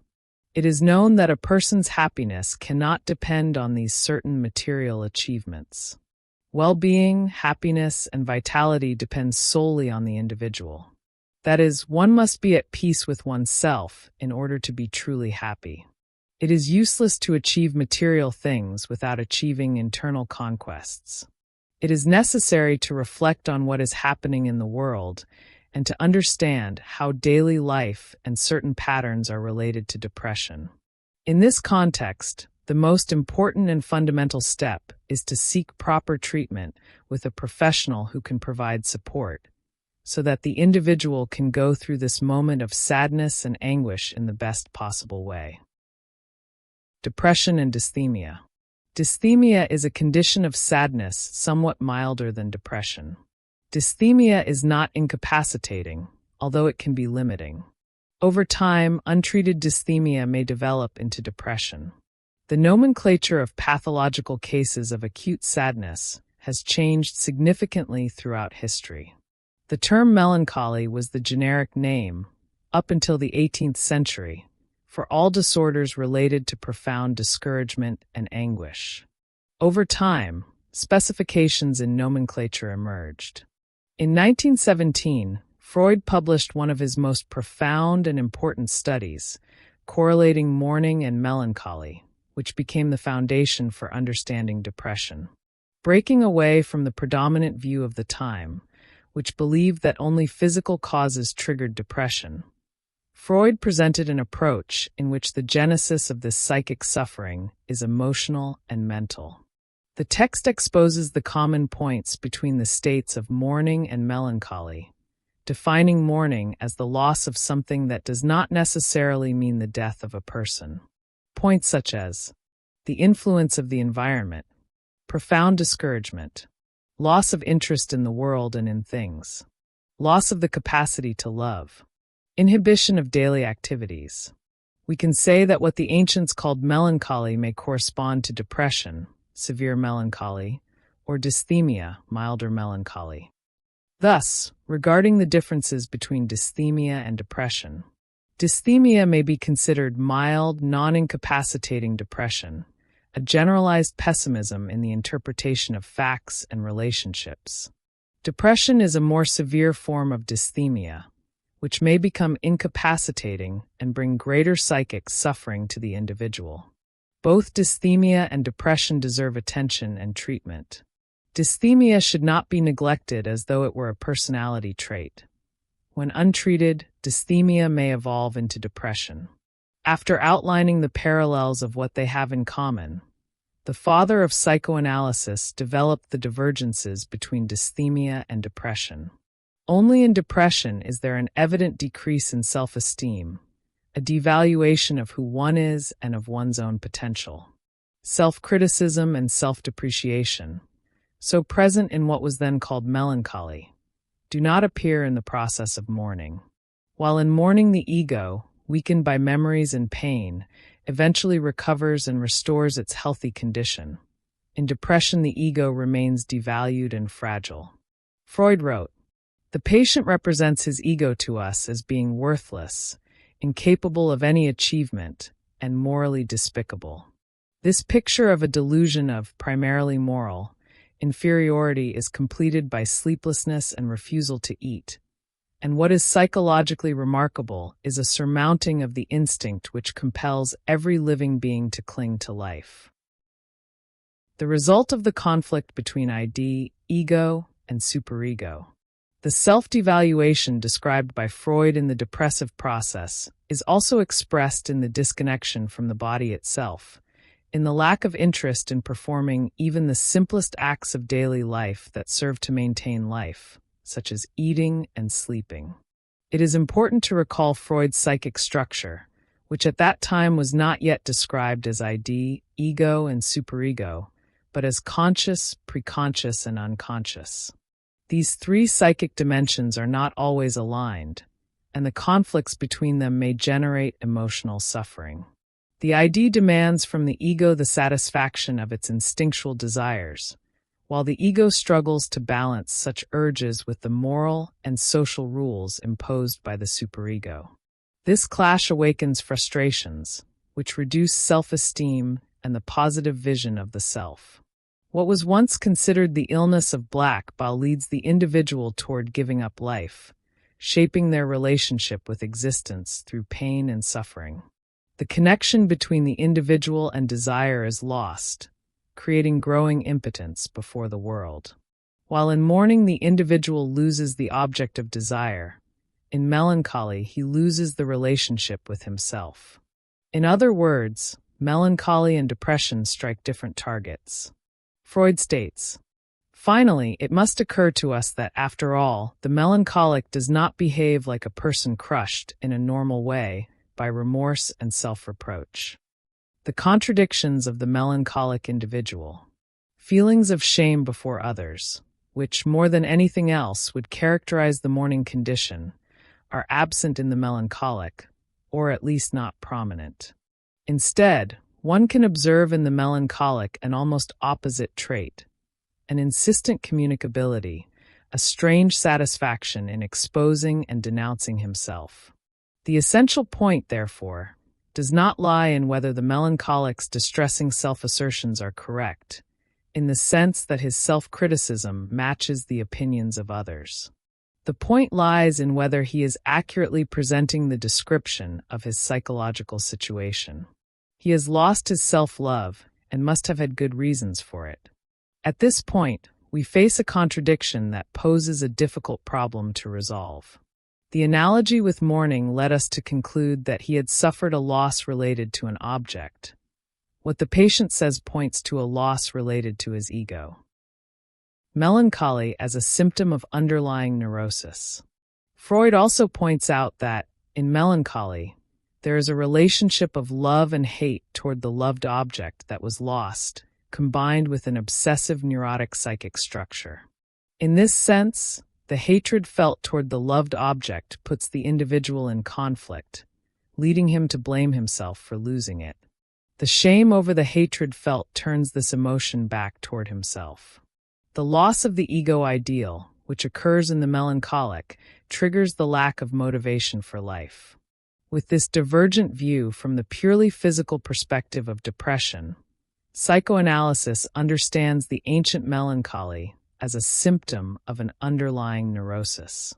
To treat it, one must dive into its causes and uncover its root. Depression has afflicted modern society, with forecasts suggesting that by the end of the century, it will be the leading cause of work disability worldwide. This demonstrates that we are a society suffering from intense psychic conflict. It cannot be affirmed with certainty that the intense desires aroused by consumerist society, confusing desire with necessity, are generating more conflicts within individuals. But it is a fact that the notion of this illness being not purely physiological seems the most accurate. In his 7-page essay Mourning and Melancholia, Freud demonstrated the richness and pioneering of his studies, establishing a close relationship between melancholy and depression. Beck Depression Inventory, BDI. No one needs to feel good all the time. However, not every day has to be blue either. For this reason, if you've been losing interest in life, and if your body has been showing signs that you're not well, it's time to take the Beck Depression Inventory. This inventory will show the possibility that you may be depressed. If that is the case, it will also indicate the intensity of the depression. The Beck Inventory, created in 1961, has 21 items, and each of them consists of the manifestation of a behavior associated with the illness. It is called symptomatic, since its items describe attitudes or symptoms. Each of them has alternatives numbered from 0 to 3, according to the severity of depression, ranging from minimal to mild, moderate, and severe. To know the result of the test, it is necessary to add up the responses for each item. If the total score is between 0 to 11, the intensity of the symptoms is minimal. If the result is between 12 to 19, the intensity is mild. Between 20 to 35, the intensity is moderate. Between 36 to 63, it is severe. Items in the Beck Depression Inventory. Sadness. This item measures the intensity of your sadness. If you don't feel sad, mark 0. If you feel sad, mark 1. If you feel sad all the time and can't avoid it, mark 2. If you feel so sad that you can't bear it anymore, mark 3. Pessimism. If you don't feel discouraged about the future, mark 0. If you feel pessimistic about the future, mark 1.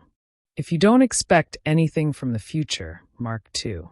Finally, if you don't expect anything from the future and also feel that your situation won't improve, mark 3. Sense of failure. This item measures the intensity of your sense of failure. If you don't feel like a failure, mark 0. If you feel that you have failed in life more than other people, mark 1. If you can only see failures in your past, mark 2.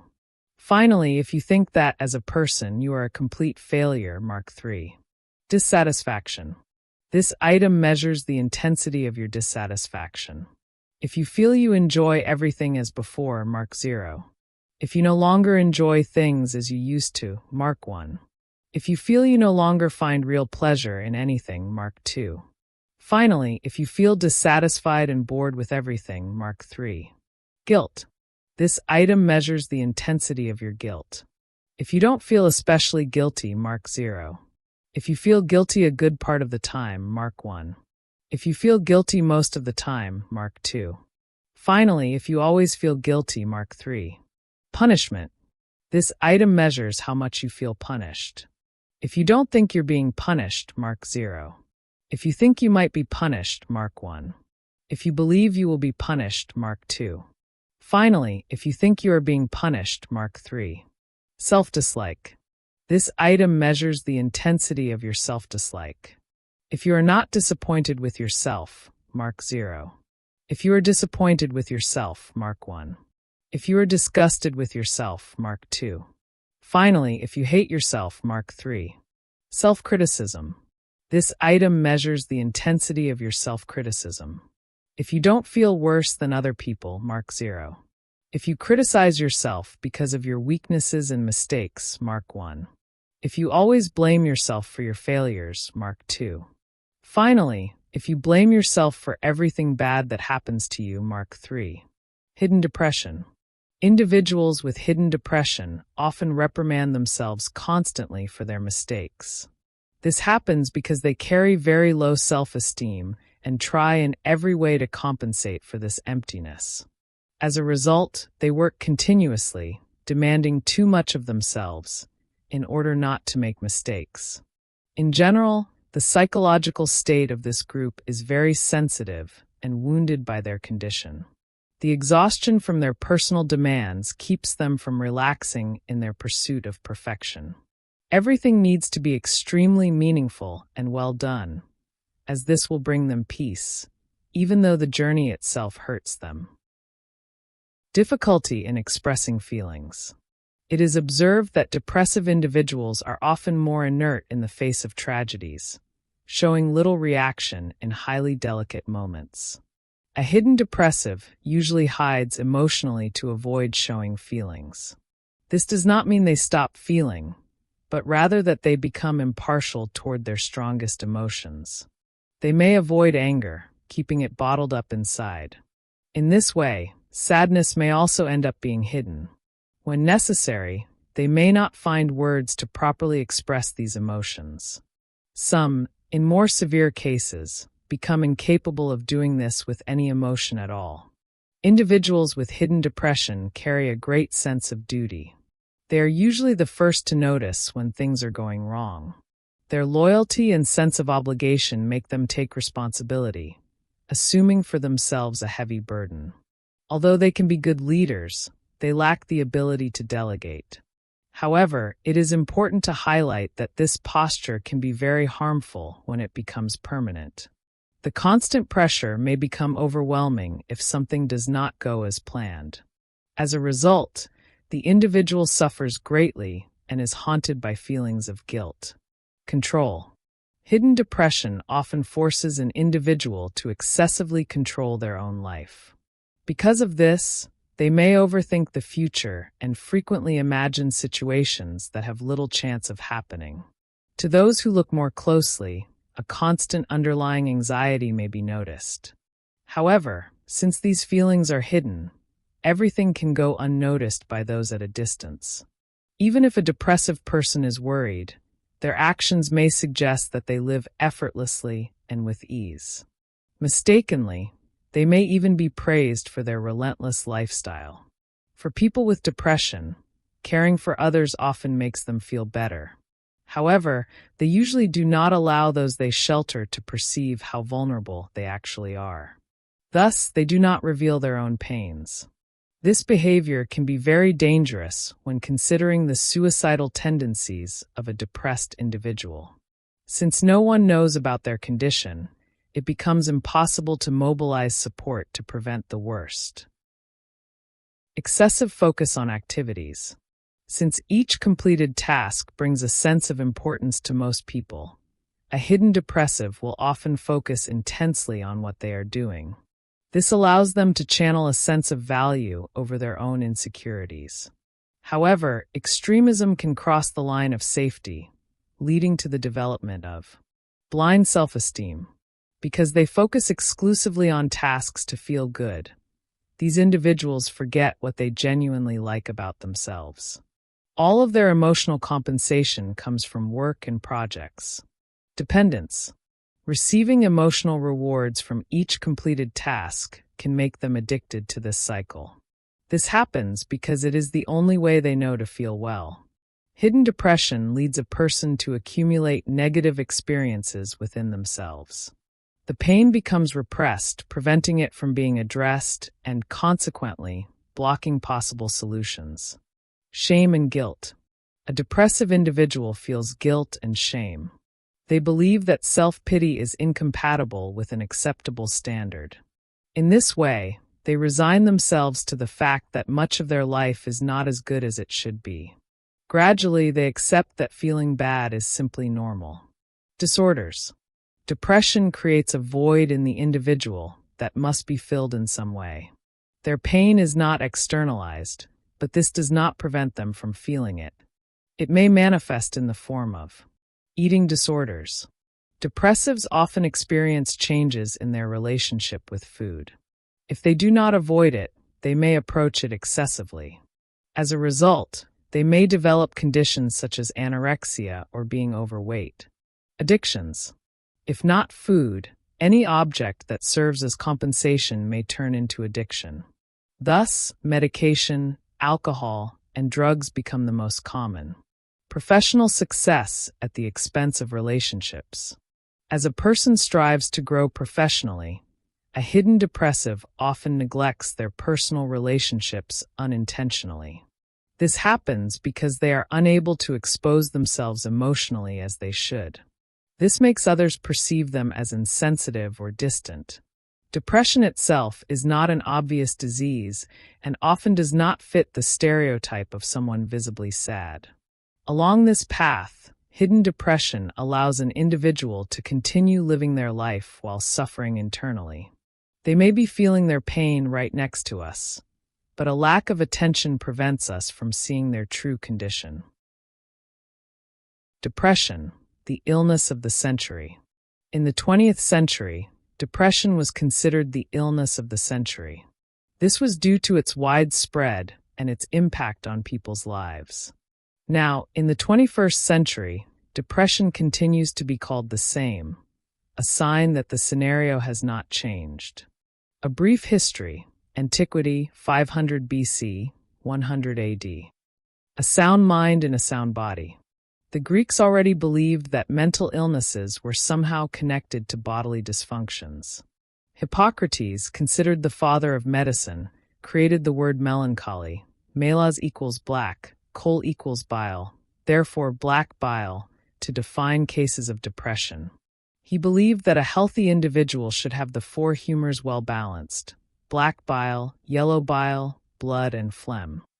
If one of these humors prevailed, in this case black bile, the patient would present lack of energy, insomnia, irritability, restlessness, loss of interest in the external world, desire for death, loss of the ability to love, inhibition, and low self-esteem.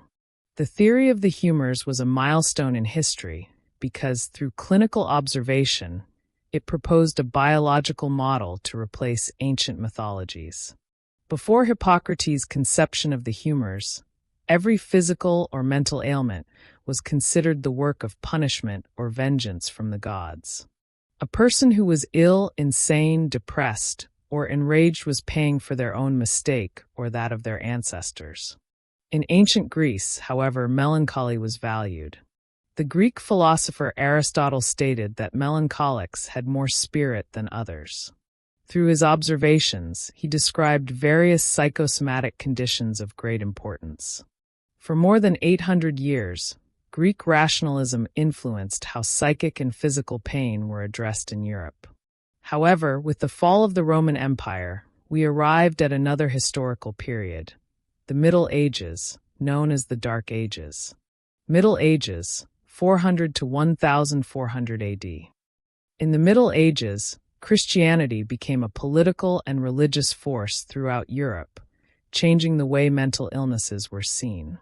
What were once considered bodily imbalances were now viewed through the lens of mysticism and the supernatural. Mental illness was attributed to the work of the devil. Saint Augustine declared that what separated man from animals was the gift of reason. Therefore, the loss of reason was seen as God's disfavor, a punishment for a sinful soul. Melancholy was thus considered the absence of God in the individual. Such people were treated like animals, isolated from social life, and subjected to heavy and tedious manual labor. 13th century. In the 13th century, the situation worsened. Melancholy came to be considered an incurable sin, and its sufferers were fined or imprisoned for this affliction of the soul. Modern age, 15th to 19th centuries. The modern age encompasses the great cultural movements in Europe, such as the Renaissance, the Enlightenment, and Romanticism. During this period, Greek philosophers like Socrates, Plato, and Aristotle were revisited, emphasizing anthropocentrism, naturalism, and rationalism. In the 16th century, we notice stark contrasts among European thinkers. On one hand, melancholy was glamorized, defined as a human longing for great ideas and ideals, with the notion that every genius was a melancholic. On the other hand, English thinkers continued to believe that melancholy came from dealings with demons and their manifestations. However, the afflicted were no longer held responsible for these intrusions. Late 16th and 17th centuries. At the end of the 16th century and throughout the 17th, melancholy became fashionable, something even desirable. Shakespeare demonstrated this through the character Hamlet, portraying it as essential for wisdom and foundational for madness. The French philosopher and mathematician René Descartes, in the late 16th century, through a mechanical and mathematical explanation of the universe, inaugurated a new era known as the Great Classical Rationalism. His famous maxim, "I think, therefore I am," exalted the power of the intellect in mastering knowledge and emotions. Cartesian dualism and the illness of the century. Cartesian dualism separated mind and body, changing how depression was viewed. After all, does the mind make the body sick, or does the body make the mind sick? What is the role of the brain? Is depression a physical imbalance or a weakness of the mind? The 18th century was marked by the Enlightenment, which brought new scientific discoveries.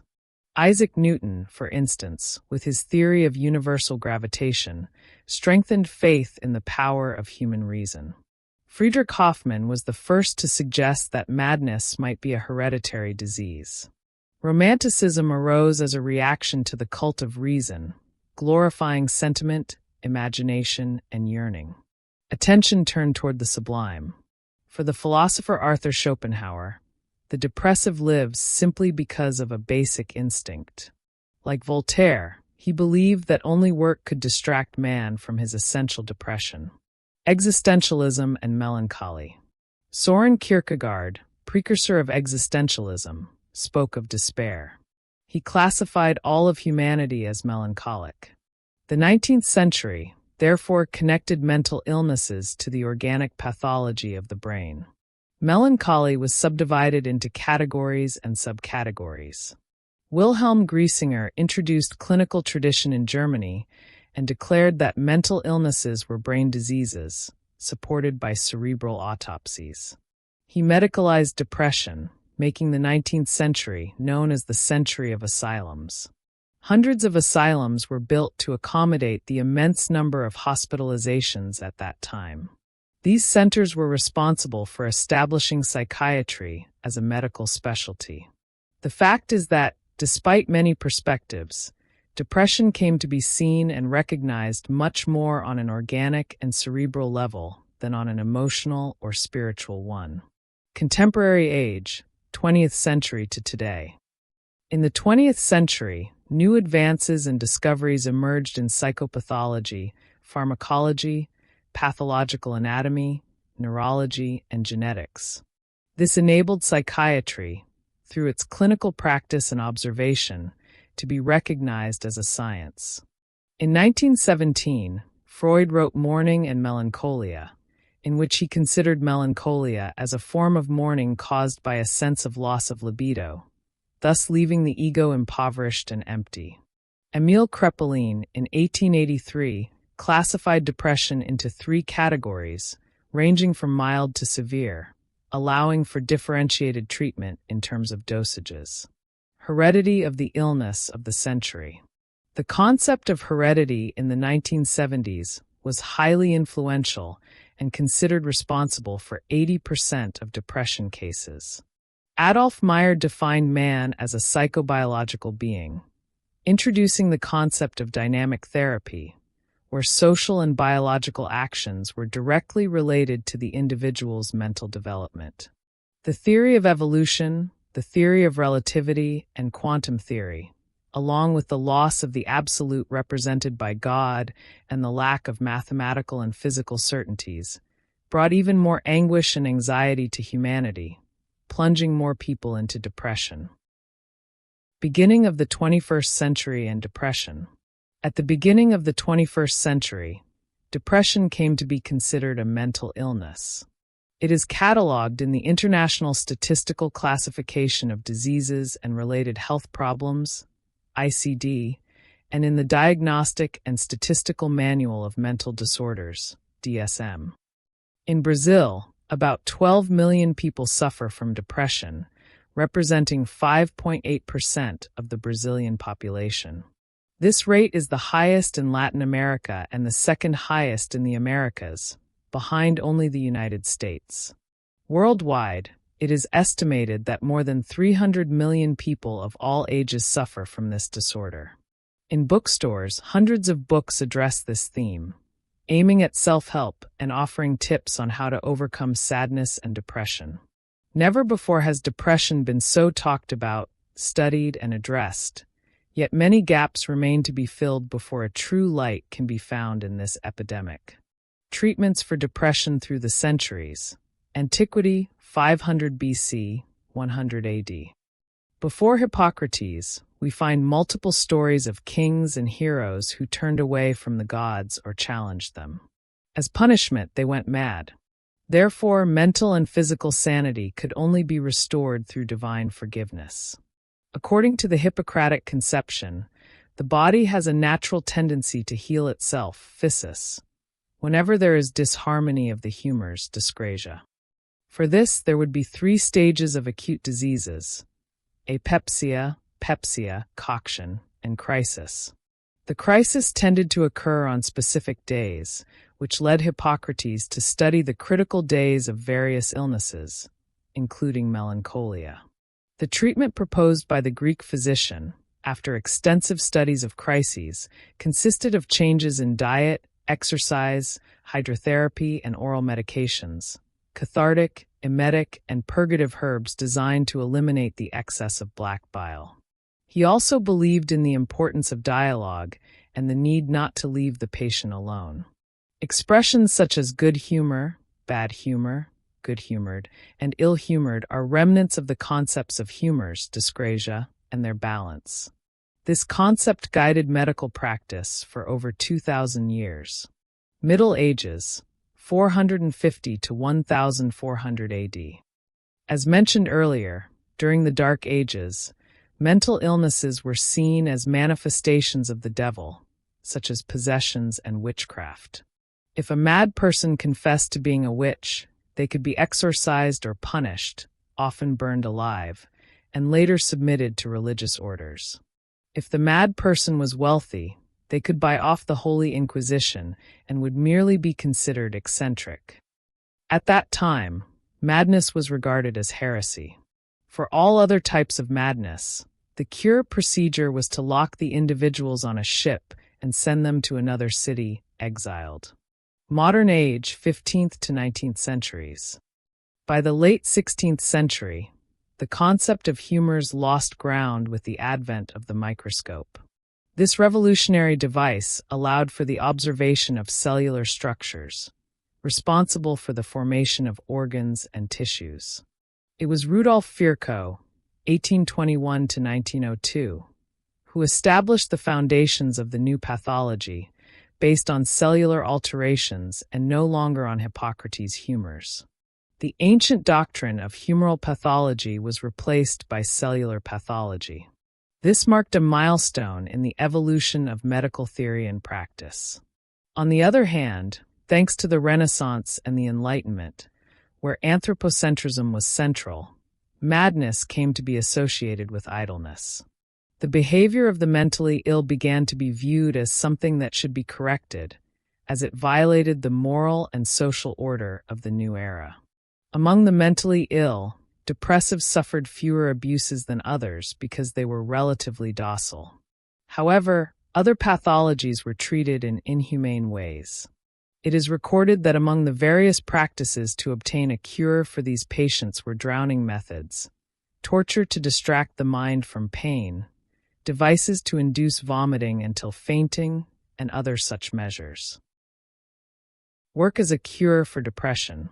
In the 18th century, the cure for depression was manual labor. This was because melancholy, discouragement, despair, and often suicide were considered consequences of a gloomy outlook that came with the body's relaxed state. Thus, the more manual labor the individual performed, the less he would suffer from the pains of the soul. Even today, in our current conception of depression, we retain ingrained thoughts originating from that period. For example, depression is often associated with idleness, laziness, lack of will, and the supposed need for manual labor. How many times have we not heard phrases such as, "Depression is a disease of those who have nothing to do, and the cure is a full tank of dirty laundry to wash." In 1801, Philippe Pinel published the medico-philosophical treatise on mental alienation or mania, in which he classified 4 species of the genus of madness: mania, melancholia, dementia, idiotism. With this, concern arose for the mental health of individuals in confinement houses or asylums. Psychiatry began to be seen as a mental medicine based on brain anatomy and no longer on metaphysicians, philosophers, or moralists, the church. In Mourning and Melancholia, Freud carried out a comparative study between the two states, that of having lost someone mourning and the depressive state, as we call it today, of melancholia. In this differentiation, Freud shifted the focus toward the patient rather than attempting to fit the depressive individual into society. In this new form of treatment through speech, The patient was placed at the center, and not the others or even the ego of the physician. Several other therapists influenced by this new conception greatly contributed to the advancement of psychoanalysis. Names such as Jung, Lacan, Klein, among many others, who proposed new theories and methods to achieve mental health. Contemporary age, 20th century to the present. The 20th century was marked by a new phase of understanding mental processes, particularly in the 1950s. Antidepressants revolutionized the treatment of depression through the use of neurotransmitter mechanisms. Various studies were conducted to discover which neurotransmitters regulated emotions. These studies continue to be carried out today. The 1990s were referred to as the decade of the brain, due to the scientific progress made in understanding and treating mental illnesses. With the help of the electroencephalogram, EEG, single-photon emission computed tomography, SPECT, and positron emission tomography, PET, it became possible to demonstrate which part of the brain is activated by a particular emotion, thus correlating depression, anxiety, distraction, obsession, and violence with specific brain areas. Psychoanalysis and depression. In the field of psychoanalysis, several approaches emerged to assist in addressing this condition. Brief therapies, family constellation, neurolinguistic programming, cognitive therapies, among others. Centers for Psychosocial Care, CAPS, were created as an alternative to replace the traditional psychiatric hospital model. In the daily work of CAPS, activities are carried out to promote the socialization of individuals with mental disorders, including physical education, cultural workshops, music workshops, body expression and dance, walks, among others. Our century has been marked by a more humane view of mental disorders and an incessant search for solutions. Prevention campaigns. One area that has stood out in this century has been the use of mass media as well as social networks to raise awareness about the dangers of depression. In the United Kingdom, in 2018, the Ministry of Loneliness was created. Such was the severity of the problem the country has been facing. 1 in 3 people aged 75 reported that their feelings of loneliness were out of control. 8 out of 10 elderly caregivers felt isolated from social life due to their profession. 50% of people with some type of disability reported feeling abandoned, and 58% of refugee immigrants in London said that loneliness had been the greatest challenge in adaptation. Yellow September. Around the world, many campaigns have been developed, such as Yellow September. It focuses on depression and suicide, but it has been observed that when the spotlight is placed on this illness, suicide rates increase. Facebook, WhatsApp, and Instagram increase exposure to cyberbullying, as well as the sharing of dysfunctional behaviors, such as publicizing suicide methods and minimizing the dangers of anorexia. The Blue Whale case, a fake news story that went viral in 2017, encouraged behaviors such as self-mutilation and suicide.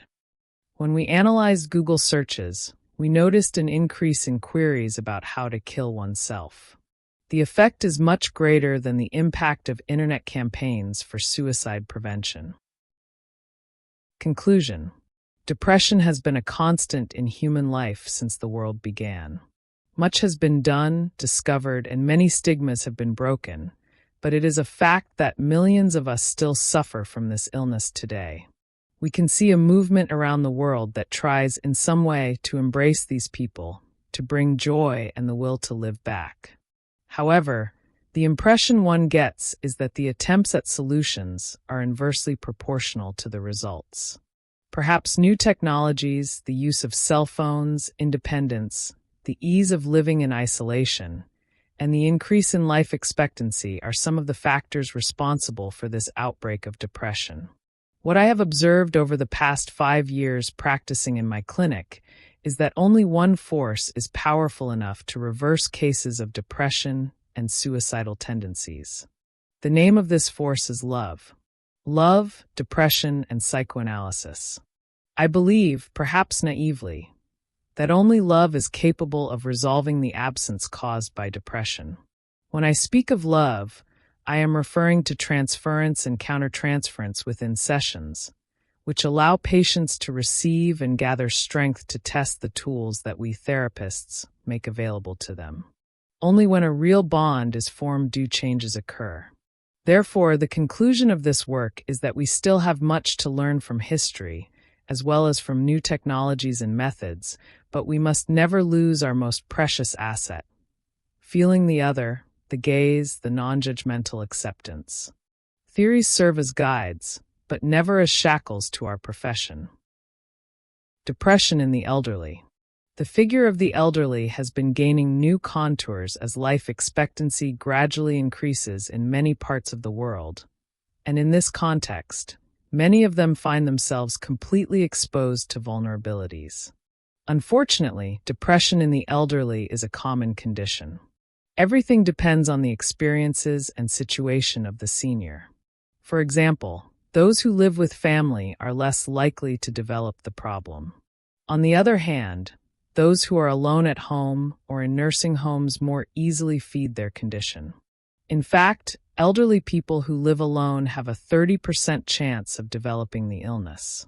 Connecting this data with the reality we live in, there are many elderly Brazilians who urgently need assistance. In addition to those living alone, seniors who are hospitalized are almost twice as likely to show signs. Even though there are groups of trained professionals to treat the problem, we can see that the overall picture is not positive. Many elderly people don't even know they are sick and associate it with this transitional phase in their lives. Thus, they adjust believing it will pass. Unfortunately, this begins the downward spiral toward bigger problems. Perspectives. A study on depression in the elderly divides seniors into two groups. While the first is made up of those who never had depression and came to develop it, the second already lives with the problem. This happens through a sporadic construction that comes and goes, generating more intense and milder cycles. In the first group, the problem arises due to experiences and difficulties reached through aging itself. This includes cases where dementia increases along with cognitive problems. In addition, many feel they have lost social relevance and resent the physical illnesses they present. The second group already shows depressive histories for a long time, whether treated or not. Unfortunately, this ends up generating chronic characteristics already rooted in the person's life. Their life was built on constant confrontations with the problem, which did not always result in victory. Impacts. Unfortunately, depression in the elderly can be seen as more serious than that which occurs in younger people. This is because symptoms tend to be more intense in seniors, so that they complain more about somatic signs. Not to mention that depression in them is not usually as visible as in other groups. Pain. Naturally, our body feels limitations over time. In the elderly, the situation is worse because depression speaks through physical pain. Instead of the common and expected limitations, this group shuts down due to the battle with the body. As mentioned above, the symptoms of depression at this stage are quieter than usual. Loss of energy. In addition to physical pain, depressed elderly people lack disposition, even for simple tasks. They will avoid doing any activity that brings them fatigue. However, inactivity is also harmful, since they avoid moving as recommended. Isolation and apathy. Due to various factors, including the perception of rejection, seniors tend to isolate themselves. They feel like discarded parts of a system that has moved far ahead of them. Moreover, they develop apathy toward people, food, and life itself.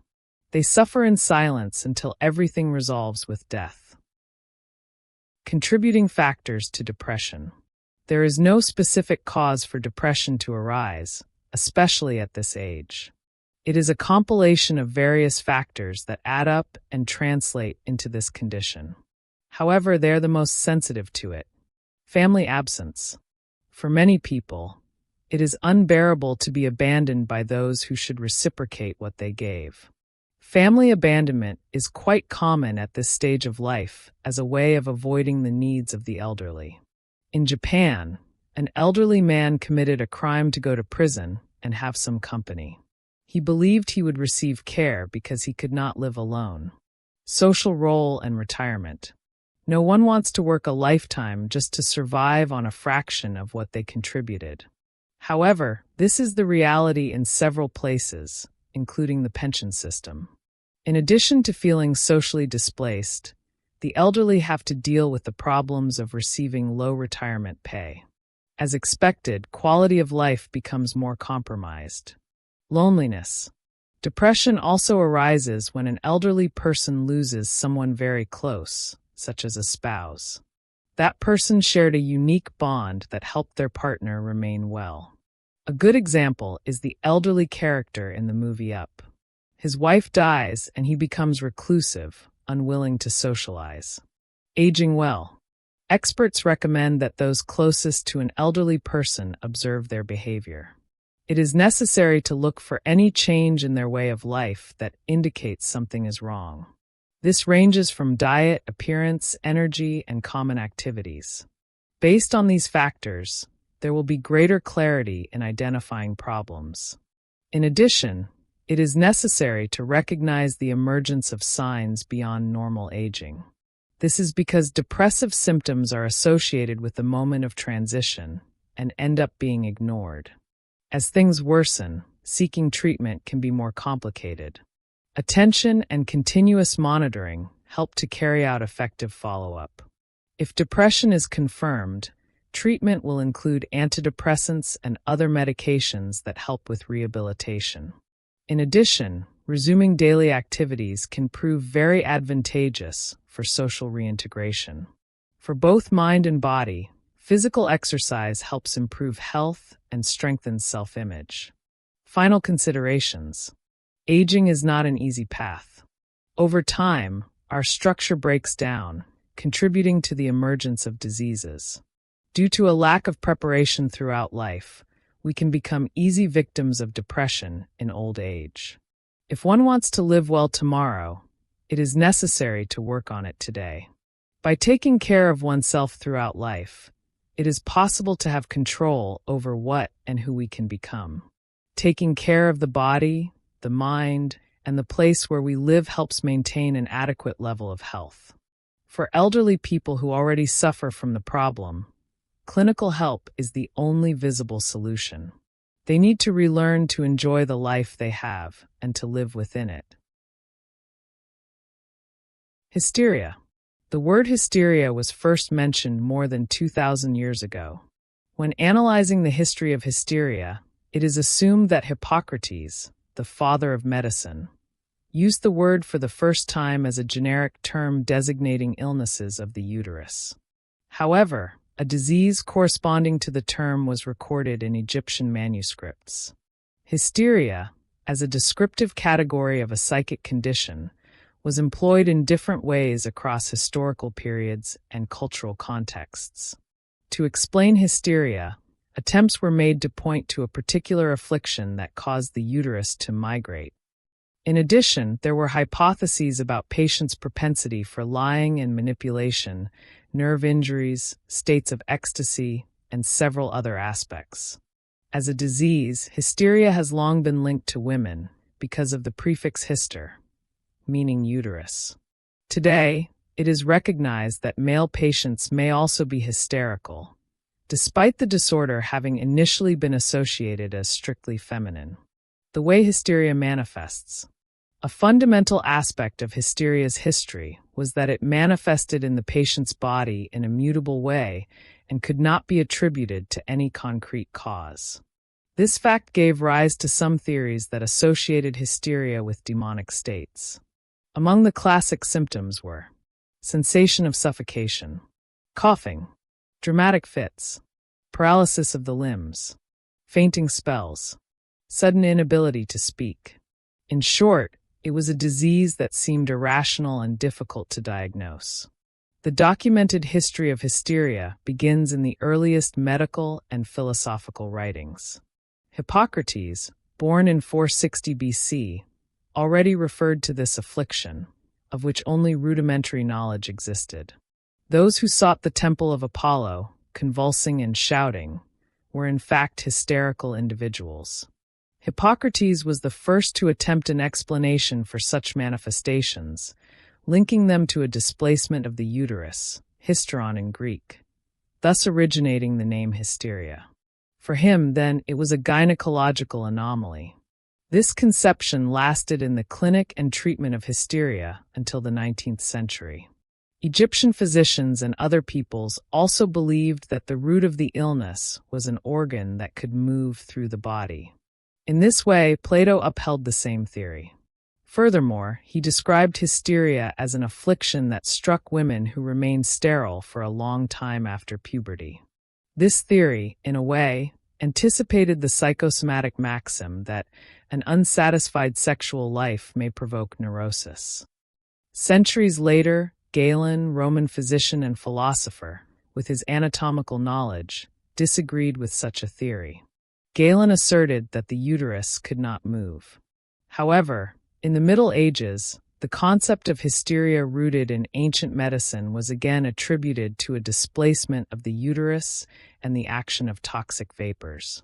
These vapors were considered to be of genital origin, but always with a causal factor: the intervention of the devil. Only with the Renaissance, a period marked by the transition from feudalism to capitalism, did hysteria return to the realm of medicine. Thus, freed from the concept of demons, doctors again began to consider hysteria from a somatic perspective, and some researchers noted the similarity between a hysterical crisis and orgasm. In 1616, French physician Charles Lepois broke with traditional theories and, from a clinical perspective, recognized male and childhood hysteria. He also pointed out that hysteria particularly affected hypochondriac individuals. In 1862, with the research of Charcot, hysteria began to be considered a nervous disorder. He managed to demonstrate, through the use of hypnosis, that paralyses were a representation of the patient's psyche. Freud's legacy in the history of hysteria. Years later, Breuer and Freud developed their theories of neurosis. In 1883, they published the preliminary study The Psychic Mechanism of Hysterical Phenomena. In 1895, the book Studies on Hysteria was published, laying the foundations of the psychoanalytic conception. The fact is that hysteria was the illness that allowed Freud to connect the first links in order to establish the foundations of psychoanalysis. Hysteria, with its characteristics, involved a general mobilization of symptoms and motivations, making it understandable that psychoanalysis began to develop along this path. According to psychoanalysis, hysteria is a complex neurosis characterized by emotional instability. Inner conflicts manifest themselves in physical symptoms: paralysis, blindness, and deafness. Hysterical individuals often lose self-control due to extreme panic that overcomes them during crises. At the end of the 19th century, Jean-Martin Charcot demonstrated that morbid ideas could produce physical manifestations. His student, the French psychologist Pierre Janet, considered psychological causes far more important than physical ones in triggering the hysterical condition.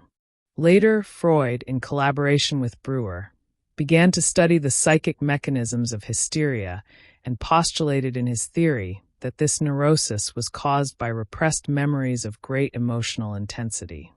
According to him, the name hysteria originates from the beginnings of medicine and results from the prejudice, overcome only in modern times, that linked neuroses to diseases of the female sexual apparatus.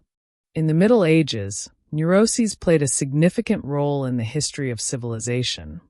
They arose in the form of epidemics as a consequence of psychic contagion, and lay at the root of what was factual in the history of possession and witchcraft. Some documents from that era prove that their symptomatology has not changed to this day. An appropriate approach and a better understanding of the disease began only with the works of Charcot and the school of the Salpêtrière, inspired by him. Until that time, hysteria had been the bête noire of medicine. Poor hysterical women, who in previous centuries had been thrown into the flames or exorcised, in more recent and enlightened times were subjected to the curse of ridicule. Their condition was considered unworthy of clinical observation, as if it were mere simulation or exaggeration. In the Middle Ages, the discovery of anesthetic and non-hemorrhagic areas, stigmata diaboli, was considered proof of witchcraft. In the Middle Ages, many Christians burned women possibly suffering from hysteria, believing they were witches. Indeed, when observing the behavior of a hysterical person, it deviates from the norm. However, today we know that this does not mean the woman is possessed by a demon. After all, many psychological and physiological conditions may be involved in the origin of a symptomatic manifestation. We need scientific knowledge so that people can learn to identify pathological behavior for what it truly is. The contemporary relevance of the term hysteria. Today the term is very popular, but in psychiatry it is practically no longer used, due to the diagnostic confusion it can create. It can also stigmatize people, especially women. Often, if a man suddenly expresses strong and aggressive opinions, he is seen as someone with a strong personality, whereas a woman with the same behavior may be labeled hysterical, particularly as a result of the machismo still present in society. This is usually the discourse of those who engage in gaslighting, for example. In such cases, the man commits a type of psychological violence against his partner, girlfriend, or wife. He does this to mask the abuse he inflicts in the relationship. Gaslighting is a strategy that turns the victim's actions, thoughts, and emotions into paranoia. It is in relationships like this that a woman is seen as hysterical. It is a form of psychological manipulation in which a person or group secretly plants seeds of doubt in an individual or targeted group, making them question their own memory, perception, or judgment, often evoking cognitive dissonance and other changes, including low self-esteem. For Jean-Martin Charcot, the problem was psychiatric. For him, it was already clear that a hysterical person did not have issues of a religious nature. For Sigmund Freud, the problem originated in unresolved sexual matters. For Freud, sexual traumas were the cause of many psychic and behavioral problems. For some scholars, the case of Anna O., analyzed by Freud as hysteria, could be more accurately associated with epilepsy rather than hysteria, although this position is difficult to prove due to the challenge of conjecturing about the possible events of this case. Behaviors commonly associated with hysteria. Paralysis. Limbs of the hysterical body become paralyzed, such as arms and legs. Affected, exaggerated, and exuberant behavior. Anesthesia or hyperesthesia. Too much or no sensitivity in the body, especially on the skin. Mental confusion. Multiple personality, hysteria accompanied by mood swings, crying, and accusations. Nervous attacks.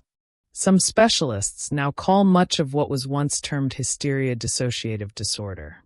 In this context, symptoms may be caused by an organic clinical condition, brain tumor, metabolic or endocrine diseases, or by a psychiatric condition with more severe diagnostic bases, depression, schizophrenia, or bipolar disorder. Currently, in psychiatry, the International Classification of Diseases, ICD-10, divides hysteria into several diagnostic groups, especially histrionic personality disorder, dissociative or conversion disorder. History of hysteria. The word hysteria has been in circulation for more than 2,000 years. In analyzing the history of hysteria, it is supposed that Hippocrates, the father of medicine, may have used the word for the first time as a generic term designating uterine disorders. However, a disease corresponding to the term was already recorded in Egyptian manuscripts. Hysteria, as a descriptive category, was employed in various ways across different historical periods and cultural contexts. To explain hysteria, attempts were made to point to a particular affliction that caused the uterus to migrate. In addition, hypotheses were raised about patients' propensity for lying and manipulation, nerve lesions, states of ecstasy, and several other aspects. As a disease, hysteria has had an ancient association with women. Although male patients were sometimes identified and discussed, hysteria was seen primarily as a female disorder.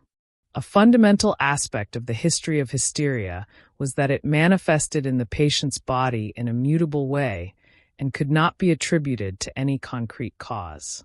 This fact gave rise to some theories that linked hysteria to demonic states.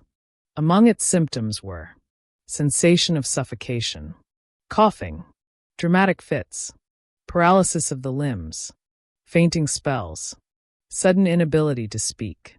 In short, it was a disease that seemed without reason and difficult to diagnose. Documents on the history of hysteria. The documentary history of hysteria begins with the earliest medical and philosophical writings. Hippocrates, born in 460 BC, already referred to this ailment, about which only rudimentary knowledge existed. There were reports of people seeking the temple of Apollo amidst convulsions and cries, but in reality they were hysterical individuals. Hippocrates was the first to attempt to explain such manifestations, linking them to a displacement of the uterus, hysteron in Greek, which gave rise to the name hysteria. Thus, for him, it was a gynecological anomaly. This conception persisted in the clinical and therapeutic treatment of hysteria until the 19th century. The matrix of hysteria. Doctors in Egypt and other ancient peoples also believed that the origin of the disease was an organ that could move through the body. In this sense, Plato supported the same theory. Moreover, he described hysteria as an affliction occurring in women who remained sterile for a long time after puberty. This theory, in a certain way, anticipates the psychosomatic maxim that an unsatisfactory sexual life can provoke neurosis. Centuries later, Galen, the Roman physician and philosopher, with his knowledge of anatomy, disagreed with this theory. Galen asserted that the uterus could not change its place. However, in the Middle Ages, the concept of hysteria based on ancient medicine was attributed to a displacement of the uterus and the action of toxic vapors. These vapors were thought to be of genital origin, but always with a causal factor: the intervention of the devil. It was only with the Renaissance, a period characterized by the transition from feudalism to capitalism, that hysteria returned to the field of medicine. Freed from the concept of the demon, doctors once again considered hysteria from a somatic point of view, and some researchers even drew connections between hysterical crises and orgasm. In 1616, Charles Lepois, a French physician, broke with traditional theories. From a clinical perspective, he recognized male and child hysteria. He also noted that hysteria particularly affected hypochondriacal individuals. In 1862, with the research of Jean-Martin Charcot, hysteria began to be considered a nervous disorder. He was able to demonstrate, through the use of hypnosis, that the paralyses were a representation of the patient's psyche. Freud's contribution. Thus, years later, Breuer and Freud developed their theories of neurosis. In 1883, they published a preliminary study on the psychic mechanism of hysterical phenomena. In 1895, the book Studies on Hysteria was published, laying the foundations of the psychoanalytic conception. The fact is that hysteria was the illness that allowed Freud to link the first chains that established the foundations of psychoanalysis. With its characteristics, hysteria involved a general mobilization of symptoms and motivations, making it understandable that psychoanalysis began to develop along this path. What is hysteria? Hysteria is a serious problem. Contrary to what many people imagine, hysteria is not a personality trait, an emotion, or a type of behavior. In fact, it is a pathology. To be more specific, hysteria is a mental disorder. Thus, when someone says that you are a hysterical person, even if unintentionally, that person is labeling you as someone who is ill. Such an accusation may be due to a lack of information. This is generally the discourse of someone who engages in gaslighting, for example. In this case, the man commits a type of psychological violence against his partner, girlfriend, or wife. He does this to mask the abuse he commits in the relationship. This is a strategy that consists of turning the victim's actions, thoughts, and emotions into paranoia. On the other hand, throughout history, hysteria has not always been used as a pretext only for psychologically abusing women. This is a case in which the woman is not ill, but is convinced to believe she is. However, truly ill women had their physical integrity gravely compromised due to religious ignorance. In the Middle Ages, many Christians burned hysterical women at the stake, believing they were witches. In fact, when you observe the behavior of a hysterical person, it does deviate from the norm. However, this does not mean that the woman is possessed by a demon. We need scientific information so that people can learn to identify pathological behavior as such. Causes and treatments. Nowadays, a great deal is known about hysteria and its causes. Professionals in the field of psychoanalysis understand that hysteria can be caused by the intense repression of various feelings, or even by extreme anxiety. The sudden death of someone close, or an unstable and violent family situation, are some of the possible causes of hysteria. However, with the right treatment, it is possible to control hysterical crises. Professional monitoring to understand what triggered the illness and how to deal with it is essential. Free association. Knowledge of the evolution prior to the free association method makes it possible to better understand psychoanalytic theory and its origins. In his first contacts with Dr. Charcot in Paris, Freud became familiar with the power of hypnotic suggestion in the treatment of hysteria. Hysterical symptoms that had no physiological origin were considered simulations. It was Charcot who introduced hysteria into the scientific field, and through hypnosis he saw that some manifestations of hypnotism produced physiological changes, such as shifts in excitability within the nervous system, extreme neuromuscular hyperexcitability, somnambulistic contractures. These phenomena were described by Charcot as manifestations of great hypnotism. The understanding of hysteria in the early days of psychoanalysis. Hysterias were characterized by crises of paralysis, blindness, states of absence of consciousness, nervous tics, hallucinations, among others. Back in Vienna, Freud wanted to go beyond hypnosis. In addition to seeing the symptoms disappear, he wanted to access the causes behind hysteria. He then came into contact with Dr. Breuer and his cathartic method. Freud remembered Breuer when recalling the case of Anna O., in which Breuer was her physician. Freud and Breuer studied extensively and concluded that sexual factors were always involved in psychic traumatic events underlying hysteria. Freud argued that these factors gave rise to different neurotic illnesses. Freud thought differently from Breuer regarding the origin of hysteria. For Freud, the traumatic event determined the emergence of hysteria, since it involved feelings related to intolerable and repulsive situations. Emotions in hysterical patients are extreme. There is emotional exaggeration. What may seem unimportant to others becomes a source of great emotional disturbance for the hysteric. Freud emphasized that whenever this occurs, the psyche defends itself by repelling the unpleasant representation and removing it from consciousness. Freud reshaped in a new way the techniques of Charcot and Breuer, hypnosis, suggestion, and the cathartic method, and they inspired him in the investigation of psychoneuroses and in the study of the unconscious. Free association becomes the psychoanalytic method par excellence. In studies on hysteria, we can see Freud's progress, in which hypnosis and the cathartic method are very close to the discovery of the free association method. Freud rethought hypnotic suggestion and the cathartic method, as there were difficulties in applying these methods to all patients. Patients also struggled to follow suggestions, since forgetting was caused by suggestive orders. Patients could not recall important facts in the suggested sequence and sought to forget traumatic memories. Thus, traumatic representations remained in the unconscious, since patients, through hypnosis and only during its process, had access to these traumatic representations in an unconscious manner. And with the cathartic method, limitations also arose, as we shall see further on.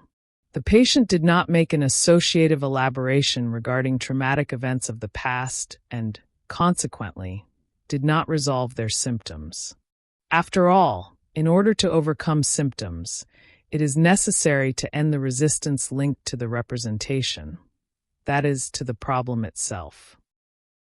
In 5 lectures on psychoanalysis, Freud comments, "Hypnosis conceals resistance, leaving free and accessible a certain psychic sector, but at its borders, however, it accumulates resistances, creating for the rest an impenetrable barrier." Thus, he observed that upon awakening from hypnosis, although the patient had achieved relief from the symptom, the pathogenic representation still existed unconsciously, waiting for a new trigger, trauma, to produce new symptoms. What Freud needed came through the words of his patient Emmy von N., which awakened him to the necessity of letting his patient's associations flow freely during treatment. "Don't talk to me." Implicit in this was the need for freedom during the reports of an analysand, so that the flow of distressing ideas would not be interrupted, thereby avoiding confusion of thought and increased discomfort. Thought and its associations should flow freely. This was the harbinger of free association. Freud thought it necessary that the patient elaborate on the traumatic representation consciously, so that they could understand, judge, and accept it, thereby gaining conscious control over its meaning, so that the symptom would be extinguished. For this to occur, a total understanding of the lived trauma was required. This implied reconstructing the history linked to that traumatic experience so that the patient would consciously understand the trauma that had generated the symptoms. Hence the necessity of deep therapy, which would bring to consciousness the repressed trauma that generated distressing symptoms. Bringing the traumatic representation to consciousness became the goal of Freud's therapy. It was no longer enough to merely access these representations and achieve symptom relief, as in hypnosis or the cathartic method. It was necessary for the patient to comprehend the traumatic experience and be able to process it, thus having a conscious judgment about what was previously unknown in their unconscious. Thus the method of free association emerged, and with it what Freud came to call psychoanalysis. Influences of Charcot. Freud was a student of neurology. During a trip to Vienna, he received a scholarship to study anatomy and neurology in France. With this scholarship, he chose to go to Paris to do an internship with the renowned Jean-Martin Charcot. Freud interned at the Salpêtrière Hospital, where Charcot worked and taught. Moreover, Charcot was known for his results in treating hysterical patients. Charcot used hypnosis to access the patient's unconscious. In this way, he was able to reach their repressed memories and emotions, which could not be accessed by the conscious mind. Thus, he managed to eliminate physical problems and illnesses resulting from those very same memories and emotions. As a result of psychosomatic issues, patients experienced limb blockages, pain, all kinds of limitations, crises of loss of control, etc. Freud was fascinated by Charcot's technique. Back in Vienna, the psychiatrist decided to treat his patients with the technique he had learned from Charcot. However, he realized that only some patients could enter trance, about 20%. This disappointed him regarding hypnosis, since he could not achieve the same results as Charcot. On the other hand, He noticed that conversation produced results just as good as those obtained with hypnosis. He also observed that allowing patients to make free associations and speak freely, without judgment or guilt, already began to reframe those emotions. In this way, they improved from their limiting physical problems.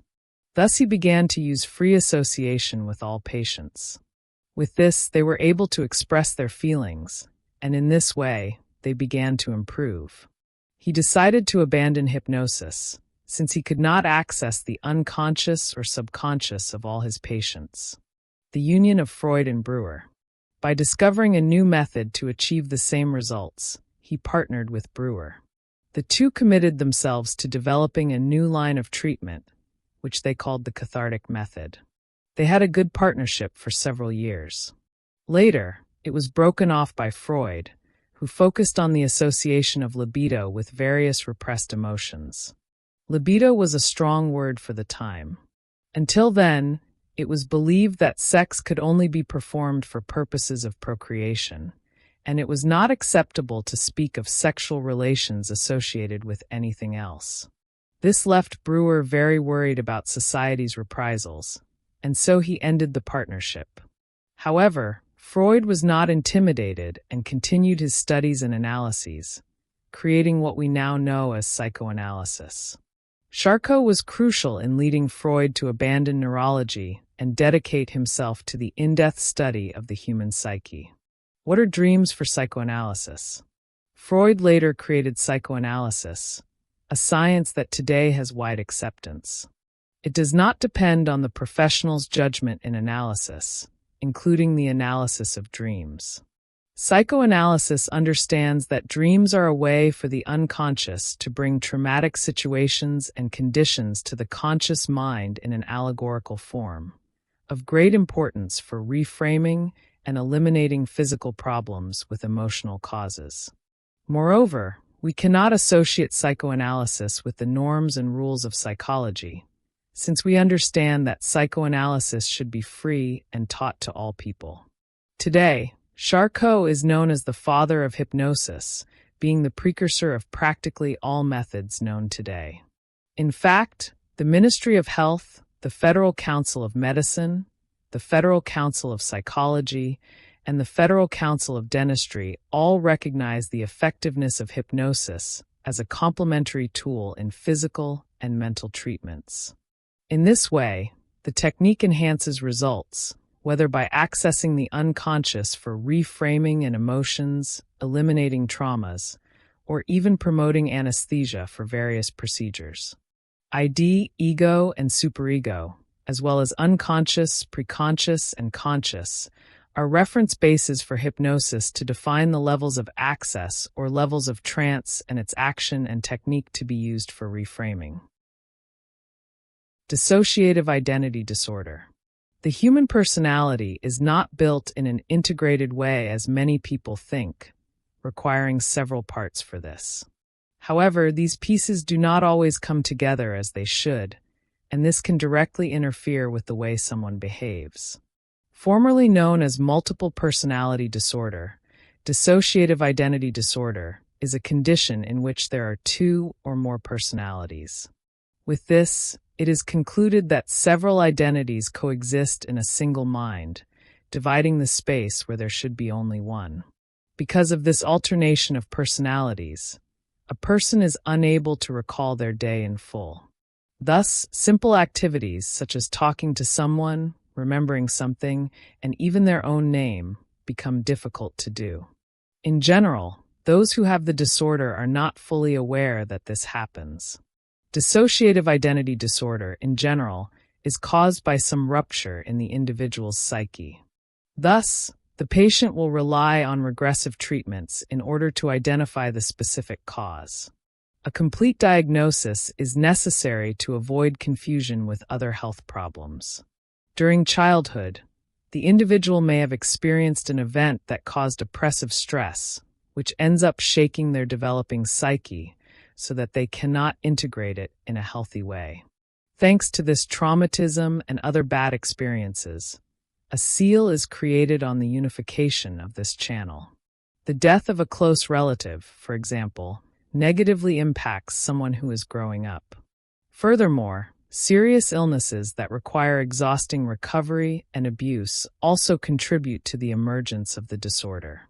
It should be noted that the more structured a home is, the more it favors the growth of this young person, allowing for a complex but cohesive understanding of themselves and others. Those who remain in a segregated emotional state may escape reality, taking refuge in their own minds. Symptoms. In order to seek appropriate treatment, it is necessary to pay attention to the symptoms of dissociative identity disorder. The problem leaves very characteristic marks on the individual, even if they themselves cannot see them. Thus, those close to them need to pay attention to how they act, observing different and alternating behavior. During our life, we build a certain identity that houses our entire essence. However, someone with more than one personality alternates their behavior frequently. It is as if another person took over their body and mind, making them socialize in an unusual way. Depersonalization. It is as if they could see themselves disconnected from their own body. They feel unreal, spectators of their own lives and actions. In addition, impulses appear that do not seem to belong to this person, which includes feelings and thoughts. A sense of invasion takes over, as personalities act suddenly. Amnesia. Because of the alternation between personalities, this individual has memory gaps throughout their day. They may not remember certain conversations or activities performed during the day. This type of reaction is easily noticed by those who interact with them, given the absence of complete memory. Diagnosis. Although characteristic, it is not so easy to fully identify dissociative identity disorder in people. This is because certain signs end up being confused with other illnesses, leading to an incomplete diagnosis without proper knowledge. In general, more experienced specialists are guided by more than one personality. As the most observed sign, psychotherapists will observe whether the individual carries more than one personality. Their identity should be integrated and summarized into just one, totaling their self. As soon as two or more personalities come into conflict, an inherent loss of control begins. Level of suffering. In addition to these symptoms, it is observed how this person follows their ordinary life, or as close to it as possible. Through questionnaires and evaluations, it will be verified how much their personal and work life is impaired. Instead of devoting themselves to a normal and relaxed life, they are occupied with the conflict existing in their mind. Memory gaps. Because of their mental duality, memory is often fragmented as well. With this, someone with this disorder has difficulties in gathering their entire experience. They begin to lose memory of events that commonly happen in their routine.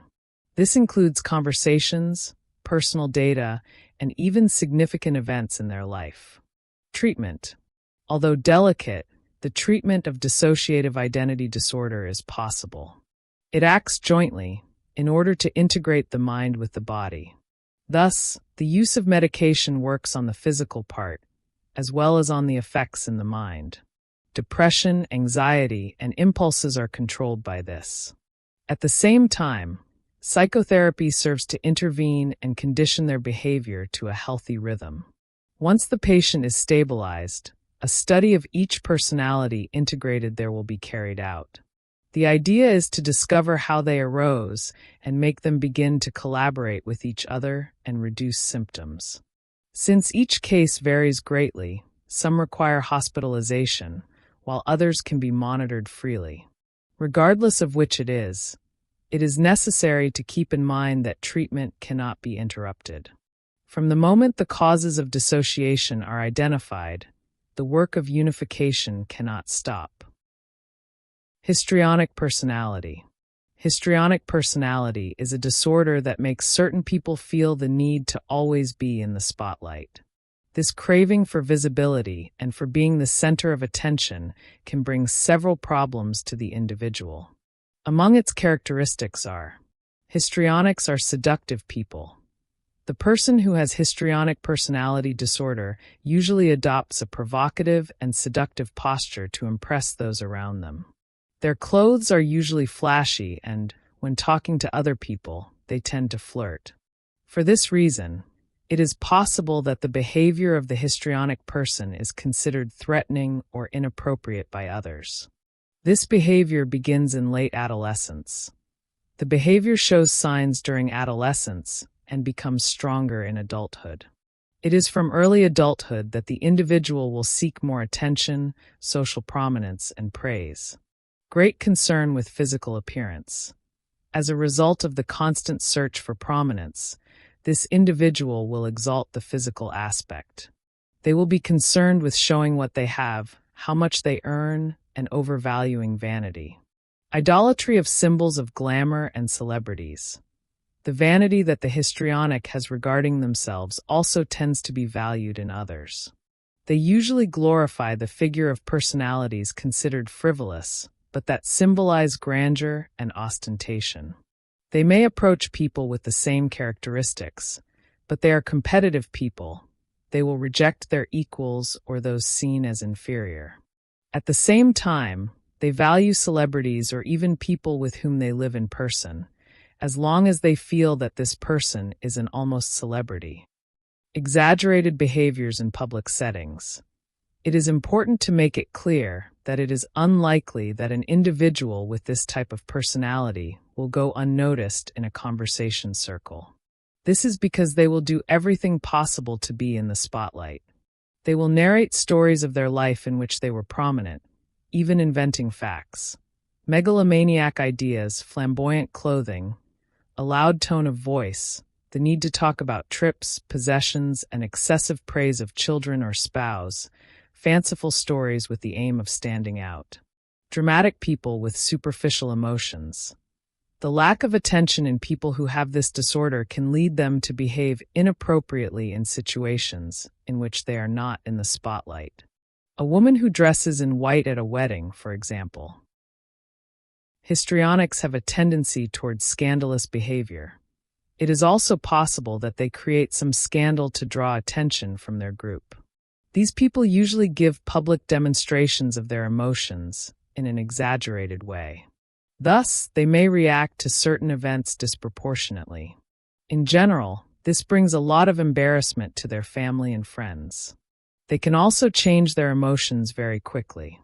At one moment they may be desperate and shortly after appear perfectly calm. For this reason, many people consider histrionics to be disingenuous and fake. They are fickle people who need affirmation. Histrionic individuals may also quickly change their opinion. This is because they tend to express viewpoints that please the people around them. For this reason, these people often get into trouble when defending their positions. They end up making statements full of conviction without having real knowledge of what is being discussed. Given this need to always be approved by others, histrionics tend to adapt their lives in order to be accepted by their acquaintances. For this reason, they may change hobbies and switch their style without major problems. They may even develop the habit of giving gifts to others to please them. They have difficulties in relationships. Histrionics also tend to act intimately with people with whom they do not have much familiarity. This happens because of the need they have for attention. They usually make friends quickly due to their seduction skills and charisma. Tendency to neediness, sadness, and depression. The relationships that this individual has are usually conflictive, since histrionics tend to be needy and manipulative. It can be said that it is quite possible for a person with this disorder to make suicide threats to those who try to move away from them. Such people will create an expectation of reality and appearance that is difficult to sustain all the time. The psychic energy to maintain the mask of this life drive at full power is costly. Adding the psychic exhaustion with the potential relationship conflicts, these people are prone to develop depression. Anxiety. Anxiety is associated with a form of distress arising from the anticipation of future events, which can be either good or bad. It is good when it helps a person to be punctual with commitments, but it is harmful when it becomes excessive, making everyday activities unfeasible. For example, checking the gas multiple times before leaving the house. While anxiety involves the expectation of a future threat, fear relates to a real or perceived threat. Excessive anxiety can turn into an anxiety disorder, that is, an illness. In anxiety disorders, people do not live in the present moment. They suffer in anticipation of a situation. It is a concern with what might happen, which may be a real or imaginary danger, and it can even lead the person to lose control. It is believed that problems in early childhood, in adulthood, or stress caused by serious illnesses may contribute to this condition. Likewise, controlling or perfectionist personalities may also suffer more from anxiety. In many cases, it is important to combine long-term therapy with medical/psychiatric care to address the problem directly. It is also necessary to investigate possible physical causes, since some tumors and infections can produce events similar to anxiety: tremors, tachycardia, headaches, shortness of breath. If anxiety is not managed, it may develop into psychosomatic illnesses that affect physical and mental health, such as ulcers, gastritis, colitis, etc. We all experience anxiety to a greater or lesser degree, but an anxiety disorder becomes concerning when it interferes with our relationships. Types of anxiety according to Freud. For Freud, anxiety arises as the result of a mental conflict. He argued that anxiety had a biological basis. We are born predisposed to it, as it represents a capacity to react to dangers that could threaten our survival. Anxiety is linked to the individual's expectations, anxiety about something. Freud classified anxiety into 3 types: realistic, neurotic, and moral. Realistic anxiety. Fear of real dangers from the external world. It is the fear of something external. It arises as a very specific reaction to an imminent and real danger. Example: if we smell smoke, we assume there is fire nearby. The term realistic comes from the real, in the sense of a physical thing or action, such as fire. It does not necessarily mean that it will actually happen, since anxiety, in any form, often arises from excessive or imaginary worries. Neurotic anxiety. This is basically the fear that instincts might escape control, or that thoughts might somehow materialize. It is unconscious fear, with no clear object. It occurs because of disturbing or frightening unconscious material that the conscious mind cannot structure at the moment. However, once analyzed, neurotic anxiety may become realistic or moral. Example: a patient becomes anxious if certain objects are out of alignment. The patient cannot explain the origin of this anxiety, but feels it and seeks therapy. In psychoanalysis, the patient might discover that such anxiety stems from moral or realistic roots, such as a traumatic family event tied to rules, or another forgotten traumatic episode. It is also considered neurotic anxiety when someone fears the consequences of their own thoughts or choices. Example: an employee dislikes their boss but works well without showing it. Still, they fear being fired because of these thoughts, or fear expressing their dissatisfaction. Moral anxiety. This comes from moral conscience. It stems from fear of punishment and often makes someone feel guilty for desiring something, even before acting on it. Example: a son who feels he disappointed his parents by not choosing the profession they wanted him to pursue. In summary, these 3 types of anxiety, according to Freud, all involve excessive nervousness about something that might happen, causing present psychic suffering. Fear that a building might catch fire, realistic anxiety. Fear that instincts or thoughts will get out of control and provoke reactions in the world, like attacking a coworker, neurotic anxiety. Fear of breaking a moral rule and suffering self-punishment in the form of regret, moral anxiety. There are cases where anxiety can turn into depression and vice versa. There are also symptoms common to both conditions, such as stress, fear, insecurity, irritability, etc. For Freud, the ego develops a form of protection against anxiety through unconscious denials or distortions of reality. But the energy spent maintaining these defense mechanisms can take a high toll over time, even leading to depression. In this sense, in many cases, treating depression requires recognizing anxiety and investigating its causes. The most common anxiety disorders, CID-10 classification. Panic disorder. Agoraphobia, fear of places with crowds. Social phobia, fear of speaking or being in the spotlight in public to avoid judgment. Specific phobias, fear of darkness, water, heights, etc. Generalized anxiety disorder, GAD. Broad anxiety about many things without a specific object. Obsessive-compulsive disorder, OCD. Obsessive thoughts and compulsive ritualistic behaviors. Disorders or disorders associated with anxiety. Anxiety is related, directly or indirectly, to several disorders and disturbances. For example, generalized anxiety disorder, GAD. There is a persistent feeling that at any moment everything will go wrong and life will take a bad turn, causing the person to lose control. It is characterized by the constant presence of excessive worry, persistent and difficult to control, a disproportionate anxiety in the individual's routine, usually accompanied by some symptoms of anxiety crises, which are physical or psychological and cause suffering. Furthermore, GAD makes it difficult to perform even trivial daily activities, which can harm the patient's social life, health, work, and several other areas of life. It is the most common anxiety disorder affecting older adults. Patients with GAD always expect the worst and worry about things for which there are no real reasons to worry.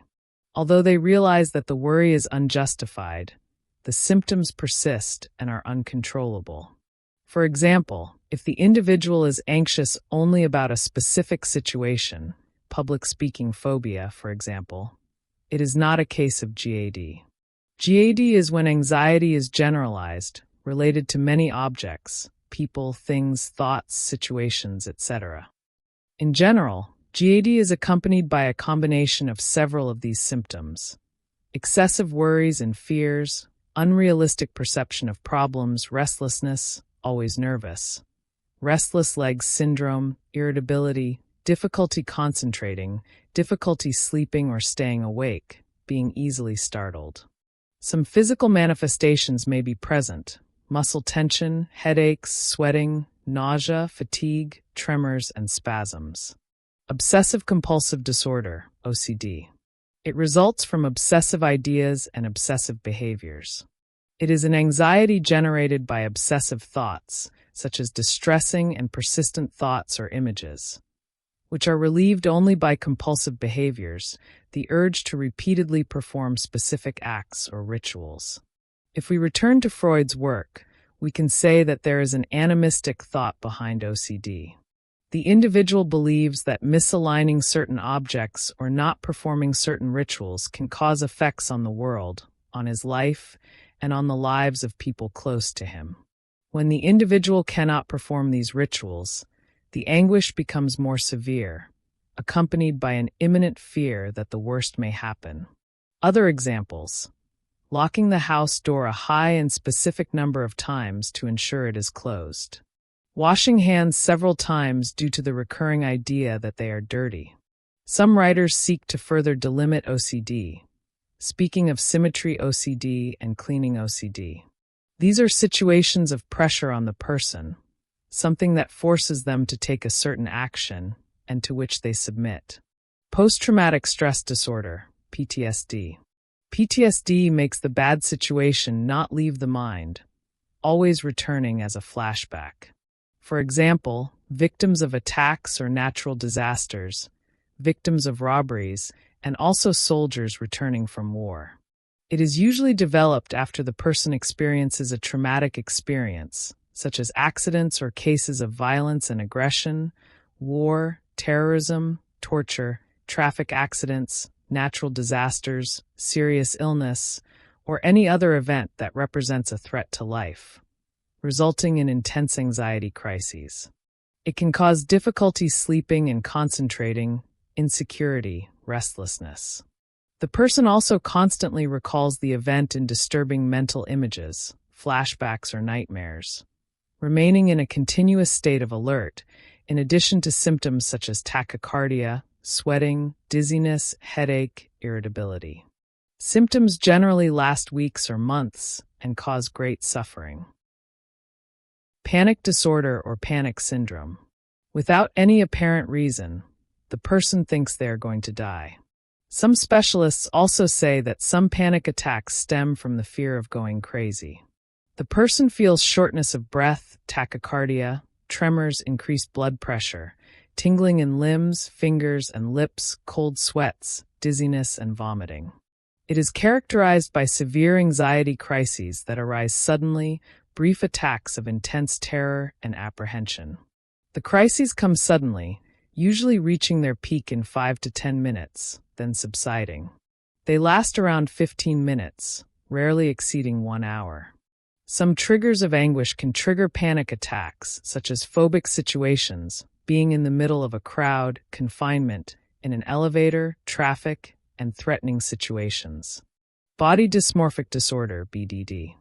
Also called dysmorphophobia, it is a mental disorder characterized by the obsessive idea that something in one's appearance is very defective and needs to be hidden or corrected.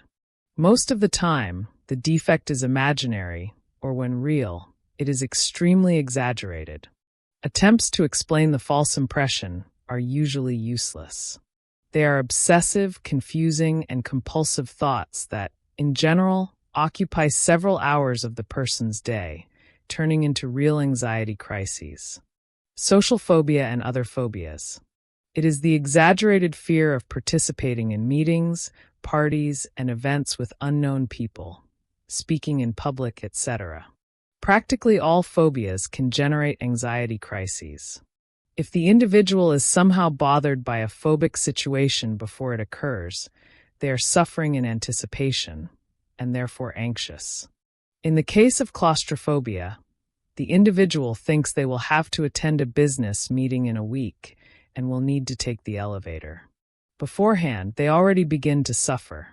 Anxiety also exists, although more specific, if this individual does not suffer in advance, but only in the moments leading up to taking the elevator, when they see the elevator, for example. Nocturnal anxiety disorder, NAD. It is related to sleep loss. For example, people who cannot sleep because when lying down, they cannot disconnect from problems. People with NAD keep reflecting on how the day went instead of resting. They already begin to plan and worry about the next day, about the actions they will have to take, what they're going to do, negative thoughts about things that might go wrong. Bedtime becomes stressful and not relaxing. Main recommendations to reduce anxiety. The treatment of anxiety disorder must be carried out and monitored by professionals. However, some traditional recommendations prove effective and can help at least reduce the most critical cases. In crisis scenarios, the subject may try these recommendations. Still, according to psychoanalysis, analytical therapy is the most recommended, so that the patient can better know themselves and identify often repressed causes that are generating the symptoms of anxiety. Upon realizing that one is suffering from anxiety, it is important that the person seek a professional immediately. The longer one waits, the more the problem can worsen. Forgiving oneself for any mistakes made in the past helps not to dwell on situations that can no longer be changed. Reducing perfectionism and not being so strict regarding one's own flaws and incapacities. Valuing achievements, strengths, and what one does best. Not avoiding what causes distress. It is better to face the problem head-on and resolve it once and for all. Not postponing decision-making. Leaving each problem for its own time, not suffering in advance. Seeking relaxation techniques, meditation, and activities that promote personal satisfaction. practicing physical activity and improving diet, enhancing the quality of relationships in family, friend, and work circles. Drug treatment for anxiety consists of anxiolytics, such as benzodiazepines. Once the patient stabilizes, the doctor may prescribe an antidepressant for anxiety control. Another class of medication is beta blockers. It is always important that the patient consult a doctor. Only psychiatrists can prescribe this type of medication, as they are controlled drugs. Medications do not replace the recommendation for therapy. Medications are very important for severe or acute cases, but if withdrawn, anxiety reappears. That is why psychoanalysis emphasizes the importance of identifying the psychic causes that generate the symptoms. Anxiety is sometimes called nervousness or a nervous crisis, although there are other types of nervous crises. It precedes moments of real or imaginary danger, marked by unpleasant bodily sensations, such as a feeling of emptiness in the stomach, rapid heartbeat, intense fear, chest tightness, sweating, and other changes associated with autonomic nervous system dysfunction. In short, anxiety is part of our lives and only becomes a problem when felt in excess. At very high levels, or when presented with shyness and depression, anxiety prevents a person from developing their intellectual potential. Learning is blocked, and this interferes not only with traditional education, but also with social intelligence. The individual is left not knowing how to behave in social or work situations, which can lead to career stagnation. Anxiety is linked to the word fear in popular tradition. Indeed, in situations where we may anticipate the worst, the fear mechanism generates an anxious situation, which leads us to fight or flee. This mechanism is beneficial to our survival. However, when anxiety is self-nourished, not depending on real external facts, but rather on fanciful facts stemming from excessive and unexplained fear, anxiety hinders the subject's life, reduces self-esteem, provokes physical somatizations, and can be quite harmful and disabling. Symptomatic manifestations of anxiety. Very common are fatigue, insomnia, shortness of breath, or feeling of suffocation, tingling or numbness in hands and feet, confusion, instability or fainting sensation, chest pain and palpitations, hot flashes, chills, sweating, cold, moist hands, dry mouth, uncontrollable contractions or tremors, muscle tension, pain, urgent need to defecate or urinate, difficulty swallowing, sensation of having a lump in the throat, difficulties relaxing and sleeping, mild dizziness or vertigo, uncontrollable vomiting, feeling of helplessness, fear of facing situations involving other people. Anxiety. Anxiety is an anticipation of future events, which can be good or bad. It is good when, for example, it helps a person to be punctual for commitments. However, it is bad when it becomes excessive, making daily activities impossible, such as checking the gas several times before leaving home. While in anxiety there is the expectation of a future threat, in fear the threat is real or perceived. In addition, excessive anxiety can turn into an anxiety disorder, that is, a disease. In anxiety disorder, people have no time for the present. They suffer by anticipating a situation. It is a concern with what may happen, which may be a real or imaginary danger, and which can even lead the person to lose control.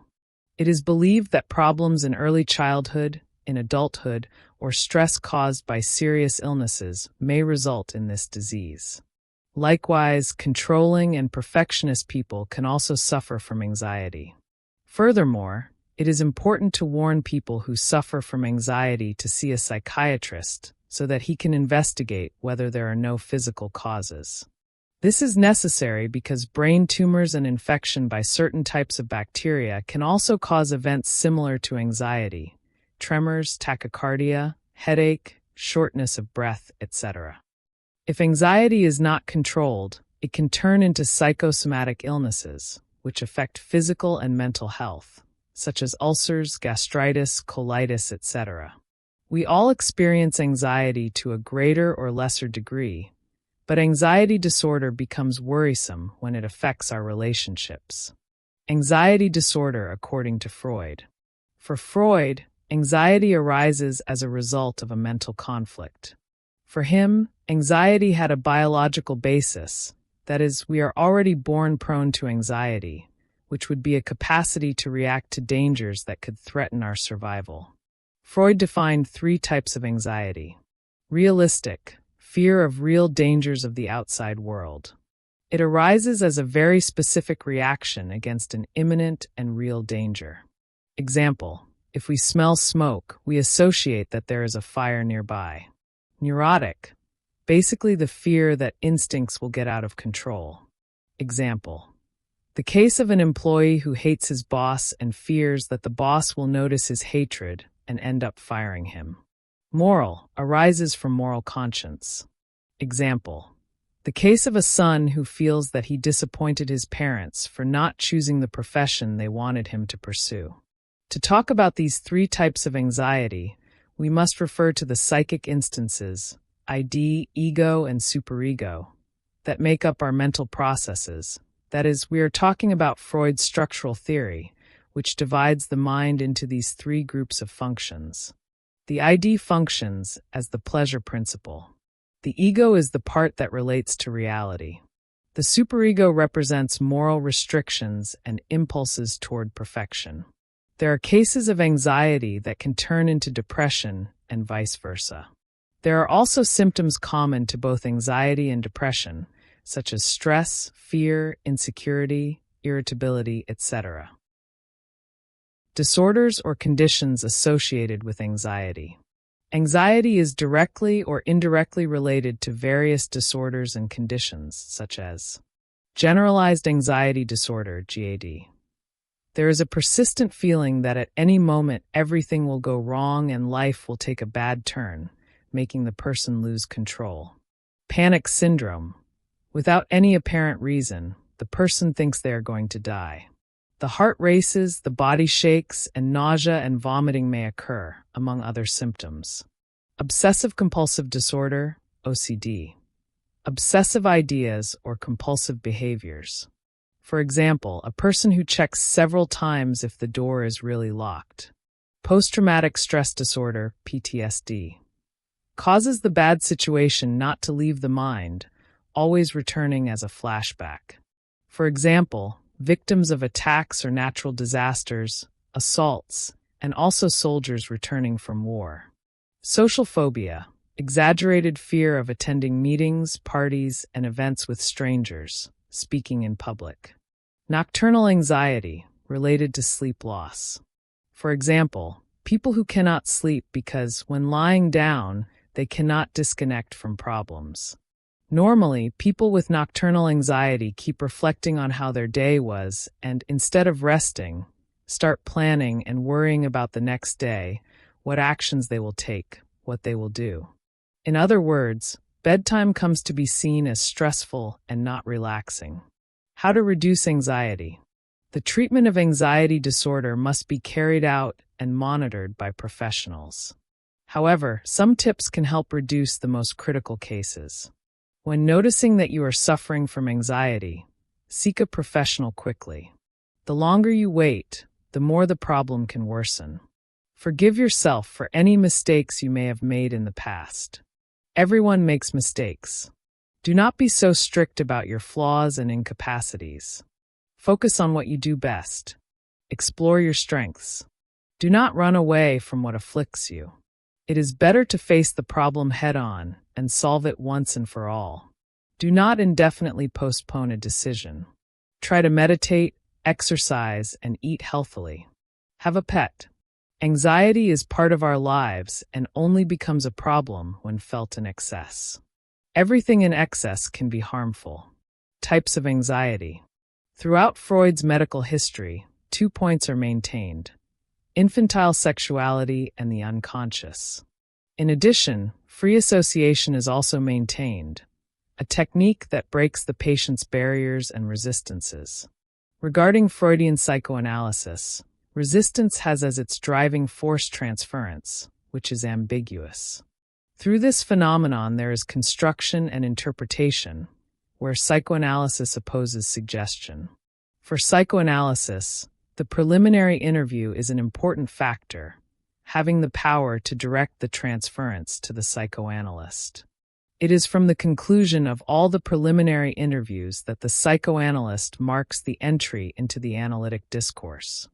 In these interviews, the patient speaks freely through association, giving dignity to the lines that will guide their analysis, a crucial moment where the analyst decides whether or not to take the patient. These interviews mark the configuration of the analytic symptom, establishing the signifier. The interviews fulfill the following functions. Establish transference at a symbolic level. Implicate the subject in the symptom, so that an analytic symptom is configured. Correct the demand, transforming the demand for love or for cure into a demand for analysis. Place the subject in questioning themselves about their symptom. Classification of slips. Freud elaborates the concept of the slip, which consists of something done unintentionally, but also unconsciously wanting it. In his theory, he divides this slip into 3 types. Slips in language, speaking, writing, or thinking undesired words. Slips of forgetting something apparently unintentionally. Slips of behavior, tripping, falling, sabotaging something or self-sabotaging. Despite the differences among the 3 types, they possess a unity in language. The Freudian topographies. It is correct to speak of 2 Freudian topographies, the first being that in which the main distinction is made between unconscious, UCS, preconscious, PCS, and conscious, CS, and the second which distinguishes 3 instances, ID, ego, and superego. For a psychic act to be conscious, it is necessary that it go through all levels of the psychic system, while the unconscious system is governed by the primary process, as well as the preconscious. In contrast to the conscious, the unconscious is that which is not known, and it must be taken into account in the analytic process that what becomes conscious comes from the unconscious. Mechanisms to be considered in the unconscious. Displacement. A fact or memory is seen out of its place, often in an illusory way. Condensation. 2 memories are united to create a new fact, often unreal. Projection. Idealizing a memory or a perception in a way very distant from what was experienced. Identification. Judging that a memory is related to a fact or interpretation. In the unconscious, chronology does not exist, nor does it in the dream. The conscious primary process. For didactic purposes, a firm division is established between preconscious and unconscious, both functioning according to the secondary process. The primary process arises from the very first moments of life, when the unconscious system comprises practically the totality of the psychic apparatus. Related to the primary process of the unconscious, we must list the following characteristics. Absence of chronology. Absence of concept of contradiction. Symbolic language. Equality between internal and external reality. Predominance of the pleasure principle.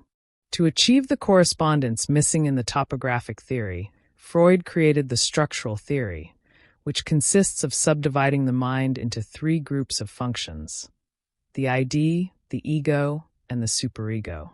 The 3 types of neuroses. The ID is integrated by the totality of instinctive impulses. It has an intimate connection with the biological. It is responsible for the primary process.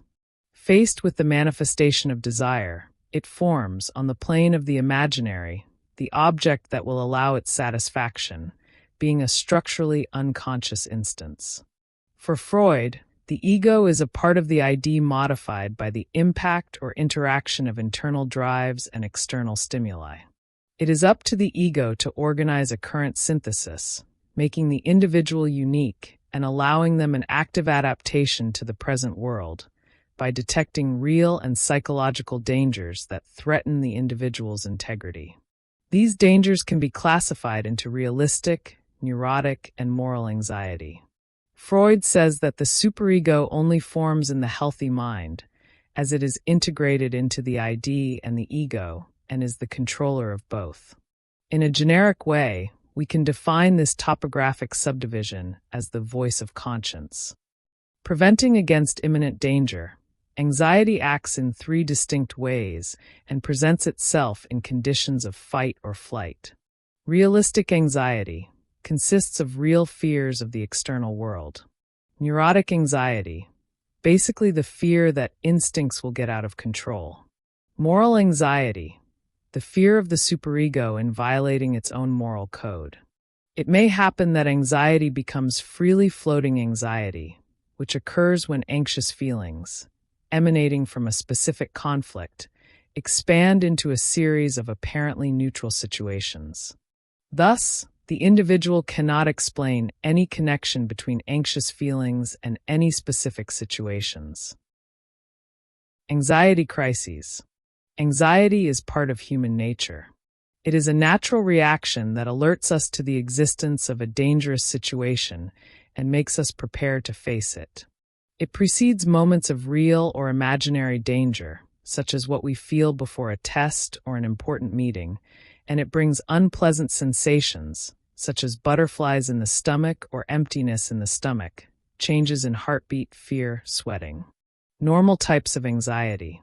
Anxiety, in a certain way, is a mental state very close to fear. Through fear, a person becomes paralyzed when performing certain tasks, and in some cases may not even attempt to perform them. Crisis report. Let us look at an example of a normal anxiety situation, not considered an anxiety crisis. If not treated in time, it could develop into pathological anxiety. Imagine an executive who has a very important meeting scheduled with his company's shareholders the next day, and of course, he is quite anxious about the meeting. Now imagine that the executive in our story already has a history of generalized anxiety, and that just thinking about the next day's meeting already makes him feel distressed and anguished. While feeling a justifiable fear that he may encounter resistance from his audience during the meeting, he begins to think of quite negative scenarios. Imagining, for example, that he would be fired the next day, that his family would lose the house they live in because of bills he could no longer pay, and that his son would have to leave the private university he attends, jeopardizing his future career. As he builds these mental pictures, our executive feels his heart beating excessively fast, begins to break out in a cold sweat, and feel weak, while his breathing rate increases. If he cannot breathe normally and relax, our executive may be at the beginning of an anxiety crisis. And if not treated, this first crisis can develop into a worrying anxiety disorder, which can even generate a panic syndrome. Analysis of the report. It is clear that before a big event, everyone becomes anxious. This is normal anxiety, which does not need to be treated as a crisis. There is, however, pathological anxiety, which is a serious mental disorder that begins to compromise the person's daily activities, bringing suffering that, if not treated, can trigger severe anxiety crises. It can also be a symptom of other disorders, such as panic syndrome, post-traumatic stress disorder, obsessive-compulsive disorder, social anxiety disorder, phobias, among others. For anxiety not to evolve into more serious conditions, it is very important to identify it early, which does not always happen, since the person cannot identify what in that situation is causing them fear and concern. They often tend to interpret normal situations as imminently dangerous or catastrophic. Pathological anxiety must be treated with a psychologist or psychoanalyst who will help to understand it, which is the first step to controlling it. He helps to find what may be causing the reactions and what practical consequences anxiety is bringing to the person. A person with an anxiety disorder experiences many discomforts, to the point of impairing their daily life. However, there are situations in which the intervention of a multidisciplinary team is necessary, with the participation of a psychiatrist for the prescription of specific medications for treatment. Symptoms and treatments. Anxiety has an important function in our lives, which is why it cannot be completely extinguished. Worry, for example, helps us anticipate problems and prepare for daily adversities. Feeling worried before an important presentation or feeling fear in a situation you have never experienced are common sensations. The problem occurs when worry and fear paralyze us, begin to take up almost all of our time, consume our energy, and decrease our performance. Thus, normally, these symptoms completely affect the person's routine, who stops participating in social events, doing the things they want, eating as they would like, etc. These symptoms are signs that anxiety has gone beyond the level of normality and that it is time to seek help. Another important aspect to observe is the intensity and the duration of anxiety symptoms. Normal anxiety has a short and specific duration, while pathological anxiety lasts for a longer period.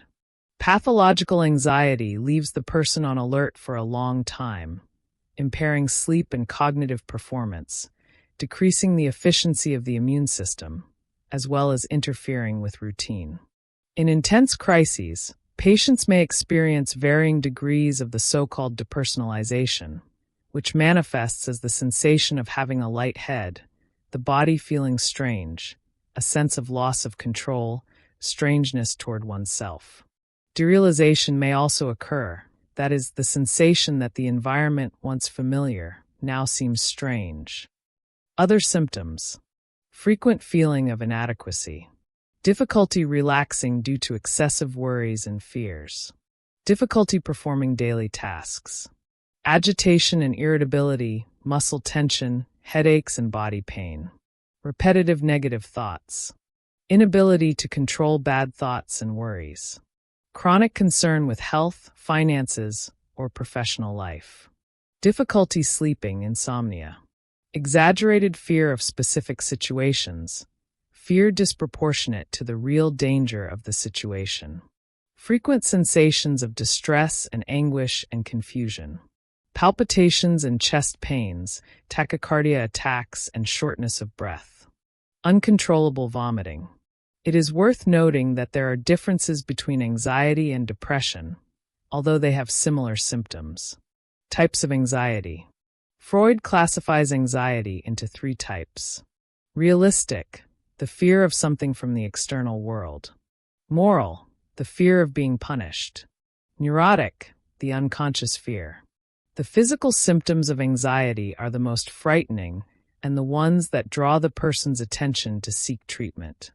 However, anxiety affects the body, the mind, and performance in various ways. Emotional, sadness, nervousness, irritability. Physiological, accelerated heart, tingling sensation, shortness of breath, sweating, dizziness, headache, muscle pain, insomnia. Behavioral, impulsiveness, aggressiveness, accelerated speech. Cognitive, difficulty concentrating and making decisions, excessive worries. The most common disorders. Generalized anxiety disorder, GAD. This disease is characterized by the constant presence of feelings of excessive, persistent, and difficult to control worry, a disproportionate anxiety in the individual's routine, usually accompanied by some crisis symptoms, physical or psychological, that cause suffering. Furthermore, it makes it difficult to perform many often trivial daily activities, and can harm the patient's social life, health, work, and many other areas of life. It is the most common anxiety disorder that affects older adults. Patients with GAD always expect the worst and worry about things for which there is no real reason to worry. Although they realize that the worry is unjustified, the symptoms persist and are uncontrollable. Their symptoms are excessive worry and fear, unrealistic perception of problems, restlessness and nervousness, restless legs syndrome, irritability, muscle tension, also headaches, sweating, difficulty concentrating, nausea, fatigue, difficulty sleeping or staying awake, tremors and spasms, startling easily. In Brazil, epidemiological studies on anxiety crises in the cities of São Paulo and Rio de Janeiro reveal the presence of GAD in the last 12 months in 2.2 to 3.5% of the population, and at least once in life in 5.8 to 6%. Obsessive-compulsive disorder, OCD. It is an anxiety generated by obsessive thoughts, such as distressing and persistent images, relieved only by compulsive behaviors, the urge to repeatedly perform specific acts or rituals. For example, locking the house door a large and specific number of times to ensure it is closed, washing hands several times due to the recurring idea of being dirty. We can also speak of symmetry OCD and cleaning OCD. These are situations of pressure on the person, something that forces them to take a certain action to which they submit. Post-traumatic stress disorder, PTSD. It is usually developed after the person experiences a traumatic experience, such as accidents or cases of violence and aggression, war, terrorism, torture, traffic accidents, natural disasters, or any other event that represents a threat to life, resulting in intense crises. People with this type of anxiety have great difficulty sleeping, feel insecure and restless. They also always recall the occurred event in disturbing mental images, flashbacks or nightmares, remaining in a continuous state of alert, in addition to symptoms such as tachycardia, sweating, dizziness, headache, irritability. Symptoms generally last for weeks or months and cause great suffering. Panic disorder or panic syndrome. Characterized by severe anxiety crises that arise suddenly, they are brief attacks of intense terror and apprehension. It is worth noting that there are differences between anxiety and panic. Panic syndrome is a form of anxiety that can be triggered by a constant and sudden fear of dying, by stress, or irrational thoughts that cause abrupt physical and cognitive symptoms in the individual.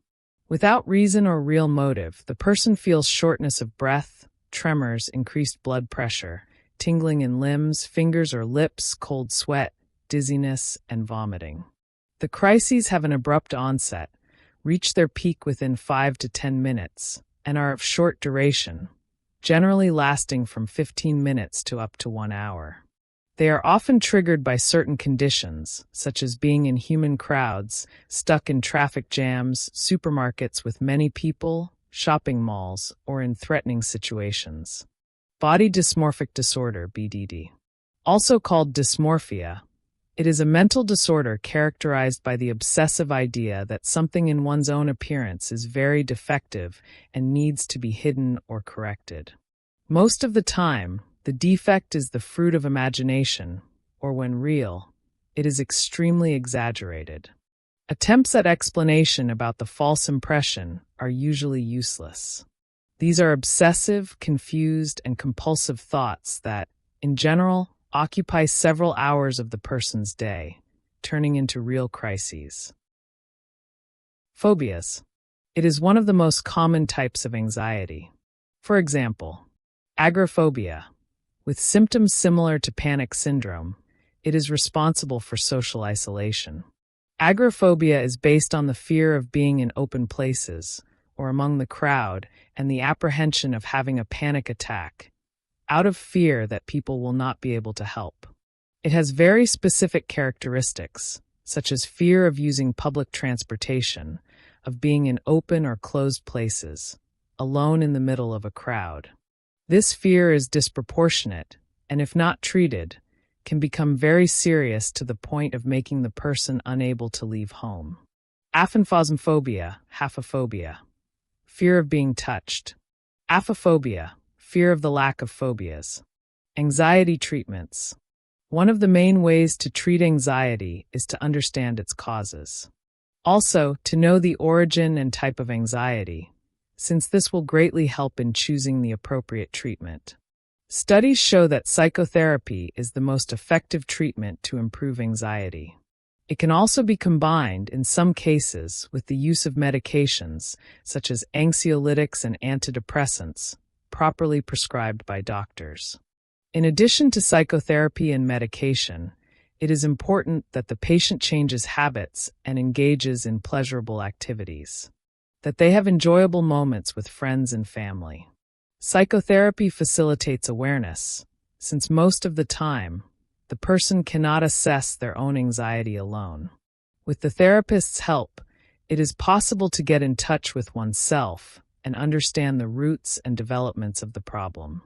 By addressing the issue in therapy, the person begins to understand what and which is truly their problem, and thus will be able to understand it better.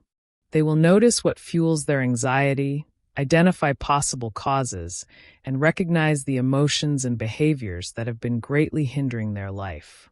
Self-knowledge. Self-knowledge is the first step to improving anxiety crises. Understanding how the mechanism of the mind and anxiety works will help in understanding the functioning of the mind and body in anxious moments, leading to a sense of security, since the person will know how to deal with the symptom. Therapy will help identify what factors are triggering anxiety and its possible causes, which may be a thought, an internal conflict, a belief, or a frustration. Being able to identify the problem will allow the person to give a more realistic and rational meaning to it, changing their attitude towards the behaviors that have been making their life difficult. Both psychology and psychoanalysis are not exact sciences, and therefore cannot predict precise results that will be obtained with psychotherapy, nor the time the treatment will take. It is important to understand that results do not happen instantly, and that treatment is long-term. Cooperation and motivation. The cooperation and motivation of the patient are fundamental. There is no ready-made recipe for treatment. A very important thing the patient needs to know is that the psychoanalyst is not in therapy to make judgments about their problem or question what they are feeling. They need to feel that the psychoanalyst has a welcoming attitude, which will create a sense of security to be able to talk about the problem. Conclusion. Thus, we conclude that anxiety is part of human nature, being a natural reaction that warns us of the existence of a dangerous situation and prepares us to face it. It is also evident that these disorders can begin during childhood or adolescence and manifest in adult life, due to some trauma or compulsion. Anxiety disorder is an uncontrolled feeling of fear and tension that affects the person's physical and psychological health. And this completely changes their daily routine, both in the social and family, affective, and professional spheres. It is noted that pathological anxiety is a serious mental disorder that begins to compromise daily activities, leaving the person confused and bringing enormous anguish and suffering. Once symptoms are perceived, treatment must be started quickly, otherwise severe crises may be triggered and also evolve into other disorders, such as panic, OCD, PTSD, social anxiety, phobias, etc. Anxiety manifests itself in the form of intermittent crises, with the outbreak of various anxious symptoms, in significant number and intensity. As already mentioned, it is important that anxiety is identified early, so that it does not progress to more serious conditions. As this diagnosis does not always occur early, in general, people cannot identify what in that situation is causing fear and worry. Often the individual who did not receive an early diagnosis tends to interpret normal situations as eminently dangerous or catastrophic. Thus, the treatment of pathological anxiety must be done with the support of a psychologist or psychoanalyst who will help to understand what is happening, finding the causes of the reactions and noticing the consequences these are bringing to the person, and then move on to controlling this anxiety. Multidisciplinary intervention. A person with anxiety disorder has many impairments in daily life.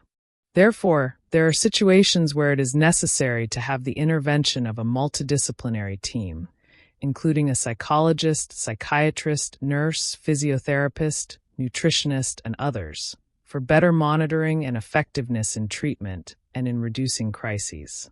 It is clearly perceived how much psychotherapy is more effective as a form of treatment to alleviate anxiety symptoms, and from then on to proceed with the appropriate treatment for each type of anxiety.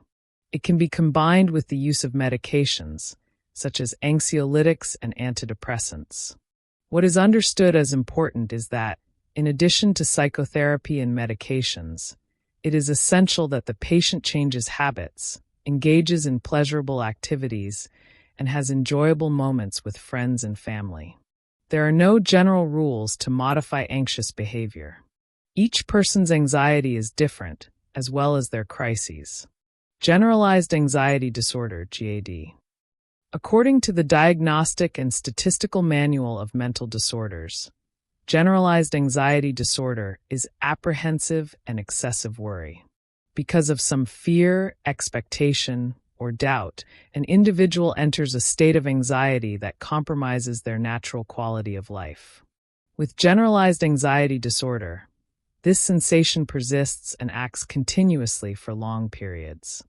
Thus, any person with this reaction becomes unable to perform even the simplest activities on their agenda. Any effort they make turns into excessive worry. It is worth emphasizing that experiencing anxiety is normal in anyone, including animals. We all go through events that evoke fear about what is to come, and this is natural. However, once this takes over us, we cease to be free. At that moment, specialized help is recommended. As with other mental disorders, the concrete causes of generalized anxiety disorder are not yet known. It is suspected that poor communication between neurotransmitters contributes negatively to the evolution of this condition. In addition to this suspicion, it is believed that the following factors are also linked to the problem. Traumas. People who have experienced some type of trauma or abuse in childhood are more prone to this type of anxiety. Even witnessing traumatic events may be enough to weaken a still developing persona. Due to the lack of supervision, this may result in greater disorders later in life. Personality. The way personality develops also directly influences this condition. Excessively worried people are easy targets for this type of situation, as one might imagine. Furthermore, personality disorders, such as borderline, for example, may be connected to this level of chaotic anxiety. Illicit and legal substances. The use and abuse of some substances at any level can trigger and worsen anxiety. Individuals become dependent on these substances and feel unwell when they do not use them. Coffee, tobacco, nicotine, alcohol, and drugs increase anxiety in these users and may lead them to this illness. Symptoms. Generalized anxiety disorder is easily identifiable in patients, as they display behavior contrary to others. It is as if the word safety does not exist, whether physical or mental. Continuous tension opens the door for other signs to appear, such as permanent worry. Regardless of what it is, the individual with GAD gives extreme attention to any existing concern. The problem also lies in the persistence of this state, as it interferes even with rest. Even aware of this excessive focus, they cannot stop feeling it. Sleeping problems. Consequently, it interferes with sleep. If not struggling to fall asleep, they struggle to relax while sleeping. Even when they manage to sleep, it rarely results in satisfactory rest. The worst part is that this situation is cumulative, lasting for a long time. Irritability and restlessness. Because of this, they become irritable over small, insignificant things. Due to fatigue, they are extremely sensitive at the moment. In addition, restlessness prevents relaxation, and they are easily startled since they are not in proper alertness. Medical help. As generalized anxiety disorder progresses, the ability to live well diminishes. Over time, work activities become a challenge, as they feel unable to complete them. Depending on how they currently deal with the problem, this may compromise their position at work. Moreover, it is a gateway for depression to set in. To relieve this discomfort, the person may turn to dependent habits such as alcohol or harder drugs. At the moment decline begins, it is essential to seek medical help. The doctor will propose the appropriate paths to safely overcome this persistent lack of control. It is worth noting that treatment is specific and tailored to each case. That is, it is usually very effective due to its personalization. Treatment. The purpose of treatment for generalized anxiety disorder is to guide the patient to a more normalized life. This will help them limit their worries and the strength they exert. By combining medication and cognitive behavioral therapy, it is possible to rehabilitate them. It should be emphasized that the continuous use of medication is vital for successful treatment. Once started, under no circumstances should treatment be interrupted without medical guidance. These medications prevent adverse anxiety reactions and inhibit the reuptake of norepinephrine and serotonin. Among them are antiepileptics and antidepressants. Therapy, on the other hand, intervenes in the distorted reactions that may arise. Thus, it is possible to guide behavior to a healthier level. It also helps in recognizing thoughts that provoke panic and stress in order to control them. Basically, it is a functional reconditioning of life. Conclusions. Although we all carry worries, they should not dictate our lives. We face daily challenges and deal with them in the best way we can, using the resources we have. However, many end up surrendering to despair over something that should not demand so much attention. They become hostages of their own fears. Thus, the manipulative role of generalized anxiety disorder in our lives becomes clear.